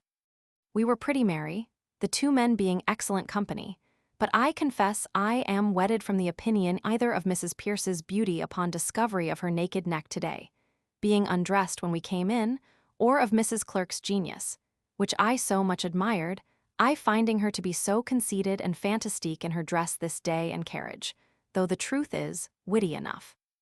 After dinner with much ado the doctor and I got away to follow our business for a while, he to his patients and I to the Tangier Committee, where the Duke of York was, and we stayed at it a good while. And thence, in order to the dispatch of the boats and provisions for Tangier away, Mr. Povey, in his coach, carried Mr. Godden and I into London to Mr. Bland, S., the merchant, where we stayed discoursing upon the reason of the delay of the going away of these things a great while. Then to eat a dish of anchovies, and drink wine and cider, and very merry, but above all things pleased to hear Mrs. Bland talk like a merchant in her husband's business very well, and it seems she do understand it and perform a great deal. Thence merry back, Mr. Povey and I to Whitehall, he carrying me thither on purpose to carry me into the ball this night before the king. All the way he talking very ingenuously, and I find him a fine gentleman, and one that loves to live nobly and neatly, as I perceive by his discourse of his house, pictures, and horses. He brought me first to the Duke's chamber, where I saw him and the Duchess at supper, and thence into the room where the ball was to be, crammed with fine ladies, the greatest of the court. By and by comes the king and queen, the Duke and Duchess, and all the great ones, and after seating themselves, the king takes out the Duchess of York, and the Duke, the Duchess of Buckingham, the Duke of Monmouth, my Lady Castlemaine, and so other lords other ladies, and they dance the bransel. Brannel, espèce de dance de plusieurs persons, qui si tinent par la main, et qui si menant tour à tour. Dictionnaire de l'Académie. A country dance mentioned by Shakespeare and other dramatists under the form of brawl, which word continued to be used in the 18th century. My grave Lord Keeper led the brawls, the seals and maces danced before him. Gray, a long story. After that, the king led a lady a single coranto swift, and livelier than the rest of the lords, one after another, other ladies very noble it was, and great pleasure to see. Then to country dances, the king leading the first which he called for, which was, says he, cuckolds all awry, the old dance of England. Of the ladies that danced, the Duke of Monmouth's mistress and my Lady Castlemaine and a daughter of Sir Harry de Vic S. were the best. The manner was, when the king dances, all the ladies in the room and the queen herself stand up, and indeed he dances rarely, and much better that the Duke of York. Having stayed here as long as I thought fit, to my infinite content, it being the greatest pleasure I could wish now to see at court, I went out, leaving them dancing, and to Mrs. Pierce's, where I found the company had stayed very long for my coming, but all gone but my wife. And so I took her home by coach and so to my lord's again, where after some supper to bed, very weary and in a little pain from my riding, a little uneasily tonight in the coach. Thus ends this year with great mirth to me and my wife. Our condition being thus, we are at present spending a night or two at my lord's lodgings at Whitehall. Our home at the Navy Office, which is and hath a pretty well been in good condition, finished and made very convenient. My purse is worth about L650, besides my goods of all sorts, which yet might have been more but for my late layings out upon my house and public assessment, and yet would not have been so much if I had not lived a very orderly life all this year by virtue of the oaths that God put into my heart to take against wine, plays, and other expenses, and to observe for these last 12 months, and which I am now going to renew, I under God owing my present content thereunto. My family is myself and wife, William, my clerk, Jane, my wife's upper maid, but I think growing proud and negligent upon it, we must part, which troubles me. Susan, our cookmaid, a pretty willing wench but no good cook, and Wayneman, my boy, who I am now turning away for his naughty tricks. We have had from the beginning our healths to this day very well, blessed be God. Our late maid Sarah going from us, though put away by us, to live with Sir W. Penn do trouble me, though I love the wench, so that we do make ourselves a little strange to him and his family for it, and resolve to do so. The same we are for other reasons to my Lady Batten and hers. We have lately had it in our thoughts, and I can hardly bring myself off of it, since Mrs. Gosnell cannot be with us, to find out another to be in the quality of a woman to my wife that can sing or dance, and yet finding it hard to save anything at the year's end as I now live, I think I shall not be such a fool till I am more warm in my purse, besides my oath of entering into no such expenses till I am worth L 1,000. By my last year's diligence in my office, blessed be God. I am come to a good degree of knowledge therein, and am acknowledged so by all the world, even the Duke himself, to whom I have a good access, and by that, and my being commissioner with him for tenure, he takes much notice of me. And I doubt not but, by the continuance of these same endeavors, I shall in a little time come to be a man much taken notice of in the world, specially being come to so great an esteem with Mr. Coventry. The only weight that lies heavy upon my mind is the ending the business with my Uncle Thomas about my dead uncle's estate, which is very ill on our side, and I fear when all is done I must be forced to maintain my father myself, or spare a good deal towards it out of my own purse, which will be a very great pull back to me in my fortune. But I must be contented and bring it to an issue one way or other. Public matters stand thus. The king is bringing, as is said, his family and navy and all other his charges to a less expense.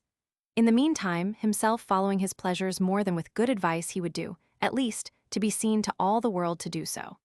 His dalliance with my Lady Castlemaine being public every day to his great reproach, and his favouring of none at court so much as those that are the confidants of his pleasure, as Sir H. Bennet and Sir Charles Barkeley, which, good God, put it into his heart to mend, before he makes himself too much contemned by his people for it. The Duke of Monmouth is in so great splendour at court, and so dandled by the king, that some doubt, if the king should have no child by the queen, which there is yet no appearance of, whether he would not be acknowledged for a lawful son, and that there will be a difference follow upon it between the Duke of York and him, which God prevent. My Lord Chancellor is threatened by people to be questioned, the next sitting of the Parliament, by some spirits that do not love to see him so great. But certainly he is a good servant to the king. The Queen Mother is said to keep too great a court now, and her being married to my Lord St. Albans is commonly talked of, and that they had a daughter between them in France, how true, God knows. The bishops are high, and go on without any diffidence in pressing uniformity, and the presbyters seem silent in it, and either conform or lay down, though without doubt they expect a turn, and would be glad these endeavours of the other fanatiques would take effect. There having been a plot lately found, for which 4 have been publicly tried at the Old Bailey and hanged. My Lord Sandwich is still in good esteem, and now keeping his Christmas in the country, and I in good esteem, I think, as any man can be with him. Mr. Moore is very sickly, and I doubt will hardly get over his late fit of sickness, that still hangs on him. In fine, for the good condition of myself, wife, family, and estate, in the great degree that it is, and for the public state of the nation, so quiet as it is, the Lord God be praised.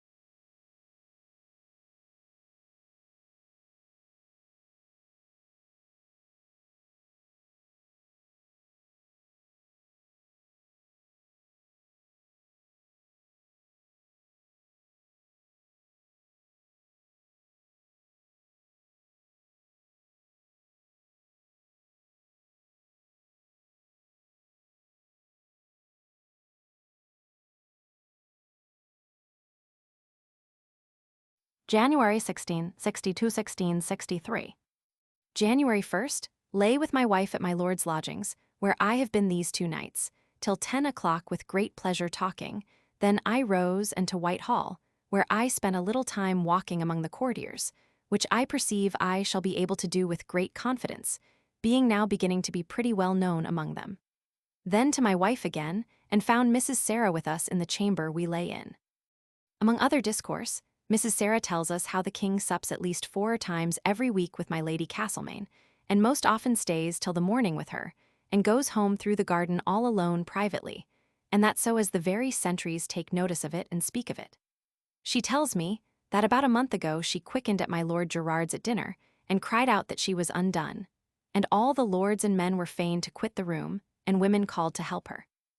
In fine, I find that there is nothing almost but bawdry at court from top to bottom, as if it were fit, I could instance, but it is not necessary.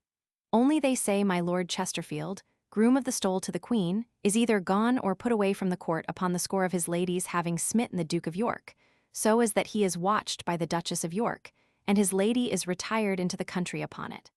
How much of this is true, God knows, but it is common talk. After dinner I did reckon with Mrs. Sarah for what we have eat and drank here, and gave her a crown, and so took coach, and to the Duke's house, where we saw the villain again. And the more I see it, the more I am offended at my first undervaluing the play, it being very good and pleasant, and yet a true and allowable tragedy. The house was full of citizens, and so the less pleasant, but that I was willing to make an end of my gaddings, and to set to my business for all the year again tomorrow. Here we saw the old Roxalana in the chief box, in a velvet gown, as the fashion is, and very handsome, at which I was glad. Hence by coach home, where I find all well, only Sir W. Penn they say ill again. So to my office to set down these 2 or 3 days' journal, and to close the last year therein, and so that being done, home to supper, and to bed, with great pleasure talking and discoursing with my wife of our late observations abroad. Second, lay long in bed, and so up into the office, where all the morning alone doing something or another. So dined at home with my wife, and in the afternoon to the Treasury office, where Sir W. Batten was paying off tickets, but so simply and arbitrarily, upon a dull pretense of doing right to the king, though to the wrong of poor people. When I know there is no man that means the king less right than he, or would trouble himself less about it, but only that he sees me stir, and so he would appear doing something, though to little purpose, that I was weary of it. At last we broke up and walk home together, and I to see Sir W.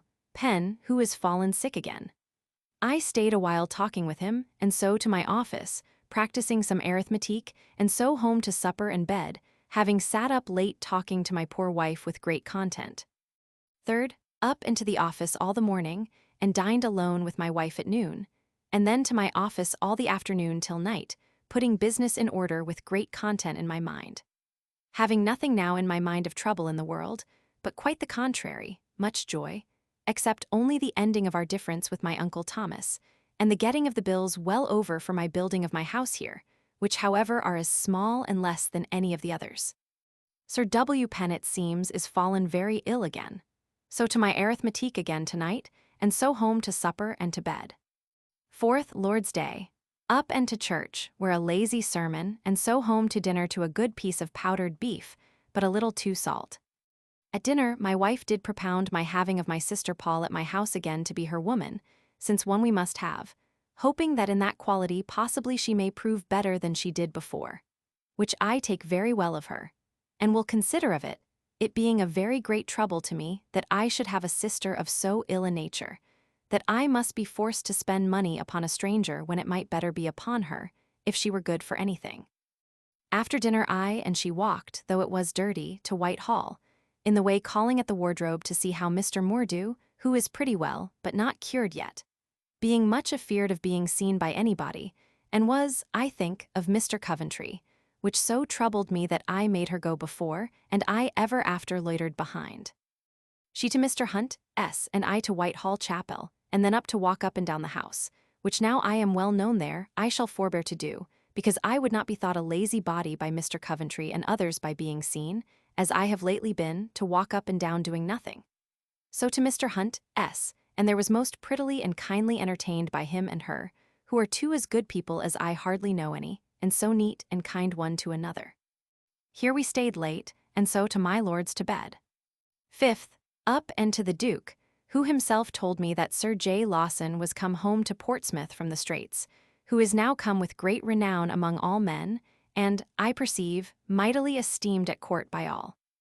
The Duke did not stay long in his chamber, but to the king's chamber, whither by and by the Russia ambassadors come, who, it seems, have a custom that they will not come to have any treaty with our or any king's commissioners, but they will themselves see at the time the face of the king himself, be it 40 days one after another.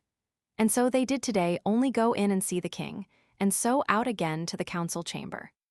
The Duke returned to his chamber, and so to his closet where Sir G.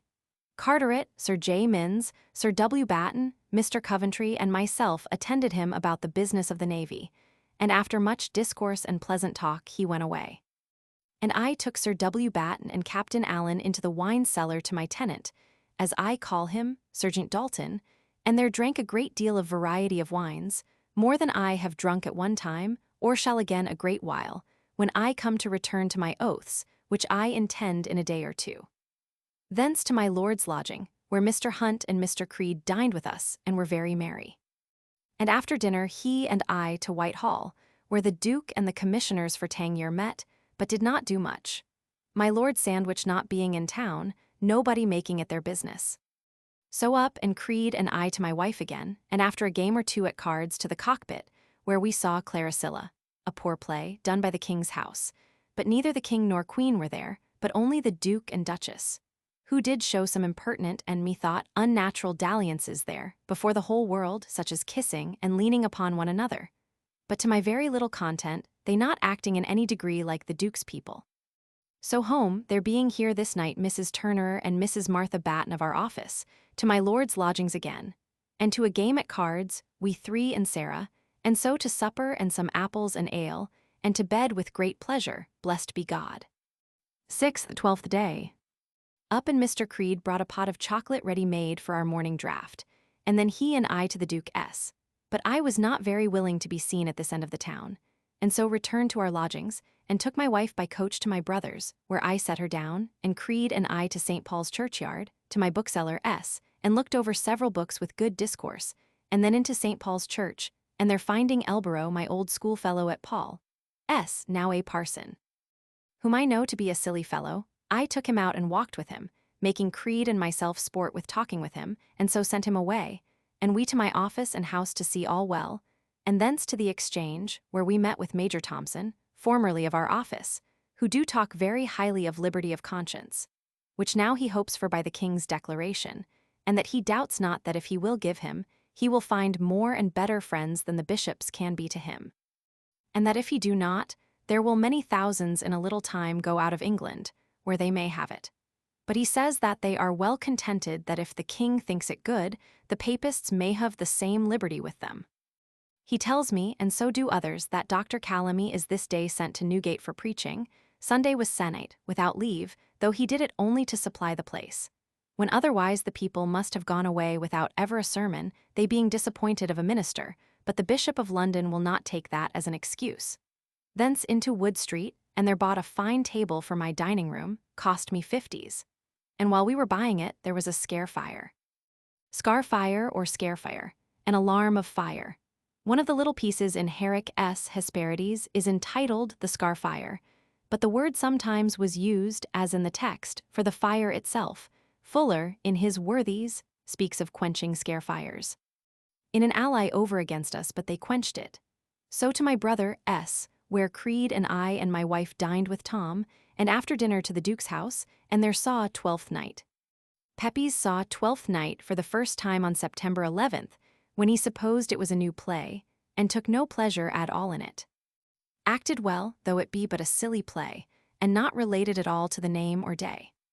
Thence Mr. Battersby the apothecary, his wife, and I and mine by coach together, and setting him down at his house, he paying his share, my wife and I home, and found all well, only myself somewhat vexed at my wife's neglect in leaving of her scarf, waistcoat, and night dressings in the coach today that brought us from Westminster. Though, I confess, she did give them to me to look after, yet it was her fault not to see that I did take them out of the coach. I believe it might be as good as 25s. Loss or thereabouts. So to my office, however, to set down my last 3 days' journal, and writing to my Lord Sandwich to give him an account of Sir J. Lawson's being come home, and to my father about my sending him some wine and things this week, for his making an entertainment of some friends in the country, and so home. This night making an end wholly of Christmas, with a mind fully satisfied with the great pleasures we have had by being abroad from home, and I do find my mind so apt to run to its old want of pleasures, that it is high time to betake myself to my late vows, which I will tomorrow, God willing, perfect, and bind myself to, that so I may, for a great while, do my duty as I have well begun, and increase my good name and esteem in the world, and get money, which sweetens all things, and whereof I have much need. So home to supper and to bed, blessing God for his mercy to bring me home, after much pleasure, to my house and business with health and resolution to fall hard to work again. 7th, up pretty early, that is by 7 o'clock, it being not yet light before or then. So to my office all the morning, signing the treasurer's ledger, part of it where I have not put my hand, and then eat a mouthful of pie at home to stay my stomach, and so with Mr. Waith by water to dipt ford, and there among other things viewed old pay books, and found that the commanders did never heretofore receive any pay for the rigging time, but only for sea time, contrary to what Sir J. Minns and Sir W. Batten told the Duke the other day. I also searched all the ships in the wet dock for fire, and found all in good order, it being very dangerous for the king that so many of his ships lie together there. I was among the canvas in stores also, with Mr. Harris, the sailor-maker, and learnt the difference between one sort and another, to my great content, and so by water home again, where my wife tells me stories how she hears that by Sarah's going to live at Sir W. Penn's. All our affairs of my family are made known and discoursed of there, and theirs by my people, which do trouble me much, and I shall take a time to let Sir W. Penn know how he has dealt in taking her without our full consent. So to my office, and by home to supper, and so to prayers and bed. 8th, up pretty early and sent my boy to the carrier, with some wine for my father, for to make his feast among his Brampton friends this Christmas, and my muff to my mother, sent as for my wife. But before I sent my boy out with them, I beat him for a lie he told me, at which his sister, with whom we have of late been highly displeased, and warned her to be gone, was angry, which vexed me, to see the girl I loved so well, and my wife should at last turn so much a fool and unthankful to us. So to the office, and there all the morning, and though without an a little against the advice of the officers, did, to gratify him, send Thomas Hayter today towards Portsmouth a day or two before the rest of the clerks, against the pay next week. Dined at home, and there being the famous new play acted the first time today, which is called The Adventures of 5 Hours. At the Duke's house, being, they say, made or translated by Colonel Tuke, I did long to see it, and so made my wife to get her ready, though we were forced to send for a smith to break open her trunk, her maid Jane being gone forth with the keys, and so we went. And though early, were forced to sit almost out of sight, at the end of one of the lower forms, so full was the house. And the play, in one word, is the best, for the variety and the most excellent continuance of the plot to the very end, that ever I saw or think ever shall, and all possible, not only to be done in the time, but in most other respects very admittable, and without one word of ribaldry. And the house, by its frequent plaudits, did show their sufficient approbation. So home, with much ado in an hour getting a coach home, and after writing letters at my office, I went home to supper and to bed, now resolving to set up my rest as to plays till Easter, if not Whitsuntide next, excepting plays at court. 9th. Waking in the morning, my wife I found also awake, and begun to speak to me with great trouble and tears, and by degrees from one discourse to another at last, it appears that Sarah has told somebody that has told my wife of my meeting her at my brother's, and making her sit down by me, while she told me stories of my wife, about her giving her scallop to her brother, and other things, which I am much vexed at, for I am sure I never spoke anything of it. Nor could anybody tell her, but by Sarah's own words.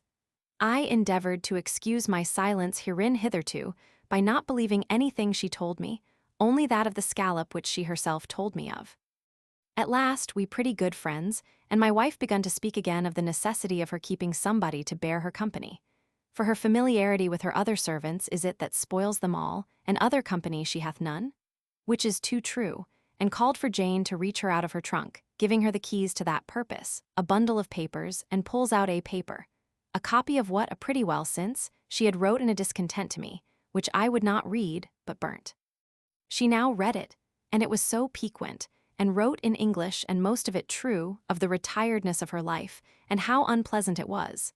That being wrote in English, and so in danger of being met with and read by others, I was vexed at it, and desired her and then commanded her to tear it. When she desired to be excused it, I forced it from her, and tore it, and withal took her other bundle of papers from her, and leapt out of the bed and in my shirt clapped them into the pocket of my breeches, that she might not get them from me, and having got on my stockings and breeches and gown, I pulled them out one by one and tore them all before her face, though it went against my heart to do it, she crying and desiring me not to do it. But such was my passion and trouble to see the letters of my love to her, and my will wherein I had given her all I have in the world, when I went to sea with my Lord Sandwich, to be joined with a paper of so much disgrace to me and dishonor, if it should have been found by any body. Having torn them all, saving a bond of my uncle Robert's, which she hath long had in her hands, and our marriage license, and the first letter that ever I sent her when I was her servant. The usual word at this time for a lover. We have continued the correlative term mistress, but rejected that of servant.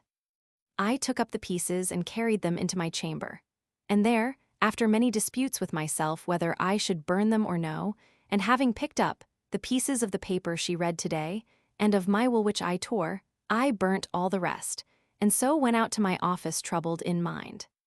Hither comes Major Tolhurst, one of my old acquaintance in Cromwell's time, and sometimes of our club, to see me, and I could do no less than carry him to the Mitre, and having sent for Mr. Bean, a merchant, a neighbor of mine, we sat and talked, Tolhurst telling me the manner of their collieries in the north. We broke up, and I home to dinner. And to see my folly, as discontented as I am, when my wife came I could not forbear smiling all dinner till she began to speak bad words again, and then I began to be angry again, and so to my office. Mr. Bland came in the evening to me hither, and sat talking to me about many things of merchandise, and I should be very happy in his discourse, durst I confess my ignorance to him, which is not so fit for me to do.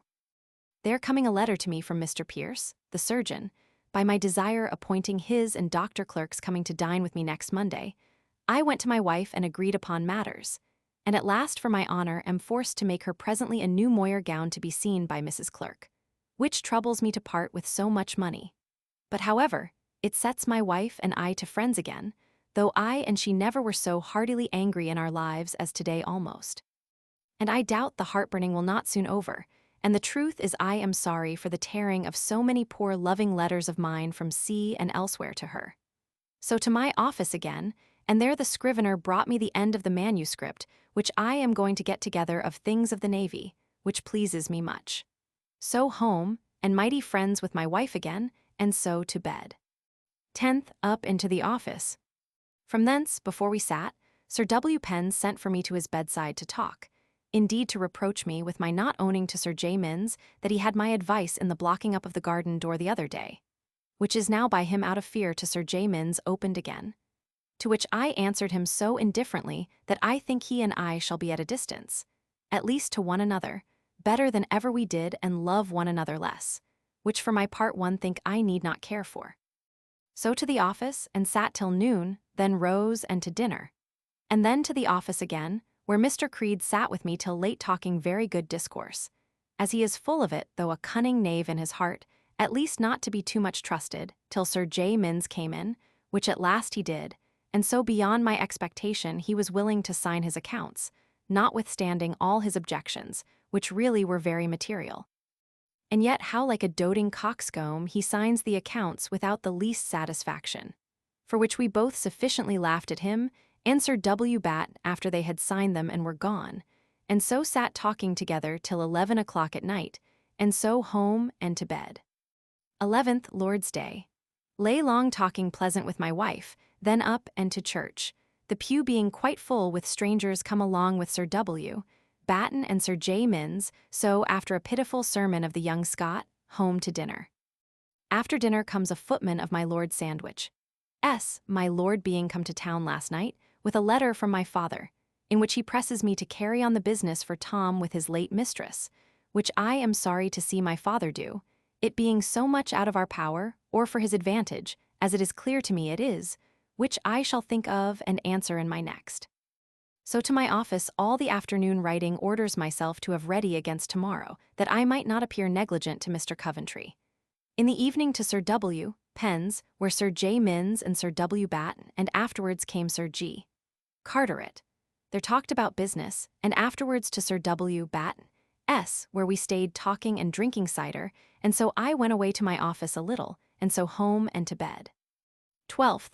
Up and to Sir W. Batten, S. to bid him and Sir J. Minns adieu, they going this day towards Portsmouth, and then to Sir W. Penn's to see Sir J. Lawson, who I heard was there, where I found him the same plain man that he was, after all his success in the Straits, with which he is come loaded home. Thence to Sir G. Carteret, and with him in his coach to Whitehall, and first I to see my Lord Sandwich, being come now from Hinchingbrook. And after talking a little with him, he and I to the Duke's chamber, where Mr. Coventry and he and I into the Duke's closet, and Sir J. Lawson discoursing upon business of the navy, and particularly got his consent to the ending some difficulties in Mr. Creed's accounts. Thence to my lord's lodgings, and with Mr. Creed to the King's Head ordinary, but people being set down, we went to 2 or 3 places. At last found some meat at a Welch cook, S. at Charing Cross, and here dined and our boys. After dinner to the Change to buy some linen for my wife, and going back met our 2 boys. Mine had struck down Creed, S. boy in the dirt with his new suit on, and the boy taken by a gentlewoman into a house to make clean, but the poor boy was in a pitiful taking and pickle, but I basted my rogue soundly. Thence to my lord's lodging, and Creed to his, for his papers against the committee. I found my lord within, and he and I went out through the garden towards the Duke's chamber, to sit upon the Tangier matters. But a lady called to my lord out of my Lady Castlemaine's lodging, telling him that the king was there, and would speak with him. My lord could not tell what to bid me say at the committee to excuse his absence, but that he was with the king, nor would suffer me to go into the privy garden, which is now a through passage and common, but bid me to go through some other way, which I did. So that I see he is a servant of the king's pleasures too, as well as business. So I went to the committee, where we spent all this night attending to Sir J. Lawson's description of Tangier and the place for the mole. The construction of this mole or breakwater turned out a very costly undertaking. In April 1663, it was found that the charge for 1 year's work was L13000. In March 1665, L36000 had been spent upon it. The wind and sea exerted a very destructive influence over this structure, although it was very strongly built, and Colonel Norwood reported in 1668 that a breach had been made in the mole, which cost a considerable sum to repair, of which he brought a very pretty draught. Concerning the making of the mole, Mr. Comely did also discourse very well, having had some experience in it. Being broke up, I home by coach to Mr. Bland, S., and there discoursed about sending away of the merchant ship which hangs so long on hand for Tangier. So to my Lady Batten, S., and sat with her a while, Sir W. Batten being gone out of town, but I did it out of design to get some oranges for my feast tomorrow of her, which I did. So home, and found my wife's new gown come home, and she mightily pleased with it. But I appeared very angry that there were no more things got ready against tomorrow's feast, and in that passion sat up long, and went discontented to bed. 13th. So my poor wife rose by 5 o'clock in the morning, before day, and went to market and bought fowls and many other things for dinner, with which I was highly pleased, and the chine of beef was down also before 6 o'clock, and my own Jack, of which I was doubtful, do carry it very well. Things being put in order, and the cook come, I went to the office, where we sat till noon and then broke up, and I home, whither by and by comes Dr. Clerk and his lady, his sister, and a she cousin, and Mr. Pierce and his wife, which was all my guests. I had for them, after oysters at first course, a hash of rabbits, a lamb, and a rare chine of beef. Next a great dish of roasted fowl, cost me about 30s, and a tart, and then fruit and cheese. My dinner was noble and enough. I had my house mighty clean and neat, my room below with a good fire in it, my dining room above, and my chamber being made a withdrawing chamber, and my wife's a good fire also. I find my new table very proper, and will hold 9 or 10 people well, but 8 with great room. After dinner, the women to cards in my wife's chamber, and the doctor and Mr. Pierce in mine, because the dining room smokes unless I keep a good charcoal fire, which I was not then provided with. At night to supper, had a good sack posset and cold meat, and sent my guests away about 10 o'clock at night, both them and myself highly pleased with our management of this day. And indeed their company was very fine, and Mrs.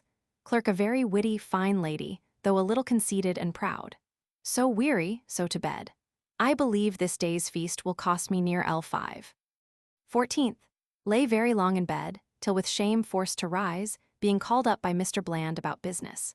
He being gone, I went and stayed upon business at the office, and then home to dinner, and after dinner stayed a little talking pleasant with my wife, who tells me of another woman offered by her brother that is pretty and can sing, to which I do listen but will not appear over forward.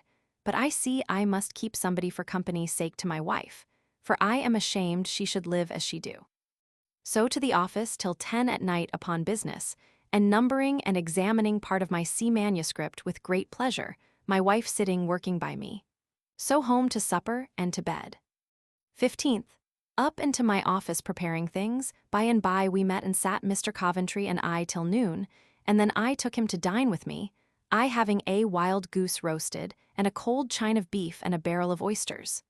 We dined alone in my chamber, and then he and I to fit ourselves for horseback, he having brought me a horse, and so to Deptford, the ways being very dirty. There we walked up and down the yard and wet dock, and did our main business, which was to examine the proof of our new way of the call books, which we think will be of great use.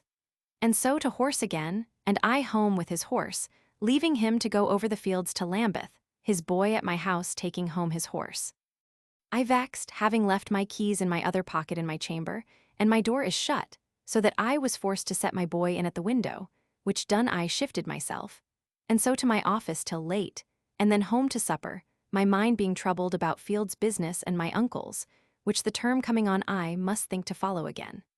So to prayers and to bed, and much troubled in mind this night in my dreams about my Uncle Thomas and his son going to law with us. 16th. Lay long talking in bed with my wife. Up, and Mr. Battersby, the apothecary, coming to see me, I called for the cold chine of beef and made him eat and drink wine and talked, there being with us Captain Brewer, the painter, who tells me how highly the presbyters do talk in the coffee-houses still, which I wonder at. They being gone, I walked 2 or 3 hours with my brother Tom, telling him my mind how it is troubled about my father's concernments, and how things would be with them all if it should please God that I should die, and therefore desire him to be a good husband and follow his business, which I hope he do. At noon to dinner, and after dinner my wife began to talk of a woman again, which I have a mind to have, and would be glad Paul might please us. But she is quite against having her, nor have I any great mind to it, but only for her good and to save money flung away upon a stranger. So to my office till 9 o'clock about my navy manuscripts, and there troubled in my mind more and more about my uncle's business from a letter, come this day from my father that tells me that all his tenants are sued by my uncle, which will cost me some new trouble. I went home to supper and so to bed. 17th. Waked early with my mind troubled about our law matters, but it came into my mind that of Epictetus, which did put me to a great deal of ease, it being a saying of great reason. Up to the office, and there sat Mr. Coventry, Mr. Pett, new come to town, and I was sorry for signing a bill and guiding Mr. Coventry to sign a bill to Mr. Creed for his pay as deputy treasurer to this day, though the service ended 5 or 6 months ago, which he perceiving did blot out his name afterwards, but I will clear myself to him from design in it. Sat till 2 o'clock and then home to dinner, and Creed with me, and after dinner, to put off my mind's trouble, I took Creed by coach and to the Duke's Playhouse, where we did see the 5 hours' entertainment again, which indeed is a very fine play, though, through my being out of order, it did not seem so good as at first, but I could discern it was not any fault in the play. Thence with him to the China Ale-house, and there drank a bottle or two, and so home, where I found my wife and her brother discoursing about Mr. Ashwell's daughter, whom we are like to have for my wife's woman, and I hope it may do very well, seeing there is a necessity of having one. So to the office to write letters, and then home to supper and to bed. 18th Lord's Day.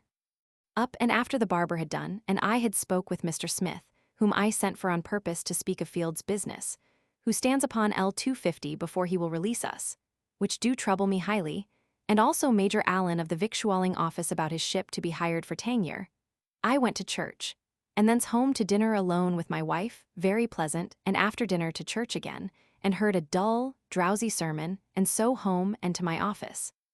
Perfecting my vows again for the next year, which I have now done, and sworn to in the presence of Almighty God to observe upon the respective penalties thereto annexed, and then to Sir W. Penn, S., though much against my will, for I cannot bear him, but only to keep him from complaint to others that I do not see him, to see how he do, and find him pretty well, and ready to go abroad again. 19th. Up and to Whitehall, and while the Duke is dressing himself, I went to wait on my Lord Sandwich, whom I found not very well, and Dr. Clerk with him. He is feverish, and hath sent for Mr. Pierce to let him blood, but not being in the way he puts it off till night, but he stirs not abroad today. Then to the Duke, and in his closet discoursed as we used to do, and then broke up. That done, I singled out Mr. Coventry into the matted gallery, and there I told him the complaints I meet every day about our treasurers or his people's paying no money, but at the goldsmiths' shops, where they are forced to pay 15 or 20 sometimes per cent. For their money, which is a most horrid shame, and that which must not be suffered. Nor is it likely that the treasurer, at least his people, will suffer Meynell the goldsmith to go away with L10,000 per annum, as he do now get, by making people pay after this manner for their money. We were interrupted by the Duke, who called Mr. Coventry aside for half an hour, walking with him in the gallery, and then in the garden, and then going away I ended my discourse with Mr. Coventry. But by the way, Mr. Coventry was saying that there remained nothing now in our office to be amended, but what would do of itself every day better and better. For as much as he that was slowest, Sir W. Batten, do now begin to look about him and to mind business. At which, God forgive me, I was a little moved with envy, but yet I am glad, and ought to be, though it do lessen a little my care to see that the king's service is like to be better attended than it was heretofore. Thence by coach to Mr. Povey, S., being invited thither by came a messenger this morning from him, where really he made a most excellent and large dinner, of their variety, even to admiration, he bidding us, in a frolique, to call for what we had a mind, and he would undertake to give it us. And we did for prawns, swan, venison, after I had thought the dinner was quite done, and he did immediately produce it, which I thought great plenty, and he seems to set off his rest in this plenty and the neatness of his house, which he after dinner showed me, from room to room, so beset with delicate pictures, and above all, a piece of perspective in his closet in the low parlor. His stable, where was some most delicate horses, and the very racks painted, and mangers with a neat leaden painted cistern, and the walls done with Dutch tiles like my chimneys. But still, above all things, he bid me go down into his wine cellar, where upon several shelves there stood bottles of all sorts of wine, new and old, with labels pasted upon each bottle, and in the order and plenty as I never saw books in a bookseller's shop. And herein, I observe, he puts his highest content, and will accordingly commend all that he hath, but still they deserve to be so. Here dined with me Dr. Hoare and Mr. Scone. There with him and Mr. Bland, whom we met by the way, to my Lord Chancellor's, where the King was to meet my Lord Treasurer, and see many great men to settle the revenue of Tangier. I stayed talking a while there, but the King not coming I walked to my brother S., where I met my cousin Scots, Tom not being at home, and sent for a glass of wine for them, and having drunk we parted, and I to the wardrobe talking with Mr. Moore about my law businesses, which I doubt will go ill for want of time for me to attend them. So home, where I found Mrs. Lotham speaking with my wife about her kinswoman, which is offered my wife to come as a woman to her. So to the office and put things in order, and then home and to bed, it being my great comfort that every day I understand more and more the pleasure of following of business, and the credit that a man gets by it, which I hope at last too will end in profit. This day, by Dr. Clerk, I was told the occasion of my Lord Chesterfield's going and taking his lady, my Lord Ormond's daughter, from court. It seems he not only hath been long jealous of the Duke of York, but did find them two talking together, though there were others in the room, and the lady by all opinions a most good, virtuous woman. He, the next day, of which the Duke was warned by somebody that saw the passion my Lord Chesterfield was in the night before, went, and told the Duke how much he did apprehend himself wronged, in his picking out his lady of the whole court to be the subject of his dishonor. Which the Duke did answer with great calmness, not seeming to understand the reason of complaint, and that was all that passed, but my lord did presently pack his lady into the country in Derbyshire, near the Peak. Which is become a proverb at court, to send a man's wife to the devil's arse a peak, when she vexes him. This noon I did find out Mr. Dixon at Whitehall, and discoursed with him about Mrs. Wheatley's daughter for a wife for my brother Tom, and have committed it to him to inquire the pleasure of her father and mother concerning it. I demanded L. 300. 20th, up betimes and to the office, where all the morning, dined at home, and Mr. Dean of Woolwich with me, talking about the abuses of the yard. Then to the office about business all the afternoon with great pleasure, seeing myself observed by everybody to be the only man of business of us all, but Mr. Coventry. So till late at night, and then home to supper and bed. 21st, up early leaving my wife very ill in bed, and to my office till 8 o'clock there coming Ch. Pepys. Charles Pepys was second son of Thomas Pepys, elder brother of Samuel's father. Samuel paid part of the legacy to Charles and his elder brother Thomas on May 25, 1664. To demand his legacy of me, which I denied him upon good reason of his father and brothers suing us, and so he went away. Then came Commissioner Pett, and he and I by agreement went to Diptford, and after a turn or two in the yard to Greenwich and thence walked to Woolwich. Here we did business, and I on board the Tangier Merchant, a ship freighted by us that has long lain on hand in her dispatch to Tangier, but is now ready for sailing.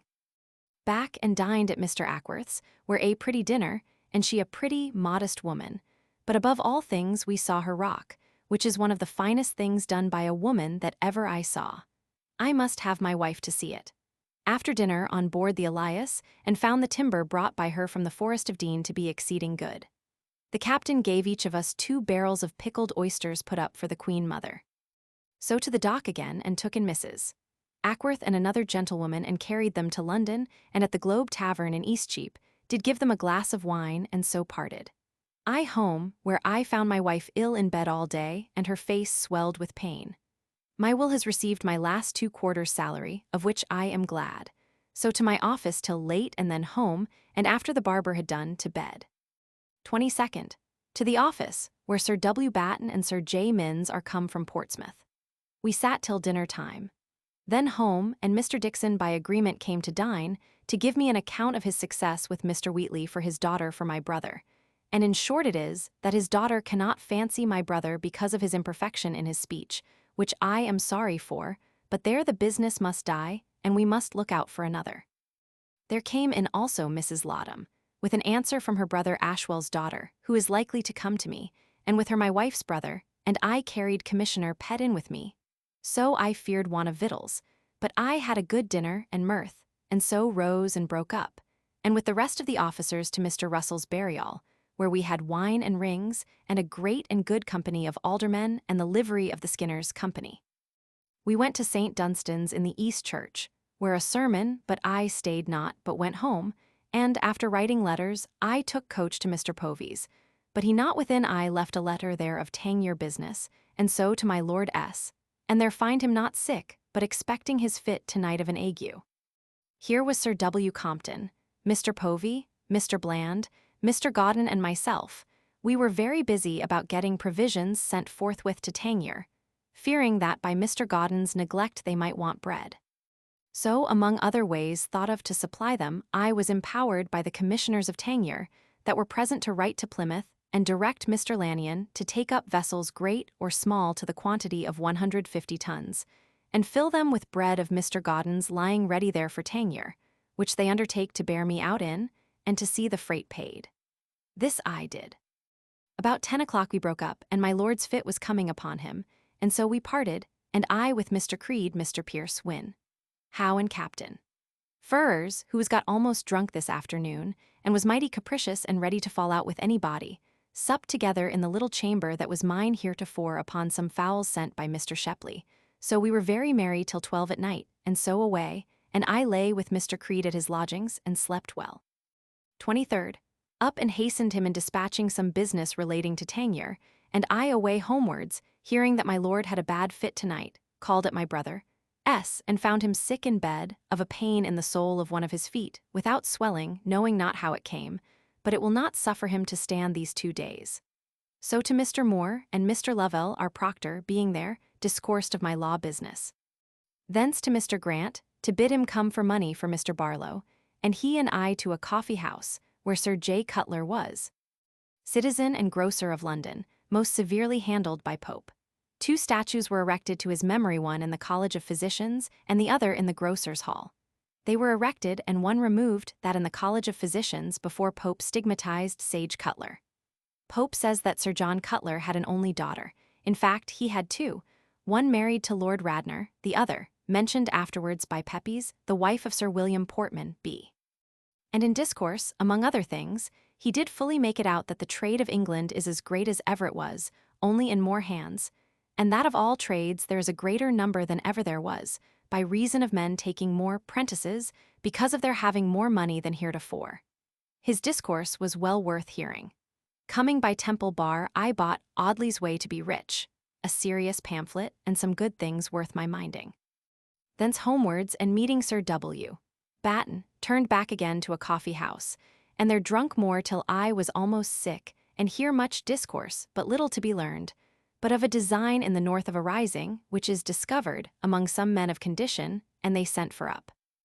Thence to the Change, and so home with him by coach, and I to see how my wife do, who is pretty well again, and so to dinner to Sir W. Batten, to a Cod's Head, and so to my office, and after stopping to see Sir W. Penn, where was Sir J. Lawson and his lady and daughter, which is pretty enough, I came back to my office, and they're set to business pretty late, finishing the margenting my navy manuscript. So home and to bed. 24th.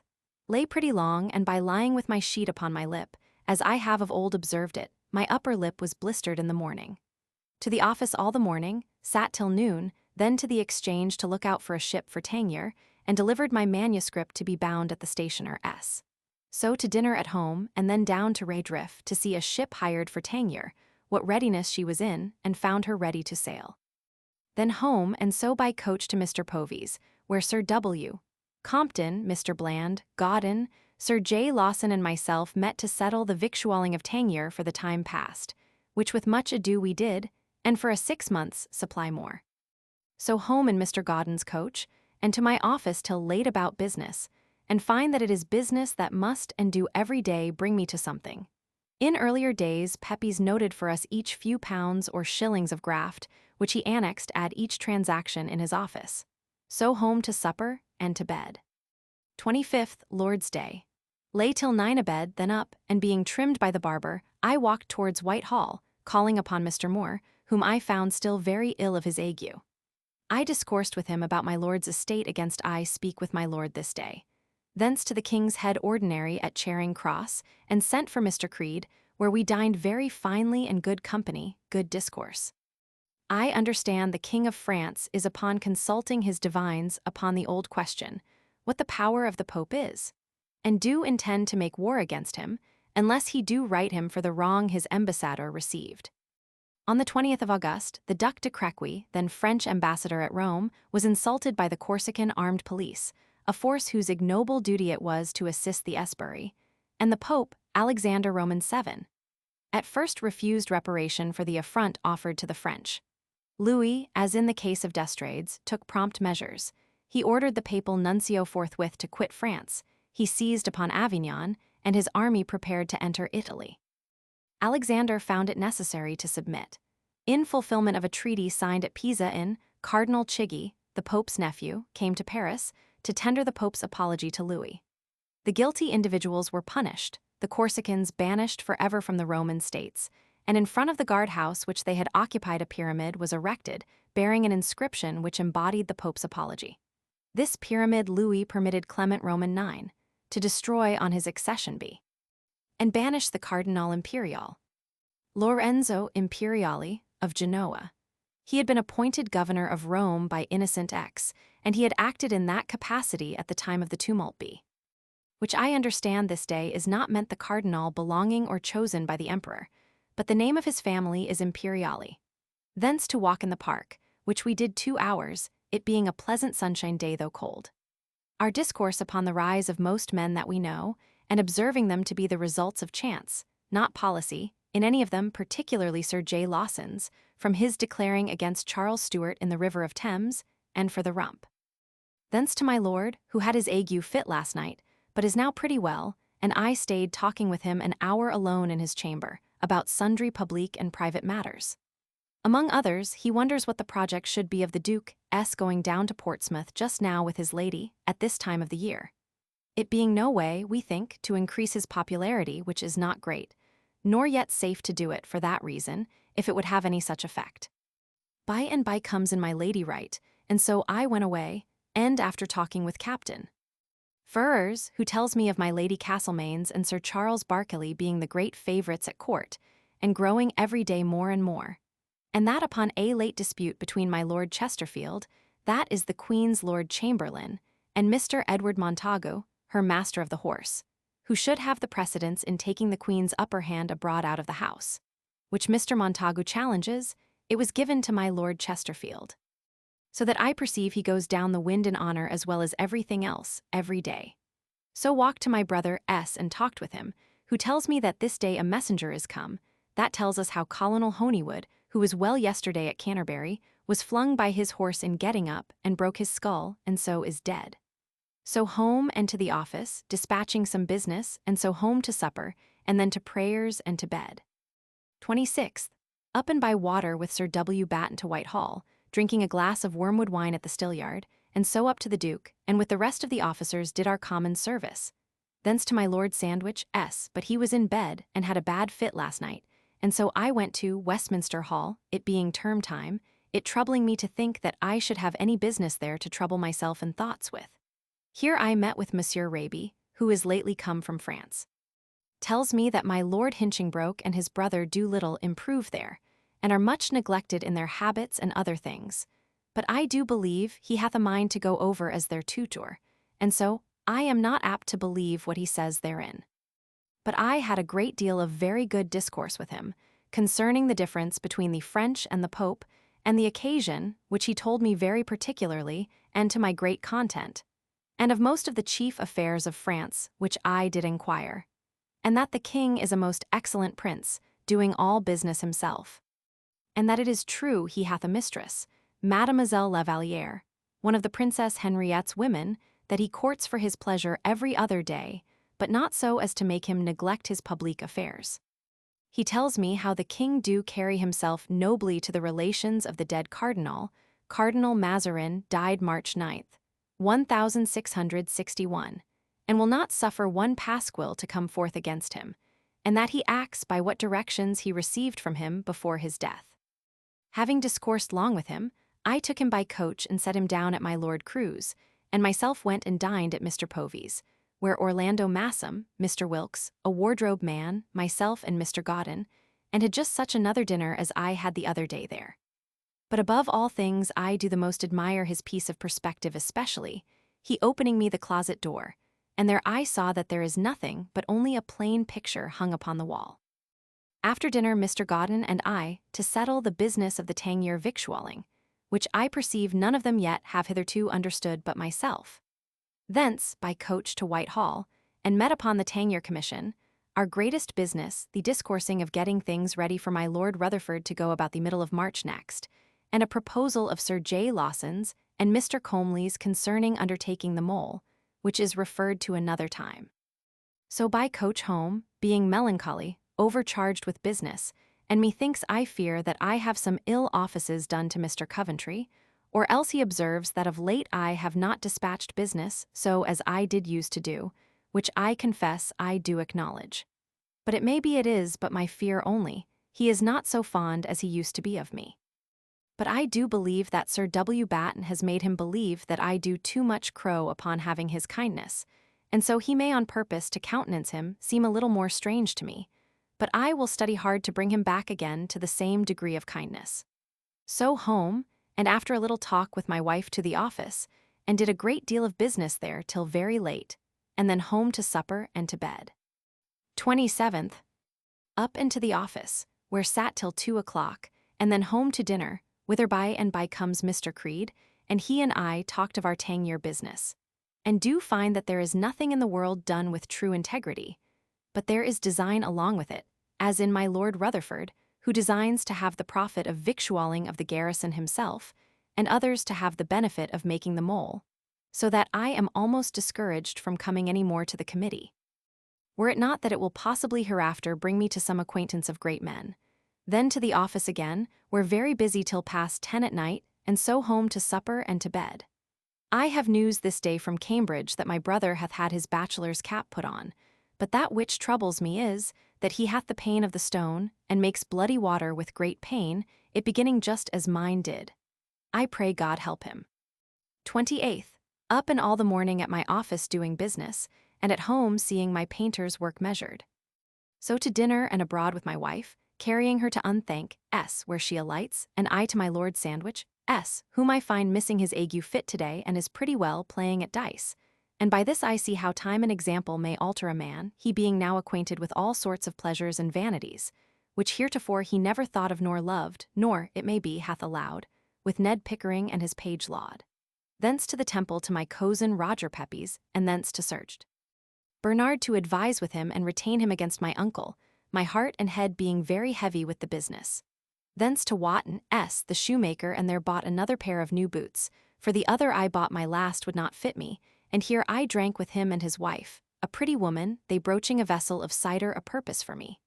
So home, and there found my wife come home, and seeming to cry, for bringing home in a coach her new Farindon. Farindon, which was sometimes spelt Farindon, was a stuff made of silk mixed with some other material, like what is now called poplin. Both mohair and Farindon are generally cheap materials.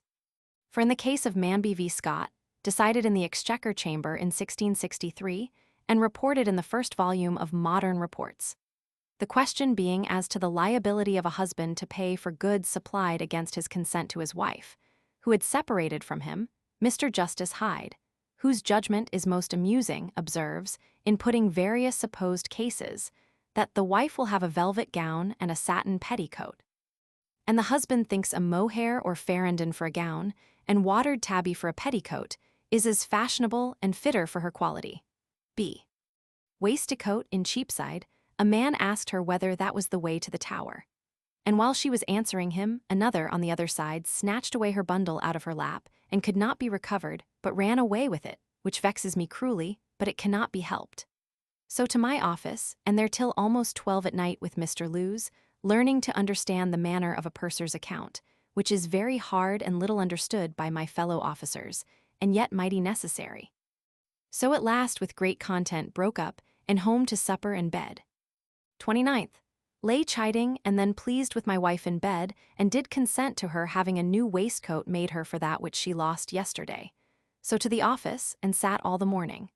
At noon dined with Mr. Coventry at Sir J. Minns's lodgings, the first time that ever I did yet, and am sorry for doing it now, because of obliging me to do the like to him again. Here dined old Captain Marsh of the Tower with us. So to visit Sir W. Penn, and then to the office, and there laid upon business by myself, my wife being sick today. So home and to supper and to bed. 30th. A solemn fast for the king's murther, and we were forced to keep it more than we would have done, having forgot to take any victuals into the house. I to church in the forenoon, and Mr. Mills made a good sermon upon David's heart smiting him for cutting off the garment of Saul. Samuel chapter Roman 24, v. 5, and it came to pass afterward that David's heart smote him because he had cut off Saul's skirt. Home, and whiled away some of the afternoon at home talking with my wife. So to my office, and all alone making up my month's accounts, which to my great trouble I find that I am got no further than L 640, but I have had great expenses this month. I pray God the next may be a little better, as I hope it will. In the evening my manuscript is brought home handsomely bound, to my full content, and now I think I have a better collection in reference to the Navy, and shall have by the time I have filled it, than any of my predecessors. So home and eat something such as we have, bread and butter and milk, and so to bed. 31st. Up into my office, and there we sat till noon. I home to dinner, and there found my plate of the sovereign with the table to it come from Mr. Christopher Pett, of which I am very glad. So to dinner late and not very good, only a rabbit not half roasted, which made me angry with my wife. So to the office, and there till late, busy all the while. In the evening examining my wife's letter intended to my lady, and another to mademoiselle. They were so false spelt that I was ashamed of them, and took occasion to fall out about them with my wife. And so she wrote none, at which, however, I was sorry, because it was in answer to a letter of madam about business. Late home to supper and to bed.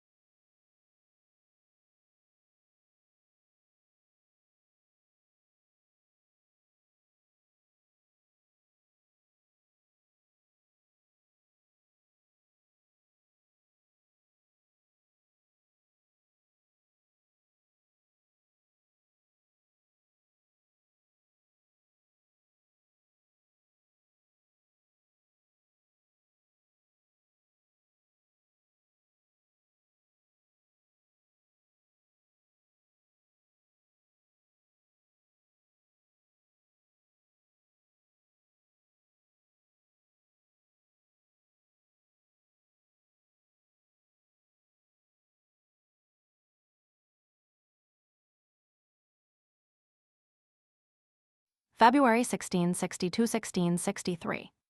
February 1st, Lord's Day. Up into church, where Mr. Mills, a good sermon, and so home and had a good dinner with my wife, with which I was pleased to see it neatly done, and this troubled me to think of parting with Jane, that is come to be a very good cook. After dinner walked to my Lord Sandwich, and stayed with him in the chamber talking almost all the afternoon, he being not yet got abroad since his sickness. Many discourses we had, but among others, how Sir R. Bernard is turned out of his recordership of Huntingdon by the Commissioners for Regulation, and c. At which I am troubled, because he, thinking it is done by my Lord Sandwich, will act some of his revenge. It is likely, upon me and my business, so that I must cast about me to get some other counsel to rely upon. In the evening came Mr. Povey and others to see my lord. And they gone, my lord and I and Povey fell to the business of Tangier, as to the victualling, and so broke up. And I, it being a fine frost, my boy lighting me, I walked home. And after supper up to prayers, and then alone with my wife and Jane, did fall to tell her what I did expect would become of her since, after so long being my servant, she had carried herself so as to make us be willing to put her away, and desired God to bless. But bid her never to let me hear what became of her, for that I could never pardon ingratitude. So I to bed, my mind much troubled for the poor girl that she leaves us, and yet she not submitting herself, for some words she spoke boldly, and yet I believe innocently and out of familiarity to her mistress about us weeks ago, I could not recall my words that she should stay with me. This day Creed and I walking in Whitehall Garden did see the king coming privately from my Lady Castlemaine, S., which is a poor thing for a prince to do, and I expressed my sense of it to Creed in terms which I should not have done, but that I believe he is trusty in that point. Second, up, and after paying Jane her wages, I went away, because I could hardly forbear weeping, and she cried, saying it was not her fault that she went away, and indeed it is hard to say what it is, but only her not desiring to stay that she do now go. By coach with Sir J. Minns and Sir W. Batten to the Duke, and after discourse as usual with him in his closet, I went to my Lord S. The King and Duke being gone to chapel, it being collar day, it being Candlemas day, where I stayed with him a while until towards noon, there being Jonah's more talking about some mathematical businesses, and thence I walked at noon to Mr. Povey, S., where Mr. Godden met me, and after a neat and plenteous dinner as is usual, we fell to our victualling business, till Mr. Godden and I did almost fall out, he defending himself in the readiness of his provision, when I know that the ships everywhere stay for them. Thence Mr. Povey and I walked to Whitehall, it being a great frost still, and after a turn in the park seeing them slide, we met at the committee for Tangier, a good full committee, and agreed how to proceed in the dispatching of my Lord Rutherford, and treating about this business of Mr. Comely and Sir J. Lawson's proposal for the mole. Thence with Mr. Coventry down to his chamber, where among other discourse he did tell me how he did make it not only his desire, but as his greatest pleasure, to make himself an interest by doing business truly and justly, though he thwarts others greater than himself, not striving to make himself friends by addresses. And by this he thinks and observes he do live as contentedly. Now he finds himself secured from fear of want, and, take one time with another, as void of fear or cares, or more, than they that, as his own terms were, have quicker pleasures and sharper agonies than he. Thence walking with Mr. Creed homewards, we turned into a house and drank a cup of cock ale and so parted, and I to the Temple, where at my cousin Roger's chamber I met Madam Turner, and after a little stay led her home and there left her, she and her daughter having been at the play today at the Temple, it being a revelling time with them. The revels were held in the inner Temple Hall. The last revel in any of the Inns of Court was held in the inner Temple in 1733. Thence called at my brother's, who is at church, at the burial of young Cumberland, a lusty young man. So home and there found Jane gone, for which my wife and I are very much troubled, and myself could hardly forbear shedding tears for fear the poor wench should come to any ill condition after her being so long with me. So to my office and setting papers to rights, and then home to supper and to bed. This day at my lord's I sent for Mr. Ashwell, and his wife came to me, and by discourse I perceive their daughter is very fit for my turn if my family may be as much for hers. But I doubt it will be to her loss to come to me for so small wages, but that will be considered of. Third, to the office all the morning, at noon to dinner, where Mr. Creed dined with me, and Mr. Ashwell, with whom after dinner I discoursed concerning his daughter coming to live with us. I find that his daughter will be very fit, I think, as any for our turn, but the conditions I know not what they will be, he leaving it wholly to her, which will be agreed on a while hence when my wife sees her. After an hour's discourse after dinner with them, I to my office again, and there about business of the office till late, and then home to supper and to bed. Fourth, up early and to Mr. Moore, and thence to Mr. Lovell about my law business, and from him to Paul's school, it being apposition day there. I heard some of their speeches, and they were just as schoolboys used to be of the 7 liberal sciences, but I think not so good as ours were in our time. Away thence, and to Bow Church, to the Court of Arches, where a judge sits, and his proctors about him in their habits, and their pleadings all in Latin. Here I was sworn to give a true answer to my uncle's libels, and so paid my fee for swearing, and back again to Paul's school, and went up to see the head forms posed in Latin, Greek, and Hebrew, but I think they did not answer in any so well as we did. Only in geography they did pretty well. Dr. Wilkins and Outram were examiners. So down to the school, where Dr. Crumlum did me much honor by telling many what a present I had made to the school, showing my Stephanus, in 4 volumes, cost me L4 He also showed us, upon my desire, an old edition of the grammar of Colet, where his epistle to the children is very pretty, and in rehearsing the creed it is said, born of the clean Virgin Mary. Thence with Mr. Elborough, he being all of my old acquaintance that I could meet with here, to a cook's shop to dinner, but I found him a fool, as he ever was, or worse. Thence to my cousin Roger Pepys and Mr. Phillips about my law businesses, which stand very bad, and so home to the office, where after doing some business I went home, where I found our new maid Mary, that is come in Jane's place.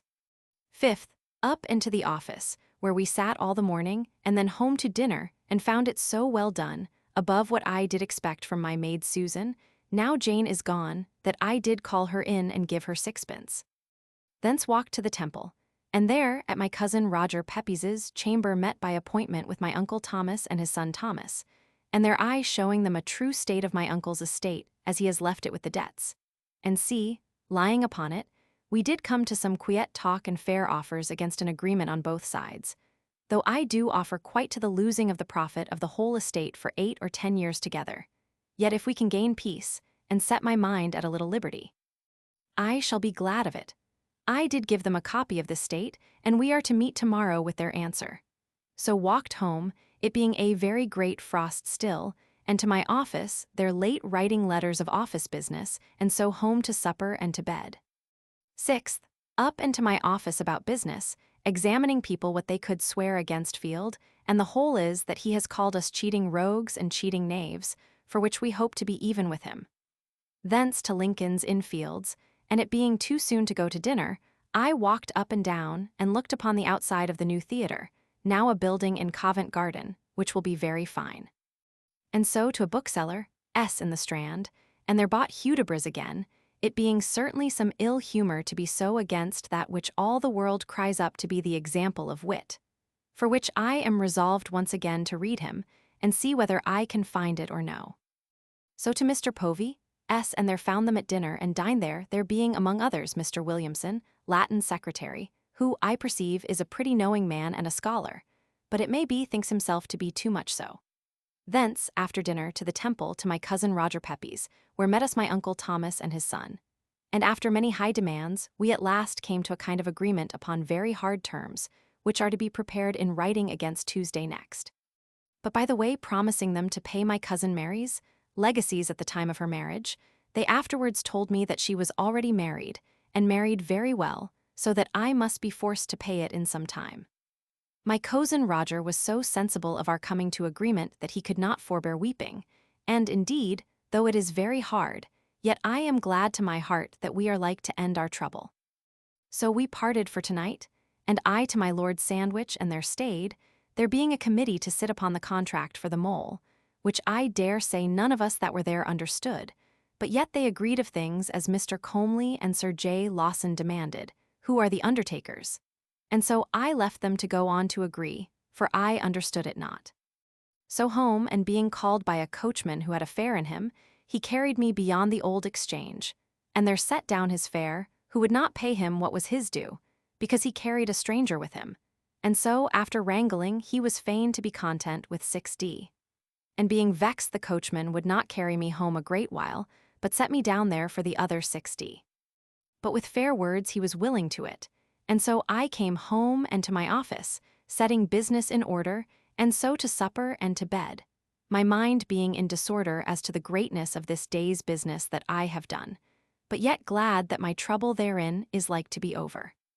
7th, up into my office, whither by agreement Mr. Coventry came before the time of sitting to confer about preparing an account of the extraordinary charge of the Navy since the King's coming, more than is properly to be applied, and called the Navy charge. So by and by we sat, and so till noon. Then home to dinner, and in the afternoon some of us met again upon something relating to the victualling, and thence to my writing of letters late, and making my alphabet to my new navy book very pretty. And so, after writing to my father by the post about the endeavor to come to a composition with my uncle, though a very bad one, desiring him to be contented therewith, I went home to supper and to bed. 8th Lord's Day. Up, and it being a very great frost, I walked to Whitehall and to my Lord Sandwich, by the fireside till chapel time, and so to chapel, where there preached little Dr. Duport of Cambridge upon Josiah's words, but I and my house we will serve the Lord. But though a great scholar, he made the most flat dead sermon, both for matter and manner of delivery, that ever I heard, and very long beyond his hour, which made it worse. Thence with Mr. Creed to the King's Head Ordinary, where we dined well, and after dinner Sir Thomas Willis and another stranger, and Creed and I, fell a-talking. They of the errors and corruption of the Navy, and great expense thereof, not knowing who I was, which at last I did undertake to confute and disabuse them. And they took it very well, and I hope it was to good purpose, they being Parliament men. By and by to my Lord S., and with him a good while talking upon his want of money, and ways of his borrowing some and see, and then by other visitants I withdrew and away, Creed and I and Captain. Furs to the park, and there walked finely, seeing people slide, we talking all the while, and Captain. Furs telling me, among other court passages, how about a month ago, at a ball at court, a child was dropped by one of the ladies in dancing, but nobody knew who, it being taken up by somebody in their handkercher. The next morning all the ladies of honor appeared early at court for their vindication, so that nobody could tell whose this mischance should be. But it seems Mrs. Wells. Winifred Wells, maid of honor to the Queen, who figures in the Grammont memoirs. The King is supposed to have been father of the child. A similar adventure is told of Mary Kirke, afterwards married to Sir Thomas Vernon, who figures in the Grammont memoirs as Miss Warmester. Fell sick that afternoon, and hath disappeared ever since, so that it is concluded that it was her. Another story was how my Lady Castlemaine, a few days since, had Mrs. Stewart to an entertainment, and at night began a frolic that they two must be married, and married they were, with ring and all other ceremonies of church service, and ribands and a sack posset in bed and flinging the stocking. But in the close, it is said that my Lady Castlemaine, who was the bridegroom, rose, and the king came and took her place with pretty Mrs. Stewart. This is said to be very true.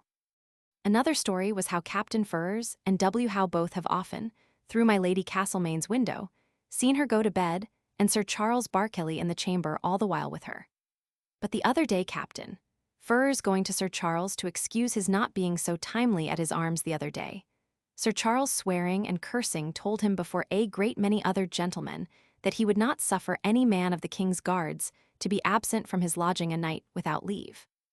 Not but that, says he, once a week or so I know a gentleman must go. And I am not for denying it to any man, but however he shall be bound to ask leave to lie abroad, and to give account of his absence, that we may know what guard the king has to depend upon.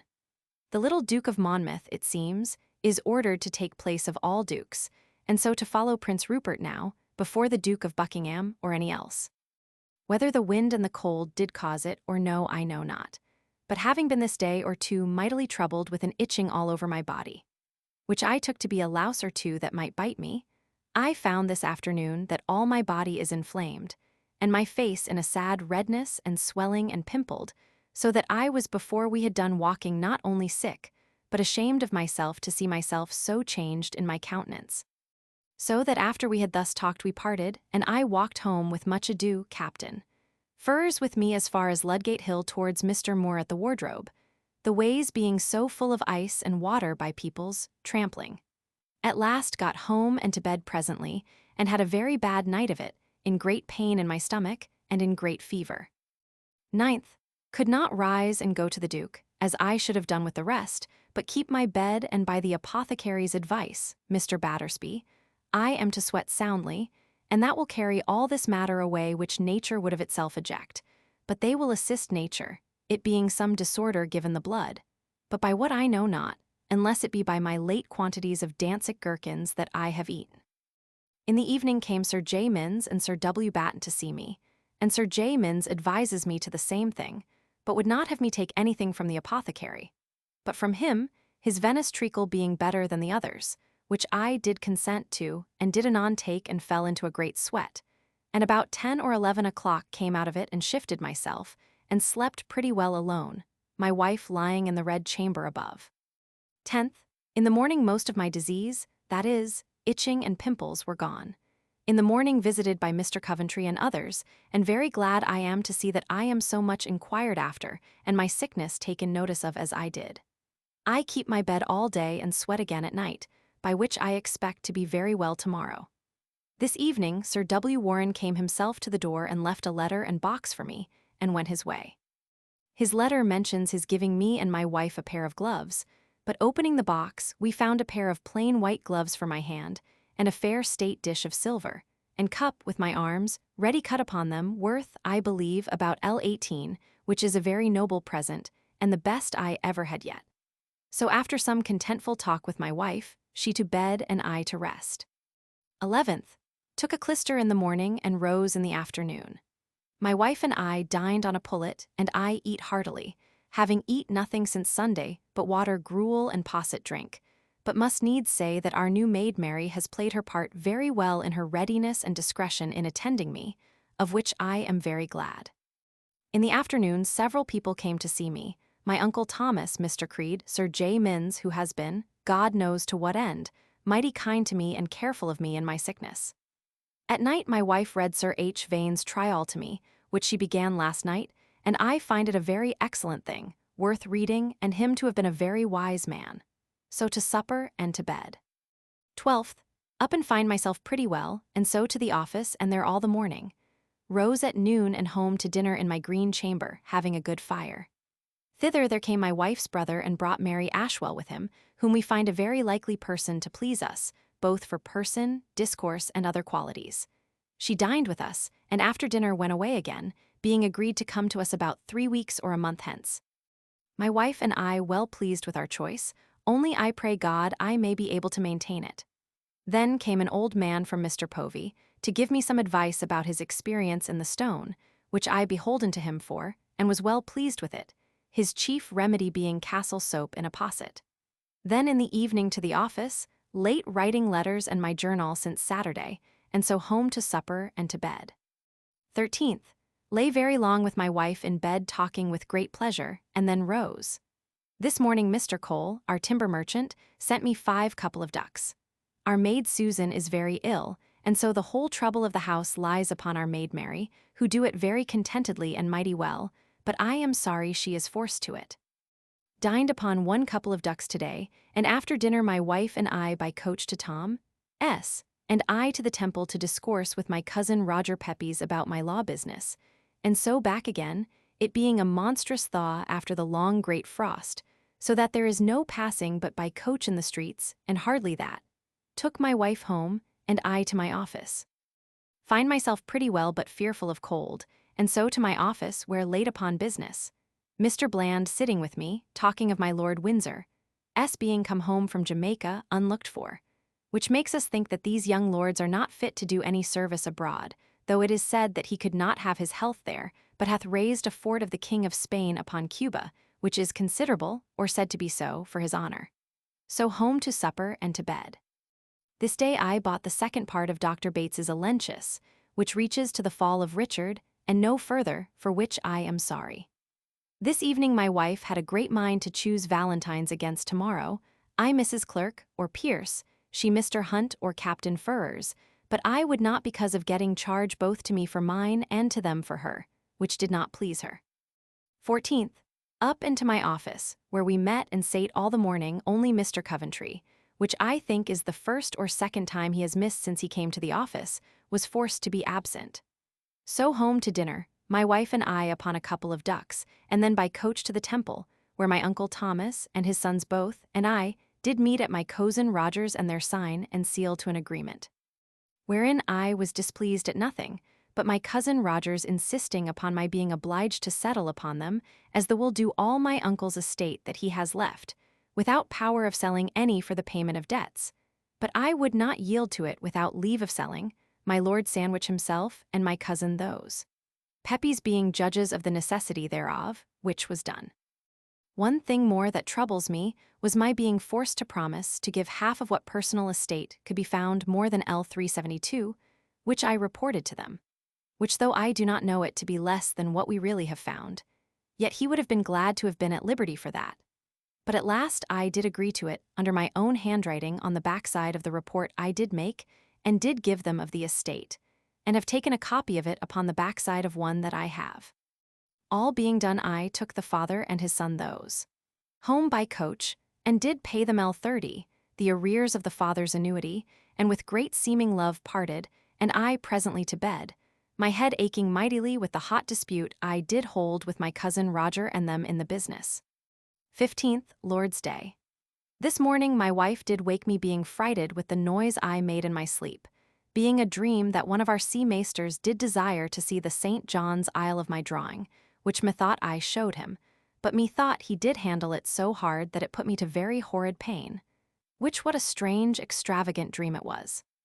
So to sleep again and lay long in bed, and then trimmed by the barber, and so sending Will to church, myself stayed at home, hanging up in my green chamber my picture of the Sovereignty, and putting some things in order there.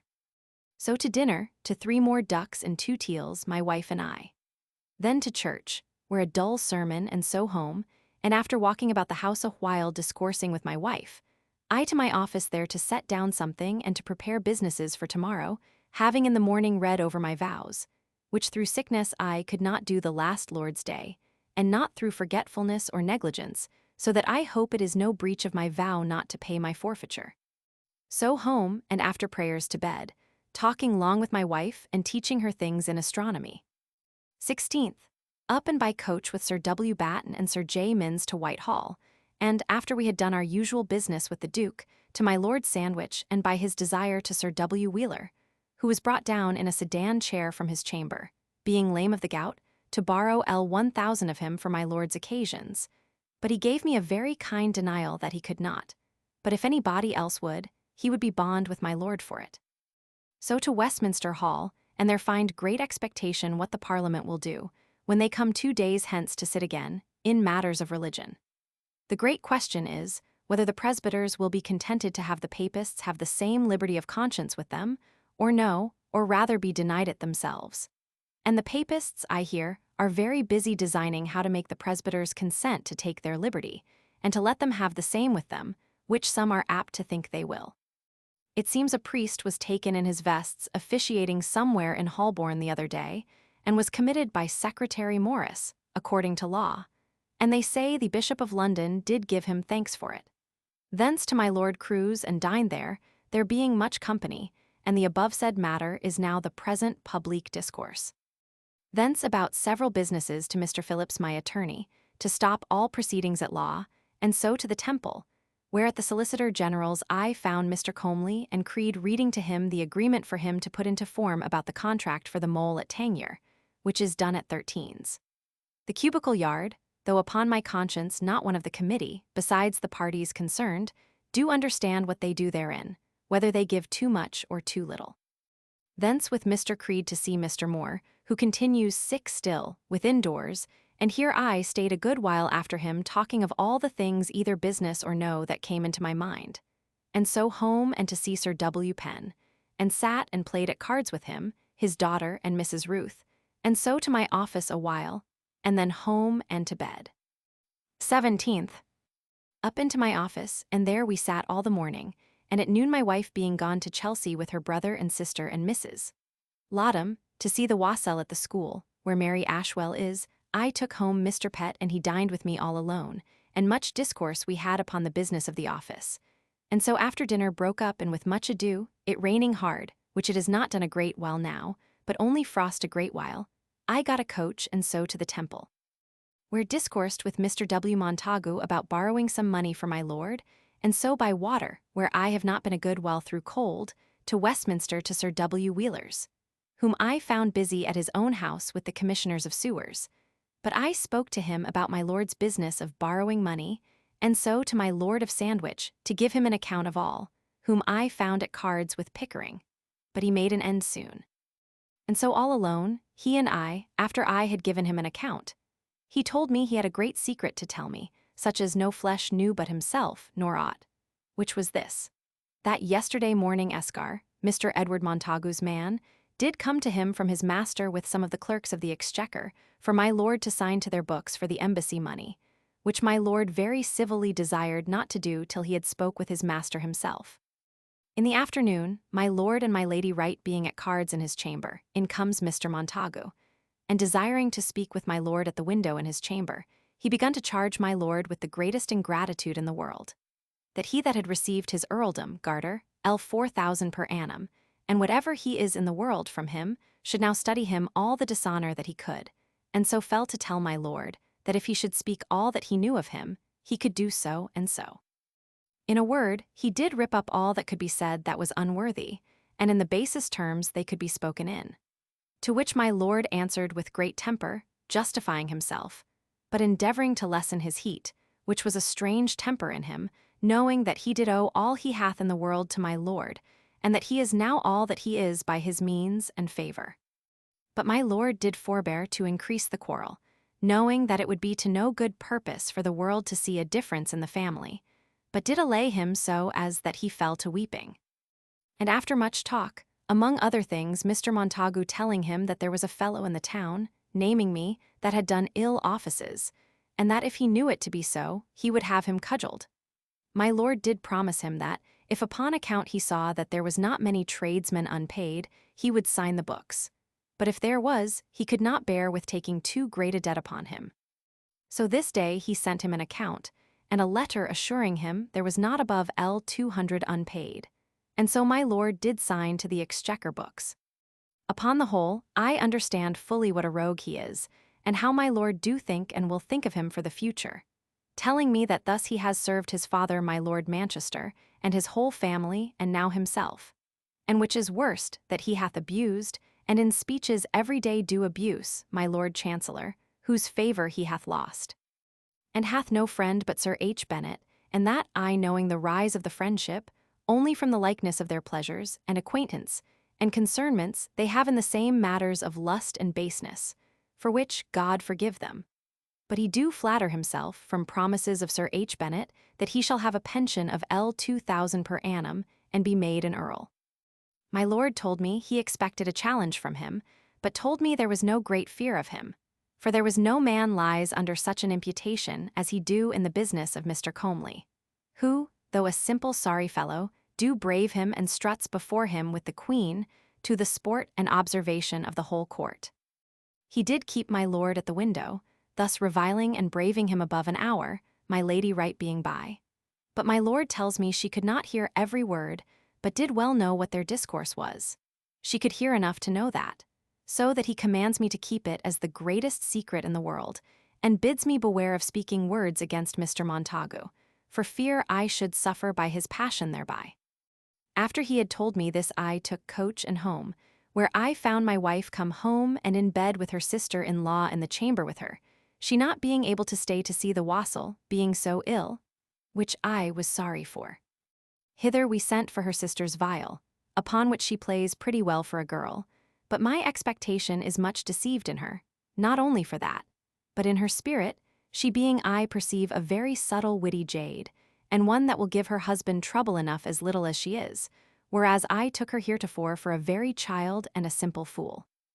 I played also, which I have not done this long time before upon any instrument, and at last broke up and I to my office a little while, being fearful of being too much taken with musique, for fear of returning to my old dotage thereon, and so neglect my business as I used to do. Then home and to bed.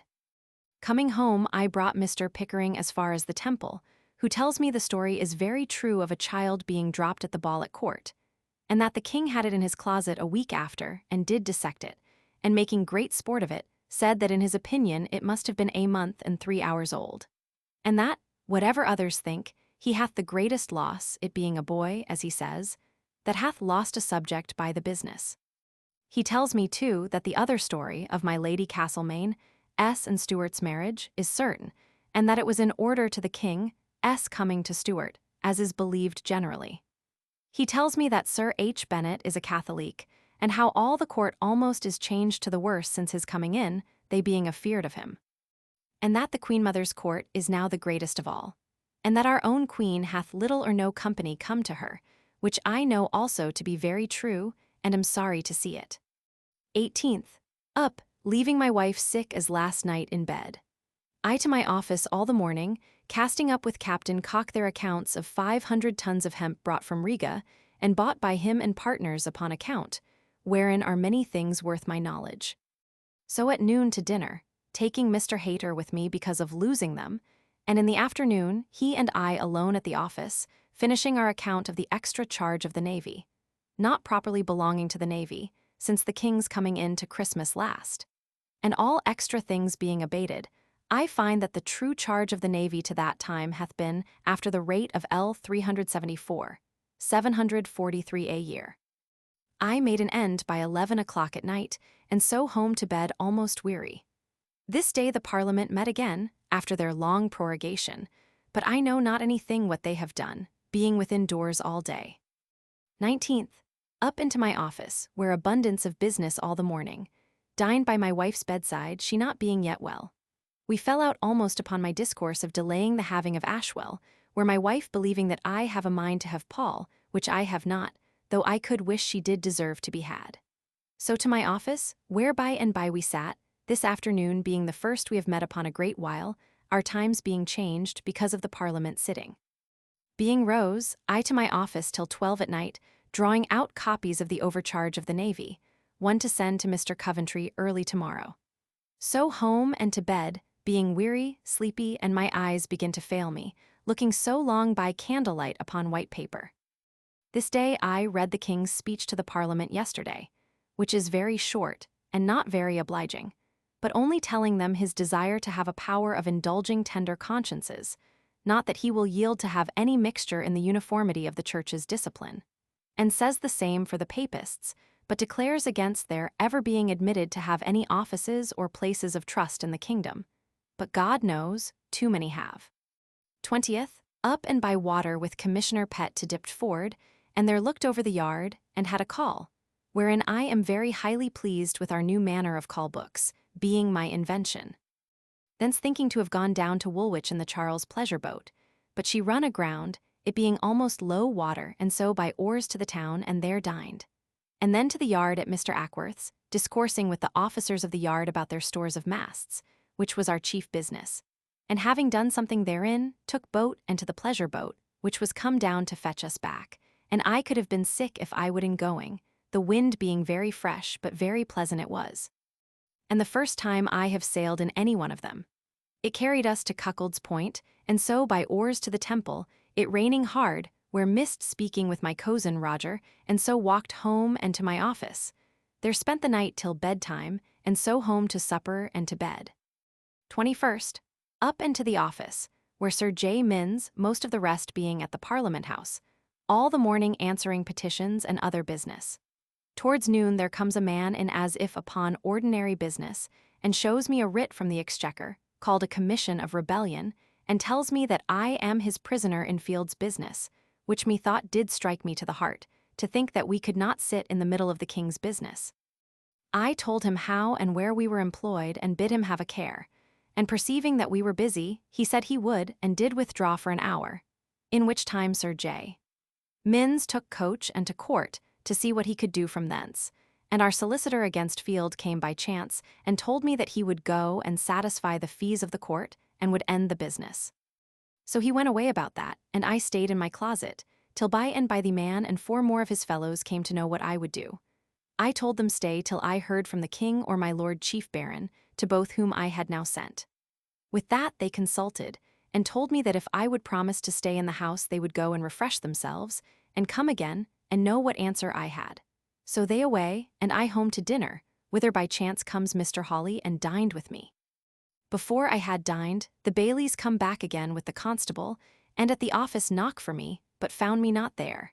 And I, hearing in what manner they were come, did forbear letting them know where I was. So they stood knocking and inquiring for me. By and by at my parlor window comes Sir W. Batten's Mungo, to tell me that his master and lady would have me come to their house through Sir J. Minns's lodgings, which I could not do. But however, by ladders, did get over the pale between our yards, and so to their house, where I found them, as they have reason, to be much concerned for me, my lady especially. The fellows stayed in the yard swearing with 1 or 2 constables, and some time we locked them into the yard, and by let them out again, and so kept them all the afternoon, not letting them see me, or know where I was. One time I went up to the top of Sir W. Batten's house, and out of one of their windows spoke to my wife out of one of ours, which methought, though I did it in mirth, yet I was sad to think what a sad thing it would be for me to be really in that condition. By and by comes Sir J. Minns, who like himself and all that he do, tells us that he can do no good, but that my Lord Chancellor wonders that we did not cause the seamen to fall about their ears, which we wished we could have done without our being seen in it. And Captain Grove being there, he did give them some affront, and would have got some seamen to have drubbed them, but he had not time, nor did we think it fit to have done it, they having executed their commission. But there was occasion given that he did draw upon one of them, and he did complain that Grove had pricked him in the breast, but no hurt done. But I see that Grove would have done our business to them if we had bid him. By and by comes Mr. Clerk, our solicitor, who brings us a release from our adverse attorney, we paying the fees of the commission, which comes to 5 marks, and pay the charges of these fellows, which are called the commissioners, but are the most rake-shamed rogues that ever I saw in my life. So he showed them this release, and they seemed satisfied, and went away with him to their attorney to be paid by him. But before they went, Sir W. Batten and my lady did begin to taunt them, but the rogues answered them as high as themselves, and swore they would come again, and called me rogue and rebel, and they would bring the sheriff and untile his house, before he should harbor a rebel in his house, and that they would be here again shortly.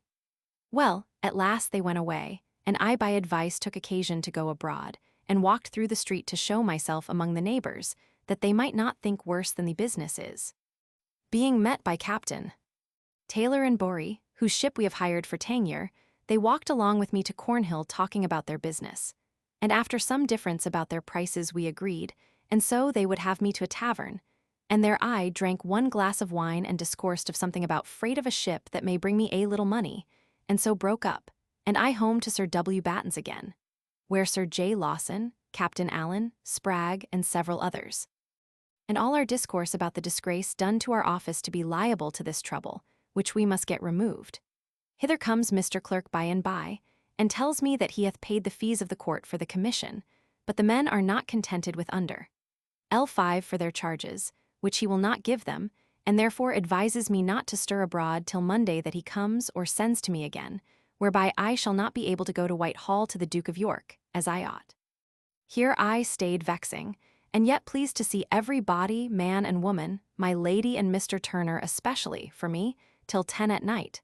And so home, where my people are mightily surprised to see this business, but it troubles me not very much, it being nothing touching my particular person or estate. Being in talk today with Sir W. Batten, he tells me that little is done yet in the Parliament House, but only this day it was moved and ordered that all the members of the House do subscribe to the renouncing of the covenant, which is thought will try some of them. There is also a bill brought in for the wearing of nothing but cloth or stuffs of our own manufacture, and is likely to be passed. Among other talk this evening, my lady did speak concerning Commissioner Petts, calling the present king bastard, and other high words heretofore. And Sir W. Batten did tell us that he did give the Duke or Mr. Coventry an account of that and other like matters in writing under oath, of which I was ashamed, and for which I was sorry, but I see there is an absolute hatred never to be altered there, and Sir J. Minns, the old coxcomb, has got it by the end, which troubles me for the sake of the king's service, though I do truly hate the expressions laid to him. To my office and set down this day's journal, and so home with my mind out of order, though not very sad with it, but ashamed for myself something, and for the honor of the office much more. So home and to bed. 22d Lord's Day.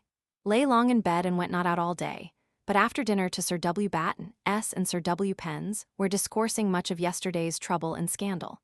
But that which troubled me most was Sir J. Minns coming from court at night, and instead of bringing great comfort from thence, but I expected no better from him, he tells me that the Duke and Mr. Coventry make no great matter of it. So at night discontented to prayers, and to bed. 23d. Up by times, and not daring to go by land, did Griffin, going along with me for fear, slip to Whitehall by water, where to Mr. Coventry, and, as we used to do, to the Duke, the other of my fellows being come. But we said nothing of our business, the Duke being sent for to the king, that he could not stay to speak with us. This morning came my Lord Windsor to kiss the Duke's hand, being returned from Jamaica. He tells the Duke that from such a degree of latitude going thither he begun to be sick, and was never well till his coming so far back again, and then presently begun to be well. He told the Duke of their taking the fort of St. Jago, upon Cuba, by his men, but upon the whole I believe that he did matters like a young lord, and was weary of being upon service out of his own country, where he might have pleasure. For methought it was a shame to see him this very afternoon, being the first day of his coming to town, to be at a playhouse. Thence to my Lord Sandwich, who though he has been abroad again 2 or 3 days is falling ill again, and has let blood this morning, though I hope it is only a great cold that he has got. It was a great trouble to me, and I had great apprehensions of it, that my lord desired me to go to Westminster Hall, to the Parliament House door, about business, and to Sir W.M. Wheeler, which I told him I would do, but durst not go for fear of being taken by these rogues, but was forced to go to Whitehall and take boat, and so land below the tower at the Iron Gate, and so the back way over Little Tower Hill. And with my cloak over my face, took one of the watermen along with me, and stayed behind a wall in the new buildings behind our garden, while he went to see whether any body stood within the merchants' gate, under which we passed to go into our garden, and there standing but a little dirty boy before the gate, did make me quake and sweat to think he might be a trepan. But there was nobody, and so I got safe into the garden, and coming to open my office door, something behind it fell in the opening, which made me start. So that God knows in what a sad condition I should be in if I were truly in the condition that many a poor man is for debt, and therefore ought to bless God that I have no such real reason, and to endeavor to keep myself, by my good deportment and good husbandry, out of any such condition. At home I found Mr. Creed with my wife, and so he dined with us, I finding by a note that Mr. Clerk in my absence hath left here, that I am free, and that he hath stopped all matters in court. I was very glad of it, and immediately had a light thought of taking pleasure to rejoice my heart, and so resolved to take my wife to a play at court tonight, and the rather because it is my birthday, being this day 30 years old, for which let me praise God. While my wife dressed herself, Creed and I walked out to see what play was acted today, and we find it The Slighted Maid. But Lord, to see that though I did know myself to be out of danger, yet I durst not go through the street, but round by the garden into Tower Street. By and by took coach, and to the Duke's house, where we saw it well acted, though the play hath little good in it, being most pleased to see the little girl dance in boy's apparel, she having very fine legs, only bends in the hams, as I perceive all women do. The play being done, we took coach and to court, and there got good places, and saw the Wilde Gallant, performed by the King's house, but it was ill acted, and the play so poor a thing as I never saw in my life almost, and so little answering the name, that from beginning to end, I could not, nor can at this time, tell certainly which was the Wilde Gallant. The King did not seem pleased at all the whole play, nor any body else, though Mr. Clerk whom we met here did commend it to us. My Lady Castlemaine was all worth seeing tonight, and little steward, Mrs. Wells do appear at court again, and looks well, so that, it may be, the late report of laying the dropped child to her was not true. It being done, we got a coach and got well home about 12 at night. Now as my mind was but very ill satisfied with these two plays themselves, so was I in the midst of them, sad to think of the spending so much money and venturing upon the breach of my vow, which I found myself sorry for, I bless God, though my nature would well be contented to follow the pleasure still. But I did make payment of my forfeiture presently, though I hope to save it back again by forbearing 2 plays at court for this one at the theatre, or else to forbear that to the theatre which I am to have at Easter. But it being my birthday and my day of liberty regained to me, and lastly, the last play that is likely to be acted at court before Easter, because of the Lent coming in, I was the easier content to fling away so much money. So to bed. This day I was told that my Lady Castlemaine hath all the King's Christmas presents, made him by the peers, given to her, which is a most abominable thing, and that, at the great ball, she was much richer in jewels than the Queen and Duchess put both together. 24th. Slept hard till 8 o'clock, then waked by Mr. Clerk's being come to consult me about Field's business, which we did by calling him up to my bedside, and he says we shall trounce him. Then up and to the office, and at 11 o'clock by water to Westminster, and to Sir W. Wheeler s about my lord's borrowing of money that I was lately upon with him, and then to my lord, who continues ill, but will do well I doubt not. Among other things, he tells me that he hears the Commons will not agree to the King's late declaration, nor will yield that the Papists have any ground given them to raise themselves up again in England, which I perceive by my lord was expected at court. Thence home again by water presently, and with a bad dinner being not looked for to the office, and there we sat, and then Captain Cock and I upon his hemp accounts till 9 at night, and then, I not very well, home to supper and to bed. My late distemper of heat and itching being come upon me again, so that I must think of sweating again, as I did before. 25th. Up into my office, where with Captain Cock making an end of his last night's accounts till noon, and so home to dinner, my wife being come in from laying out about L4 in provision of several things against Lent. In the afternoon to the Temple, my brother, the wardrobe to Mr. Moore and other places, called at about small businesses, and so at night home to my office, and then to supper and to bed. The Commons in Parliament, I hear, are very high to stand to the Act of Uniformity, and will not indulge the Papists, which is endeavoured by the court party, nor the presbyters. 26th. Up and drinking a draught of wormwood wine with Sir W. Batten at the Steelyard, he and I by water to the Parliament House. He went in, and I walked up and down the hall. All the news is the great odds yesterday in the votes between them that are for the indulgence to the Papists and presbyters, and those that are against it, which did carry it by 200 against 30. And pretty it is to consider how the King would appear to be a stiff Protestant and son of the Church, and yet would appear willing to give a liberty to these people, because of his promise at Breda. and yet all the world do believe that the king would not have this liberty given them at all. Thence to my Lord S., who, I hear, has his ague again, for which I am sorry, and Creed and I to the king's head ordinary, where much good company. Among the rest, a young gallant lately come from France, who was full of his French, but methought not very good, but he had enough to make him think himself a wise man a great while. Thence by water from the New Exchange home to the Tower, and so sat at the office, and then writing letters till 11 at night. Troubled this evening that my wife is not come home from Chelsea, whither she is gone to see the play at the school where Ashwell is, but she came at last, it seems, by water, and tells me she is much pleased with Ashwell's acting and carriage, which I am glad of. So home and to supper and bed. 27th, up into my office, whither several persons came to me about office business. About 11 o'clock, Commissioner Pett and I walked to Chirurgeon's Hall, we being all invited thither and promised to dine there, where we were led into the theatre. And by comes the reader, Dr. Tierne, with the master and company in a very handsome manner. And all being settled, he begun his lecture, this being the second upon the kidneys, ureters, and sea, which was very fine. And his discourse being ended, we walked into the hall, and there being great store of company, we had a fine dinner and good learned company, many doctors of physique, and we used with extraordinary great respect. Among other observables, we drank the king's health out of a gilt cup given by King Henry Roman VIII.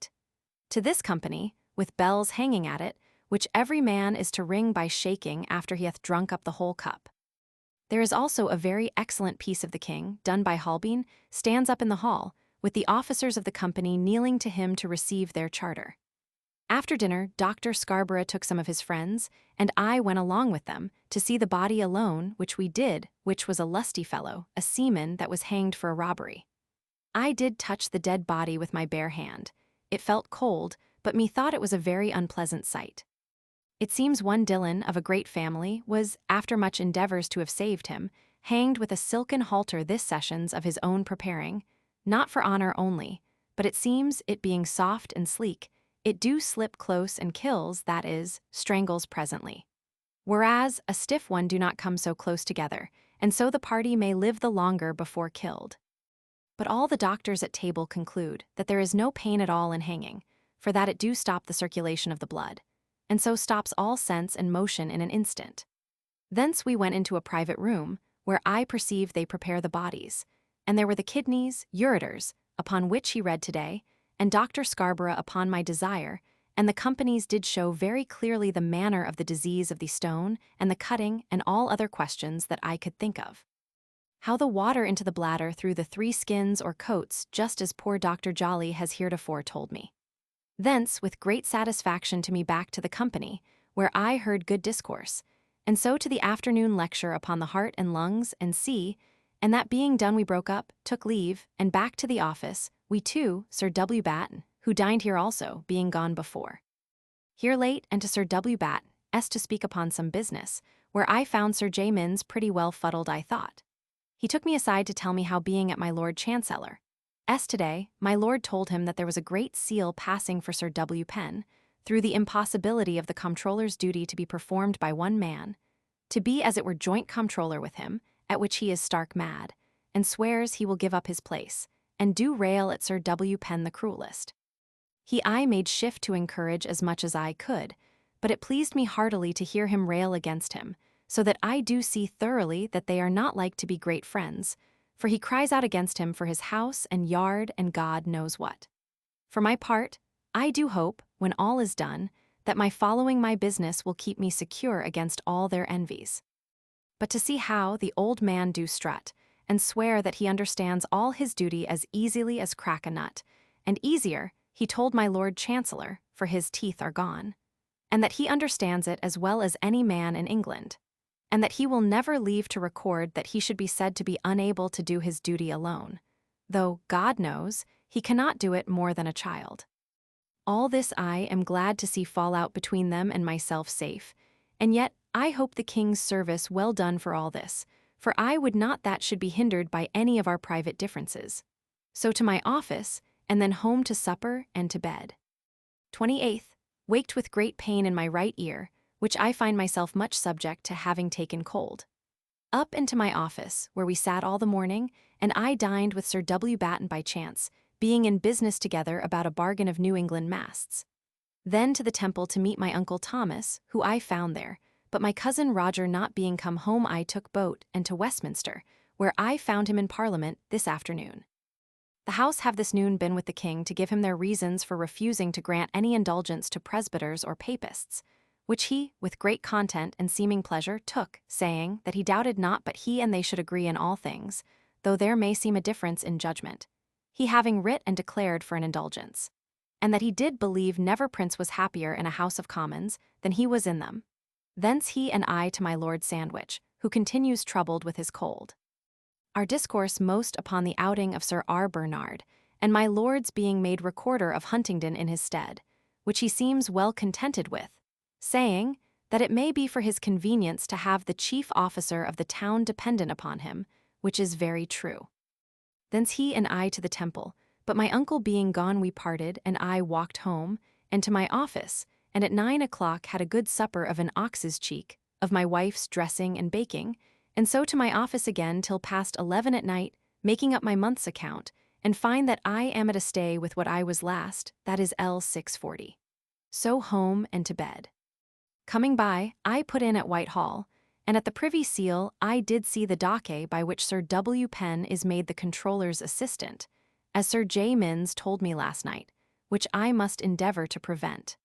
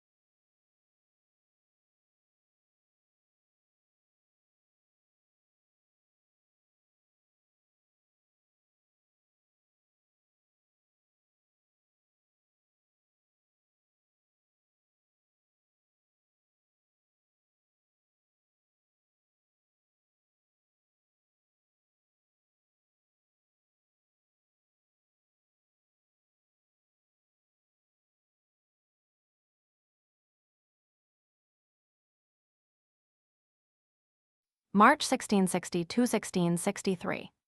March 1st, Lord's Day. Up and walked to Whitehall to the chapel, where preached one Dr. Lewes, said heretofore to have been a great wit, but he read his sermon every word, and that so brokenly and so low that nobody could hear at any distance, nor I anything worth hearing that sat near. But which was strange, he forgot to make any prayer before sermon, which all wonder at, but they impute it to his forgetfulness. After sermon, a very fine anthem, so I up into the house among the courtiers, seeing the fine ladies, and above all my Lady Castlemaine, who is above all, that only she I can observe for true beauty. The king and queen being set to dinner I went to Mr. Fox, S., and there dined with him.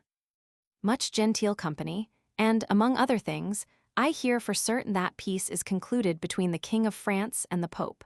And also I heard the reasons given by our Parliament yesterday to the King why they dissent from him in matter of indulgence, which are very good quite through, and which I was glad to hear. Thence to my Lord Sandwich, who continues with a great cold, locked up, and being alone, we fell into discourse of my uncle the captain's death and estate, and I took the opportunity of telling my lord how matters stand, and read his will, and told him all, what a poor estate he hath left, at all which he wonders strangely, which he may well do.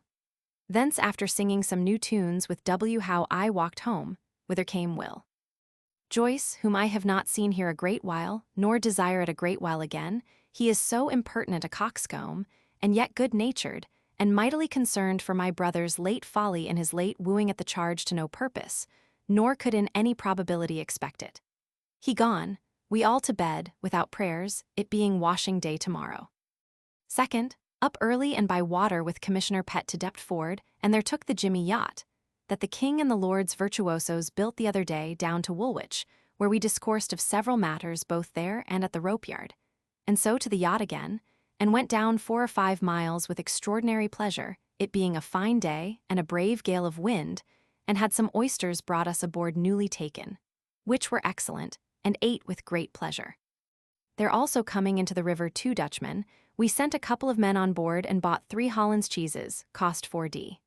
a piece, excellent cheeses, whereof I had 2 and Commissioner Pett 1.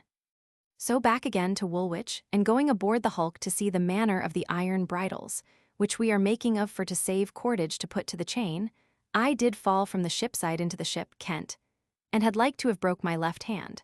But I only sprained some of my fingers, which, when I came ashore, I sent to Mrs. Ackworth for some balsam, and put to my hand, and was pretty well within a little while after.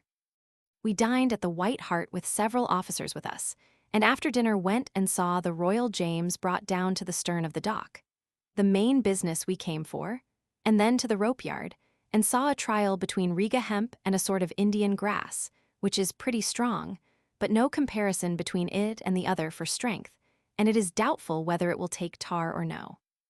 So to the yacht again, and carried us almost to London, so by our oars home to the office, and thence Mr. Pett and I to Mr. Grant's coffee house, whither he and Sir J. Cutler came to us and had much discourse, mixed discourse, and so broke up, and so home, where I found my poor wife all alone at work, and the house foul, it being washing day, which troubled me, because that tomorrow I must be forced to have friends at dinner. So to my office, and then home to supper and to bed. 3rd Shrove Tuesday. Up and walked to the Temple, and by promise calling Commissioner Pett, he and I to Whitehall to give Mr. Coventry an account of what we did yesterday. Thence I to the Privy Seal office, and there got a copy of Sir W. Penn's grant to be assistant to Sir J. Minns, Controller, which, though there be not much in it, yet I intend to stir up Sir J. Minns to oppose, only to vex Sir W. Penn. Thence by water home, and at noon, by promise, Mrs. Turner and her daughter and Mrs. Morris came along with Roger Pepys to dinner. We were as merry as I could be, having but a bad dinner for them, but so much the better, because of the dinner which I must have at the end of this month. And here Mrs. the showed me my name upon her breast as her valentine, which will cost me 20s. After dinner, I took them down into the wine cellar, and broached my tierce of claret for them. Towards the evening we parted, and I to the office a while, and then home to supper and to bed, the sooner having taken some cold yesterday upon the water, which brings me my usual pain. This afternoon Roger Pepys tells me that for certain the king is for all this very highly incensed at the Parliament's late opposing the indulgence, which I am sorry for, and fear it will breed great discontent. 4th, lay long talking with my wife about ordering things in our family, and then rose and to my office, there collecting an alphabet for my navy manuscript, which, after a short dinner, I returned to and by night perfected to my great content. So to other business till 9 at night, and so home to supper and to bed. 5th, rose this morning early, only to try with intention to begin my last summer's course in rising betimes. So to my office a little, and then to Westminster by coach with Sir J. Minns and Sir W. Batten, in our way talking of Sir W. Penn's business of his patent, which I think I have put a stop to wholly, for Sir J. Minns swears he will never consent to it. Here to the lobby, and spoke with my cousin Roger, who is going to Cambridge tomorrow. In the hall I do hear that the Catholics are in great hopes for all this, and do set hard upon the king to get indulgence. Matters, I hear, are all not in Ireland, and that the Parliament has voted, and the people, that is, the Papists, do cry out against the commissioners sent by the king, so that they say the English interest will be lost there. Thence I went to see my Lord Sandwich, who I found very ill, and by his cold being several nights hindered from sleep, he is hardly able to open his eyes, and is very weak and sad upon it, which troubled me much. So after talking with Mr. Cook, whom I found there, about his folly for looking and troubling me and other friends in getting him a place, that is, storekeeper of the navy at Tangier, before there is any such thing, I returned to the hall, and thence back with the 2 nights home again by coach, where I found Mr. Moore got abroad, and dined with me, which I was glad to see, he having not been able to go abroad a great while. Then came in Mr. Hawley and dined with us, and after dinner I left them, and to the office where we sat late, and I do find that I shall meet with nothing to oppose my growing great in the office but Sir W. Penn, who is now well again, and comes into the office very brisk. And I think, to get up his time, that he has been out of the way by being mighty diligent at the office, which, I pray God, he may be, but I hope by mine to weary him out. For I am resolved to fall to business as hard as I can drive, God giving me health. At my office late, and so home to supper and to bed. 6th, up betimes, and about 8 o'clock by coach with 4 horses, with Sir J. Minns and Sir W. Batten, to Woolwich, a pleasant day. There at the yard we consulted and ordered several matters, and thence to the rope yard and did the like, and so into Mr. Falconer's, where we had some fish which we brought with us, dressed, and there dined with us his new wife, which had been his maid, but seems to be a genteel woman, well enough bred and discreet. Thence after dinner back to Deptford, where we did as before, and so home, good discourse in our way, Sir J. Minns being good company, though a simple man enough as to the business of his office, but we did discourse at large again about Sir W. Penn's patent to be his assistant, and I perceive he is resolved never to let it pass. To my office, and thence to Sir W. Batten, where Major Holmes was lately come from the Straits, but do tell me strange stories of the faults of Cooper his master, put in by me, which I do not believe, but am sorry to hear and must take some course to have him removed, though I believe that the captain is proud, and the fellow is not supple enough to him. So to my office again to set down my journal, and so home and to bed. This evening my boy Wainman's brother was with me, and I did tell him again that I must part with the boy, for I will not keep him. He desires my keeping him a little longer till he can provide for him, which I am willing for a while to do. This day it seems the House of Commons have been very high against the Papists, being incensed by the stir which they make for their having an indulgence, which, without doubt, is a great folly in them to be so hot upon at this time, when they see how averse already the House have showed themselves from it. This evening Mr. Povey was with me at my office, and tells me that my Lord Sandwich is this day so ill that he is much afeard of him, which puts me to great pain, not more for my own sake than for his poor family's. 7th, up betimes and to the office, where some of us sat all the morning. At noon Sir W. Penn began to talk with me like a counterfeit rogue very kindly about his house and getting bills signed for all our works, but he is a cheating fellow, and so I let him talk and answered nothing. So we parted, I to dinner, and there met the Turner, who is come on foot in a frolic to beg me to get a place at sea for John, their man, which is a rogue. But however it may be, the sea may do him good in reclaiming him, and therefore I will see what I can do. She dined with me, and after dinner I took coach and carried her home, in our way in Cheapside, lighting and giving her a dozen pair of white gloves as my valentine. Thence to my Lord Sandwich, who is gone to Sir W. Wheeler's for his more quiet being, where he slept well last night, and I took him very merry, playing at cards and much company with him. So I left him, and Creed and I to Westminster Hall, and there walked a good while. He told me how for some words of my Lady Gerard's. Jane, wife of Lord Gerard, see ante, January 1st, 1660–63. The king had previously put a slight upon Lady Gerard, probably at the instigation of Lady Castlemaine, as the two ladies were not friends. On the 4th of January of this same year, Lady Gerard had given a supper to the king and queen, when the king withdrew from the party and proceeded to the house of Lady Castlemaine, and remained there throughout the evening. See Steinman's Memoir of Barbara, Duchess of Cleveland, 1871, p. 47. Against my Lady Castlemaine to the Queen, the king did the other day affront her in going out to dance with her at a ball, when she desired it as the ladies do, and is since forbid attending the Queen by the king, which is much talked of, my lord her husband being a great favourite. Thence by water home and to my office, wrote by the post, and so home to bed. 8th Lord's Day.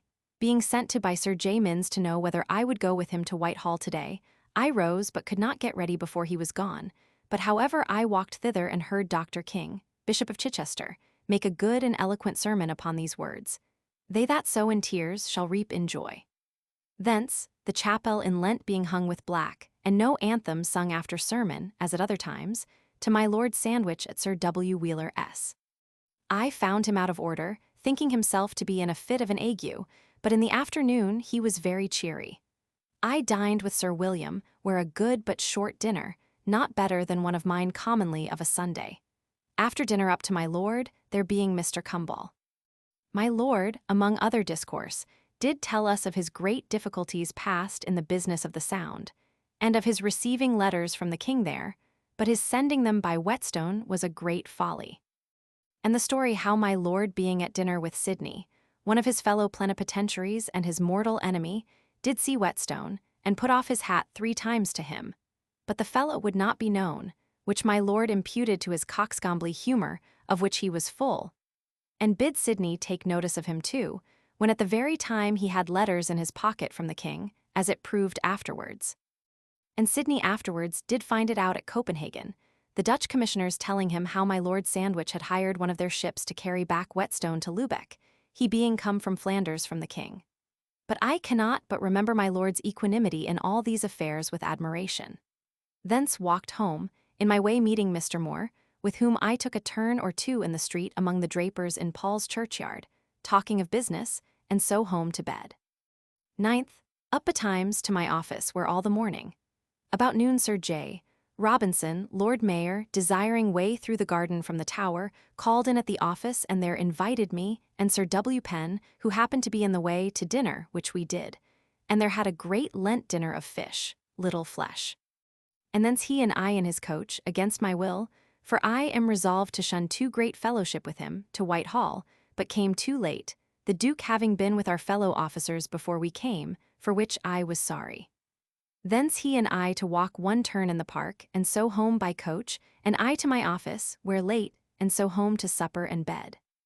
There dined with us today Mr. Slingsby, of the Mint, who showed us all the new pieces, both gold and silver examples of them all, that are made for the king by Blondau's way, and compared them with those made for Oliver. The pictures of the latter made by Symonds, and of the king by one Rotter, a German, I think, that dined with us also. He extols those of Rotter's above the others, and indeed I think they are the better because the sweeter of the two, but upon my word those of the Protector are more like in my mind than the King's, but both very well worth seeing.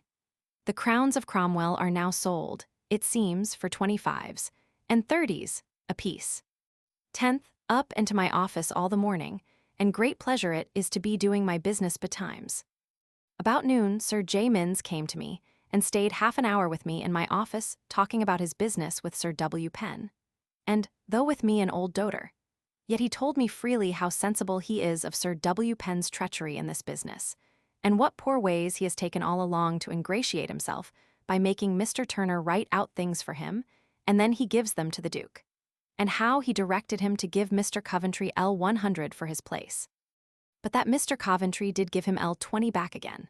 All this I am pleased to hear that his knavery is found out. Dined upon a poor Lenten dinner at home, my wife being vexed at a fray this morning with my Lady Batten about my boy, going thither to turn the watercock with their maid's leave, but my lady was mighty high upon it, and she would teach his mistress better manners, which my wife answered aloud that she might hear, that she could learn little manners of her. After dinner to my office, and there we sat all the afternoon till 8 at night, and so wrote my letters by the post and so before 9 home, which is rare with me of late, I staying longer, but with multitude of business my head aches, and so I can stay no longer, but home to supper and to bed. 11th, up betimes, and to my office, walked a little in the garden with Sir W. Batten, talking about the difference between his lady and my wife yesterday, and I doubt my wife is to blame. About noon had news by Mr. Wood that Butler, our chief witness against Field, was sent by him to New England contrary to our desire, which made me mad almost. And so Sir J. Minns, Sir W. Penn, and I dined together at Trinity House, and thither sent for him to us and told him our minds, which he seemed not to value much, but went away. I wrote and sent an express to Walthamstow to Sir W. Penn, who is gone thither this morning, to tell him of it. However, in the afternoon Wood sends us word that he has appointed another to go, who shall overtake the ship in the Downs.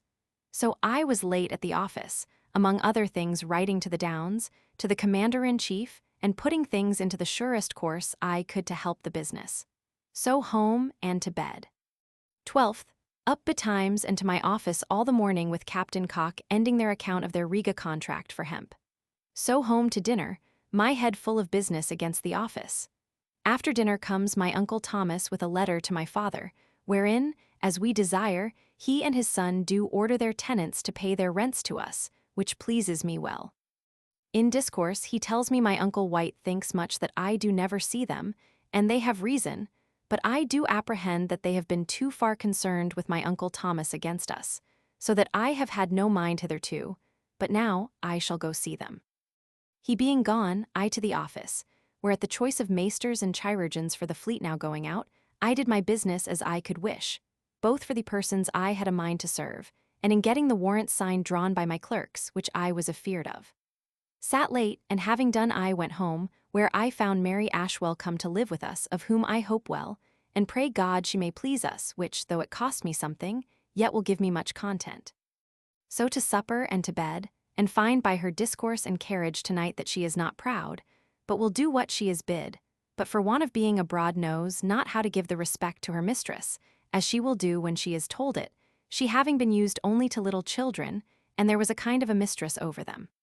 Troubled all night with my cold, I being quite hoarse with it that I could not speak to be heard at all almost. 13th. Up pretty early and to my office all the morning busy. At noon home to dinner expecting Ashwell's father, who was here in the morning and promised to come, but he did not. But there came in Captain Grove, and I found him to be a very stout man, at least in his discourse he would be thought so, and I do think that he is, and one that bears me great respect and deserves to be encouraged for his care in all business. Abroad by water with my wife and Ashwell, and left them at Mr. Pierce S., and I to Whitehall and St. James's Park, there being no commission for Tangier sitting today as I looked for, where I walked an hour or two with great pleasure, it being a most pleasant day. So to Mrs. Hunt S. and there found my wife, and so took them up by coach and carried them to Hyde Park, where store of coaches and good faces. Here till night, and so home and to my office to write by the post, and so to supper and to bed. 14th. Up betimes and to my office, where we sat all the morning, and a great rant I did give to Mr. Davis, of Deptford, and others about their usage of Mitchell, in his Boopers is the old name for bunting, which he serves in for flags, which did trouble me, but yet it was in defense of what was truth. So home to dinner, where Creed dined with me, and walked a good while in the garden with me after dinner, talking, among other things, of the poor service which Sir J. Lawson did really do in the Straits, for which all this great fame and honor done him is risen. So to my office, where all the afternoon giving maesters their warrants for this voyage, for which I hope hereafter to get something at their coming home. In the evening, my wife and I and Ashwell walked in the garden, and I find she is a pretty ingenious. For ingenious, the distinction of the two words ingenious and ingenuous, by which the former indicates mental, and the second moral qualities, was not made in Pepys's day. Girl at all sorts of fine work, which pleases me very well, and I hope will be very good entertainment for my wife without much cost. So to write by the post, and so home to supper and to bed. 15th, Lord's Day. Up and with my wife and her woman Ashwell the first time to church, where our pew was so full with Sir J. Minns's sister and her daughter, that I perceive, when we come all together, some of us must be shut out, but I suppose we shall come to some order what to do therein. Dined at home, and to church again in the afternoon, and so home, and I to my office till the evening doing one thing or other and reading my vows as I am bound every Lord's Day, and so home to supper and talk, and Ashwell is such good company that I think we shall be very lucky in her. So to prayers and to bed. This day the weather, which of late has been very hot and fair, turns very wet and cold, and all the church time this afternoon it thundered mightily, which I have not heard a great while. 16th. Up very betimes and to my office, where, with several masters of the king's ships, Sir J. Minns and I advising upon the business of slops, wherein the seaman is so much abused by the pursers, and that being done, then I home to dinner, and so carried my wife to her mother. Set her down, and Ashwell to my lord's lodging, there left her, and I to the Duke, where we met of course, and talked of our navy matters. Then to the commission of Tangier, and there, among other things, had my Lord Peterborough's commission read over. And Mr. Secretary Bennet did make his queries upon it, in order to the drawing one for my Lord Rutherford more regularly, that being a very extravagant thing. Here long discoursing upon my Lord Rutherford's dispatch, and so broke up, and so going out of the court I met with Mr. Coventry. And so he and I walked half an hour in the long stone gallery, where we discoursed of many things. Among others, how the treasurer doth intend to come to pay in course, which is the thing of the world that will do the king the greatest service in the navy, and which joys my heart to hear of. He tells me of the business of Sir J. Minns and Sir W. Penn, which I knew before, but took no notice or little that I did know it. But he told me it was chiefly to make Mr. Pett's being joined with Sir W. Batten to go down the better, and do tell me how he well sees that neither one nor the other can do their duties without help. But however will let it fall at present without doing more in it to see whether they will do their duties themselves, which he will see, and saith they do not. We discoursed of many other things to my great content, and so parted, and I to my wife at my lord's lodgings, where I heard Ashwell play first upon the harpsicon, and I find she do play pretty well, which pleaseth me very well. Thence home by coach, buying at the Temple the printed virginal book for her, and so home and to my office a while, and so home and to supper and to bed. 17th. Up betimes and to my office a while, and then home and to Sir W. Batten, with whom by coach to St. Margaret's Hill in Southwark, where the Judge of the Admiralty came, and the rest of the doctors of the civil law and some other commissioners, whose commission of Oyer and Terminer was read, and then the charge given by Dr. Exton, which methought was somewhat dull, though he would seem to intend it to be very rhetorical, saying that justice had two wings, one of which spread itself over the land, and the other over the water, which was this Admiralty Court. That being done, and the jury called, they broke up, and to dinner to a tavern hard by, where a great dinner, and I with them. But I perceive that this court is yet but in its infancy, as to its rising again, and their design and consultation was, I could overhear them, how to proceed with the most solemnity, and spend time, there being only two businesses to do, which of themselves could not spend much time. In the afternoon to the court again, where first Abraham, the boatswain of the king's pleasure boat, was tried for drowning a man, and next Turpin, accused by our wicked Roguefield for stealing the king's timber. But after full examination, they were both acquitted, and as I was glad of the first, for the saving the man's life, so I did take the other as a very good fortune to us. For if Turpin had been found guilty, it would have sounded very ill in the ears of all the world, in the business between Field and us. So home with my mind at very great ease, over the water to the Tower, and thence, there being nobody at the office, we being absent, and so no office could be kept. Sir W. Batten and I to my Lord Mayor's, where we found my lord with Colonel Strangways and Sir Richard Floyd, Parliament men in the cellar drinking, where we sat with them and then up, and by comes in Sir Richard Ford. In our drinking, which was always going, we had many discourses, but from all of them I do find Sir R. Ford a very able man of his brains and tongue, and a scholar. But my Lord Mayor I find to be a talking, bragging bufflehead, a fellow that would be thought to have led all the city in the great business of bringing in the king, and that nobody understood his plots, and the dark lanthorn he walked by, but led them and ploughed with them as oxen and asses, his own words, to do what he had a mind, when in every discourse I observe him to be as very a coxcomb as I could have thought had been in the city. But he is resolved to do great matters in pulling down the shops quite through the city, as he hath done in many places, and will make a thorough passage quite through the city, through Canning Street, which indeed will be very fine. And then his precept, which he, in vainglory, said he had drawn up himself, and hath printed it, against coachmen and cabmen affronting of the gentry in the street. It is drawn so like a fool, and some faults were openly found in it, that I believe he will have so much wit as not to proceed upon it, though it be printed. Here we stayed talking till 11 at night, Sir R. Ford breaking to my lord our business of our pat to be justices of the peace in the city, which he stuck at mightily. But however, Sir R. Ford knows him to be a fool, and so in his discourse he made him appear, and cajoled him into a consent to it. But so as I believe when he comes to his right mind tomorrow, he will be of another opinion. And though Sir R. Ford moved it very weightily and neatly, yet I had rather it had been spared now. But to see how he do rant, and pretend to sway all the city in the court of aldermen, and says plainly that they cannot do, nor will he suffer them to do, anything but what he pleases. Nor is there any officer of the city but of his putting in, nor any man that could have kept the city for the king thus well and long but him. And if the country can be preserved, he will undertake that the city shall not dare to stir again. When I am confident there is no man almost in the city cares a turd for him, nor hath he brains to outwit any ordinary tradesman. So home and wrote a letter to Commissioner Pett to Chatham, by all means, to compose the business between Major Holmes and Cooper his master, and so to bed. 18th.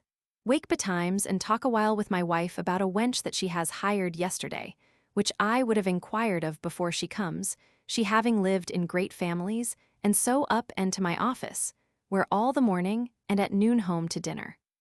After dinner by water to Redriff, my wife and Ashwell with me, and so walked and left them at Halfway House. I to Dipt Ford, where up and down the storehouses, and on board 2 or 3 ships now getting ready to go to sea, and so back, and find my wife walking in the way.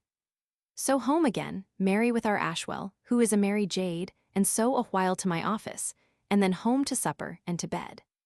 This day my triangle, which was put in tune yesterday, did please me very well, Ashwell playing upon it pretty well. 19th. Up betimes and to Woolwich all alone by water, where took the officers most to bed. I walked and inquired how all matters and businesses go, and by to the clerk of the check's house, and there eat some of his good Jamaica brawn, and so walked to Greenwich. Part of the way Dean walking with me, talking of the pride and corruption of most of his fellow officers of the yard, and which I believe to be true. So to Dipt Ford, where I did the same to great content, and see the people begin to value me as they do the rest. At noon Mr. Waith took me to his house, where I dined and saw his wife, a pretty woman, and had a good fish dinner, and after dinner he and I walked to Redriff talking of several errors in the navy, by which I learned a great deal and was glad of his company. So by water home, and by to the office, where we sat till almost 9 at night.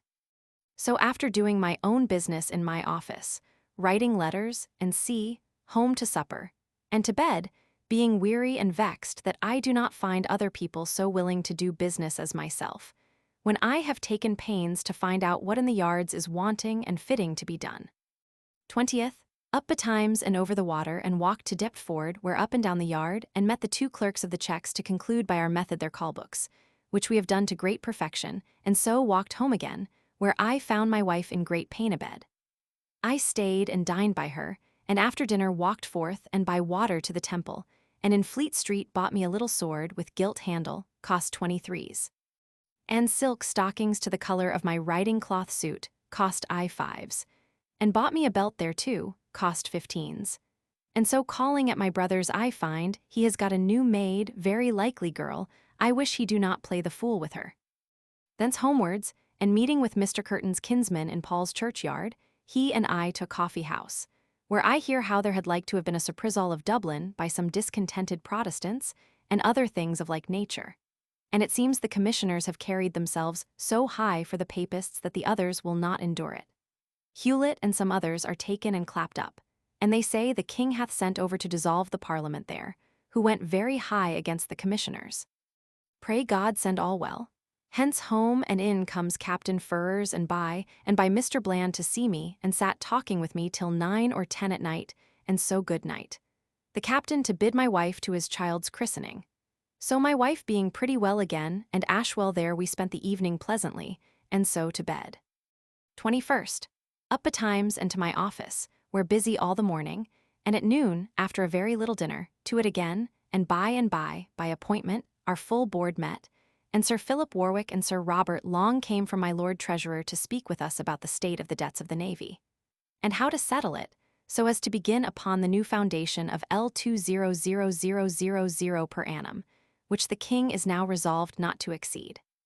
This discourse done, and things put in a way of doing, they went away, and Captain Holmes being called in, he began his high complaint against his master Cooper, and would have him forthwith discharged, which I opposed, not in his defense, but for the justice of proceeding not to condemn a man unheard. Upon we fell from one word to another that we came to very high terms, such as troubled me, though all and the worst that I ever said was that was insolently or ill-manneredly spoken. When he told me that it was here that I said it. But all the officers, Sir G. Carteret, Sir J. Minns, Sir W. Batten, and Sir W. Penn cried shame of it. At last he parted, and we resolved to bring the dispute between him and his master to a trial next week, wherein I shall not at all concern myself in defense of anything that is unhandsome on the master's part, nor willingly suffer him to have any wrong. So we rose, and I to my office, troubled though sensible that all the officers are of opinion that he has carried himself very much unbecoming him. So wrote letters by the post, and home to supper and to bed. 22d. Lord's Day. Up betimes, and in my office wrote out our bill for the Parliament about our being made justices of peace in the city. So home and to church, where a dull formal fellow that prayed for the right hon. John Lord Barkelly, Lord President of Connaught, and see so home to dinner, and after dinner my wife and I and her woman by coach to Westminster. Where being come too soon for the christening we took up Mr. Creed, and went out to take some air, as far as Chelsea and further. I lighting there and letting them go on with the coach while I went to the church expecting to see the young ladies of the school, Ashwell desiring me, but I could not get in far enough.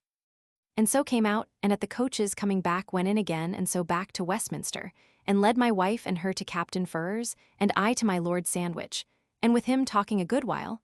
I find the court would have this indulgence go on, but the Parliament are against it.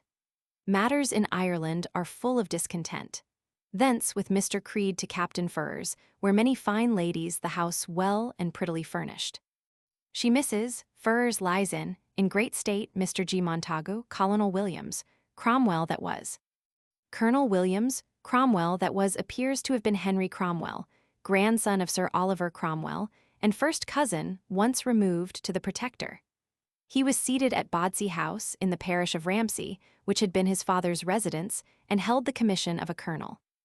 He served in several parliaments for Huntingdonshire, voting in 1660 for the restoration of the monarchy, and as he knew the name of Cromwell would not be grateful to the court, he disused it and assumed that of Williams, which had belonged to his ancestors, and he is so styled in a list of knights of the proposed order of the Royal Oak.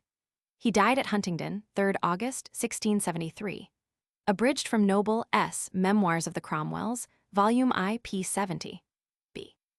And Mrs. Wright as proxy for my Lady Jemima, were witnesses. Very pretty and plentiful entertainment, could not get away till 9 at night, and so home. My coach cost me 7s, so to prayers and to bed. This day, though I was merry enough, yet I could not get yesterday's quarrel out of my mind, and a natural fear of being challenged by Holmes for the words I did give him, though nothing but what did become me as a principal officer. 23rd. Up betimes and to my office. Before noon my wife and I eat something, thinking to have gone abroad together, but in comes Mr. Hunt, who we were forced to stay to dinner, and so while that was got ready he and I abroad about 2 or 3 small businesses of mine, and so back to dinner. And after dinner he went away, and my wife and I and Ashwell by coach, set my wife down at her mother's and Ashwell at my lord's, she going to see her father and mother, and I to Whitehall, being fearful almost. So poor a spirit I have of meeting Major Holmes. By and by the Duke comes, and we with him about our usual business, and then the committee for Tangier, where, after reading my Lord Rutherford's commission and consented to, Sir R. Ford, Sir W. Ryder, and I were chosen to bring in some laws for the civil government of it, which I am little able to do, but am glad to be joined with them, for I shall learn something of them. Thence to see my Lord Sandwich, and who should I meet at the door but Major Holmes? He would have gone away, but I told him I would not spoil his visit and would have gone, but however we fell to discourse, and he did as good as desire excuse for the high words that did pass in his heat the other day, which I was willing enough to close with, and after telling him my mind we parted, and I left him to speak with my lord, and I by coach home, where I found Will. How come home today with my wife, and stayed with us all night, staying late up singing songs, and then he and I to bed together in Ashwell's bed, and she with my wife. This the first time that I ever lay in the room. This day Greatorex brought me a very pretty weather glass for heat and cold. The thermometer was invented in the 16th century, but it is disputed who the inventor was. The claims of Santorio are supported by Borelli and Malpighi, while the title of Cornelius Drebbel is considered undoubted by Boerhaave. Galileo's air thermometer, made before 1597, was the foundation of accurate thermometry. Galileo also invented the alcohol thermometer about 1611 or 1612. Spirit thermometers were made for the Accademia del Cimento and described in the memoirs of that academy. When the academy was dissolved by order of the Pope, some of these thermometers were packed away in a box and were not discovered until early in the 19th century. Robert Hooke describes the manufacture and graduation of thermometers in his Micrographia, 1665. 24th. Lay pretty long, that is, till past 6 o'clock, and them up in W. How and I very merry together, till having eat our breakfast he went away, and I to my office. By and by Sir J. Minns and I to the victualling office by appointment to meet several persons upon stating the demands of some people of money from the king.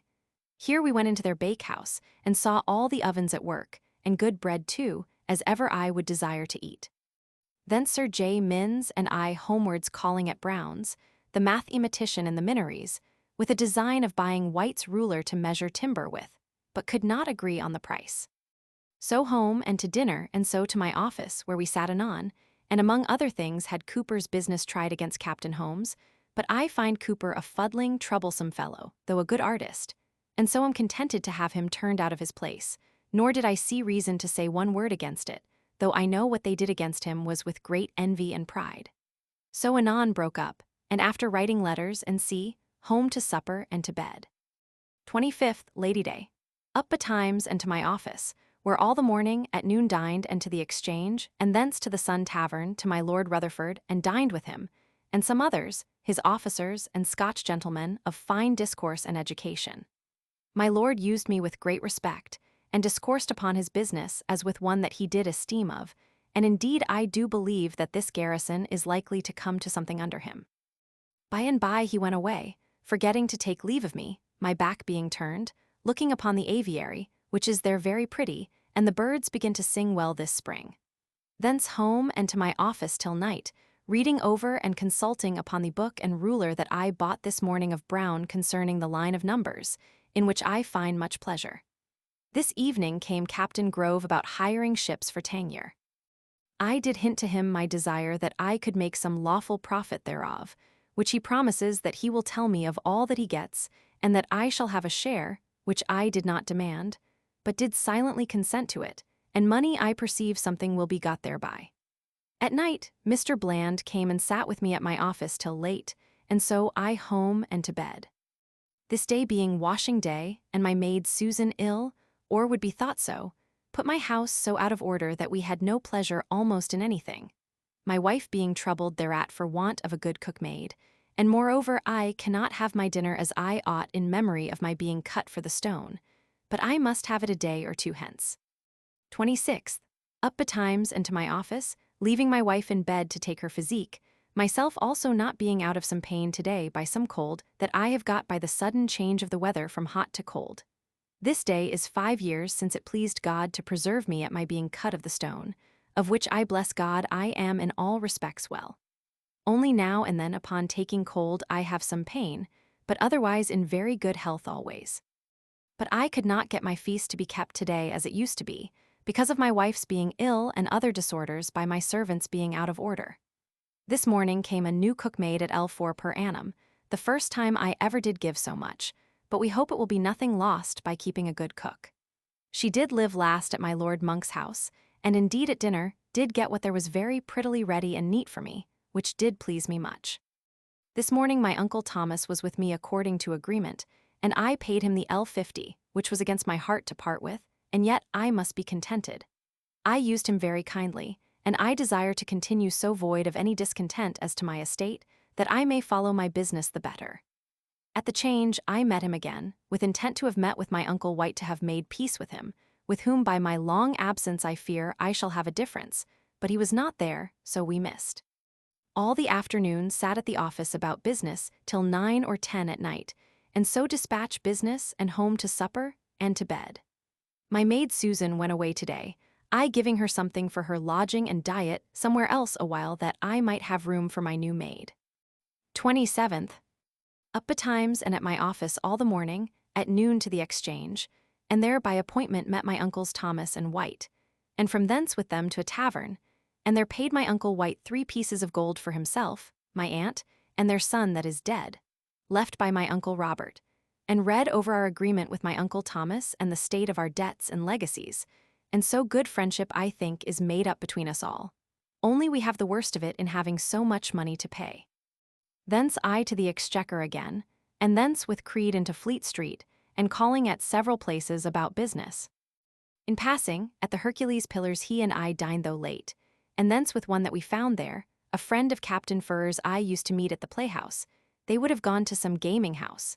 But I would not but parted, and staying a little in Paul's churchyard, at the foreign booksellers looking over some Spanish books, and with much ado keeping myself from laying out money there, as also with them, being willing enough to have gone to some idle house with them, I got home, and after a while at my office. To supper and to bed. 28th.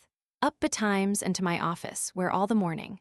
Dined at home and creed with me, and though a very cold day and high wind, yet I took him by land to Dipt Ford, my common walk, where I did some little businesses, and so home again walking both forwards and backwards, as much along the street as we could to save going by water. So home, and after being a little while hearing Ashwell play on the triangle, to my office, and there late, writing a chiding letter to my poor father about his being so unwilling to come to an account with me, which I desire he might do, that I may know what he spends, and how to order the estate so as to pay debts and legacies as far as may be. So late home to supper and to bed. 29th Lord's Day. Waked as I used to do betimes, but being Sunday and very cold I lay long, it raining and snowing very hard, which I did never think it would have done any more this year. Up and to church, home to dinner. After dinner in comes Mr. Moore, and sat and talked with us a good while, among other things telling me that my lord nor he are under apprehensions of the late discourse in the House of Commons concerning resumption of crown lands, which I am very glad of. He being gone, up to my chamber, where my wife and Ashwell and I all the afternoon talking and laughing, and by I a while to my office, reading over some papers which I found in my man William's chest of drawers, among others some old precedents concerning the practice of this office heretofore, which I am glad to find and shall make use of, among others an oath, which the principal officers were bound to swear at their entrance into their offices, which I would be glad were in use still.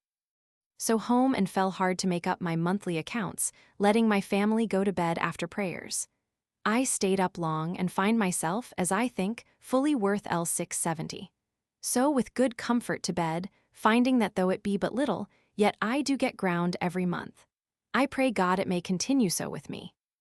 30th. Up betimes and found my weather glass sunk again, just to the same position which it was last night before I had any fire made in my chamber, which had made it rise in 2 hours' time above half a degree. So to my office where all the morning and at the glass house, and after dinner by coach with Sir W. Penn I carried my wife and her woman to Westminster. They to visit Mrs. Ferrers and clerk, we to the Duke, where we did our usual business, and afterwards to the Tangier Committee, where among other things we all of us sealed and signed the contract for building the mole with my Lord Teviot, Sir J. Lawson, and Mr. Comely. A thing I did with a very ill will, because a thing which I did not at all understand, nor any or few of the whole board.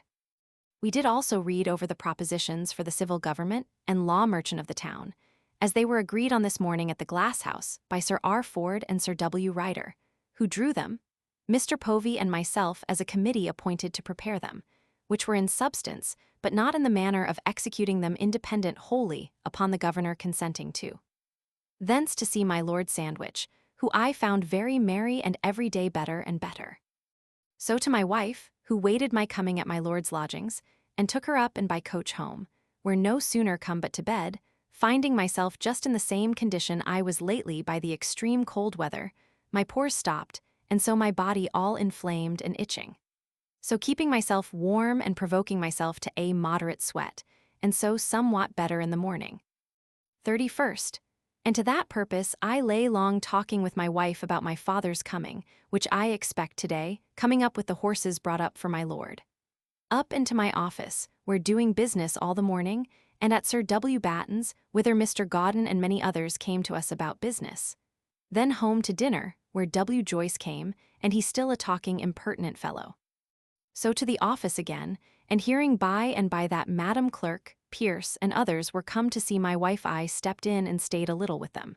And so to the office again, where late, and so home to supper and to bed.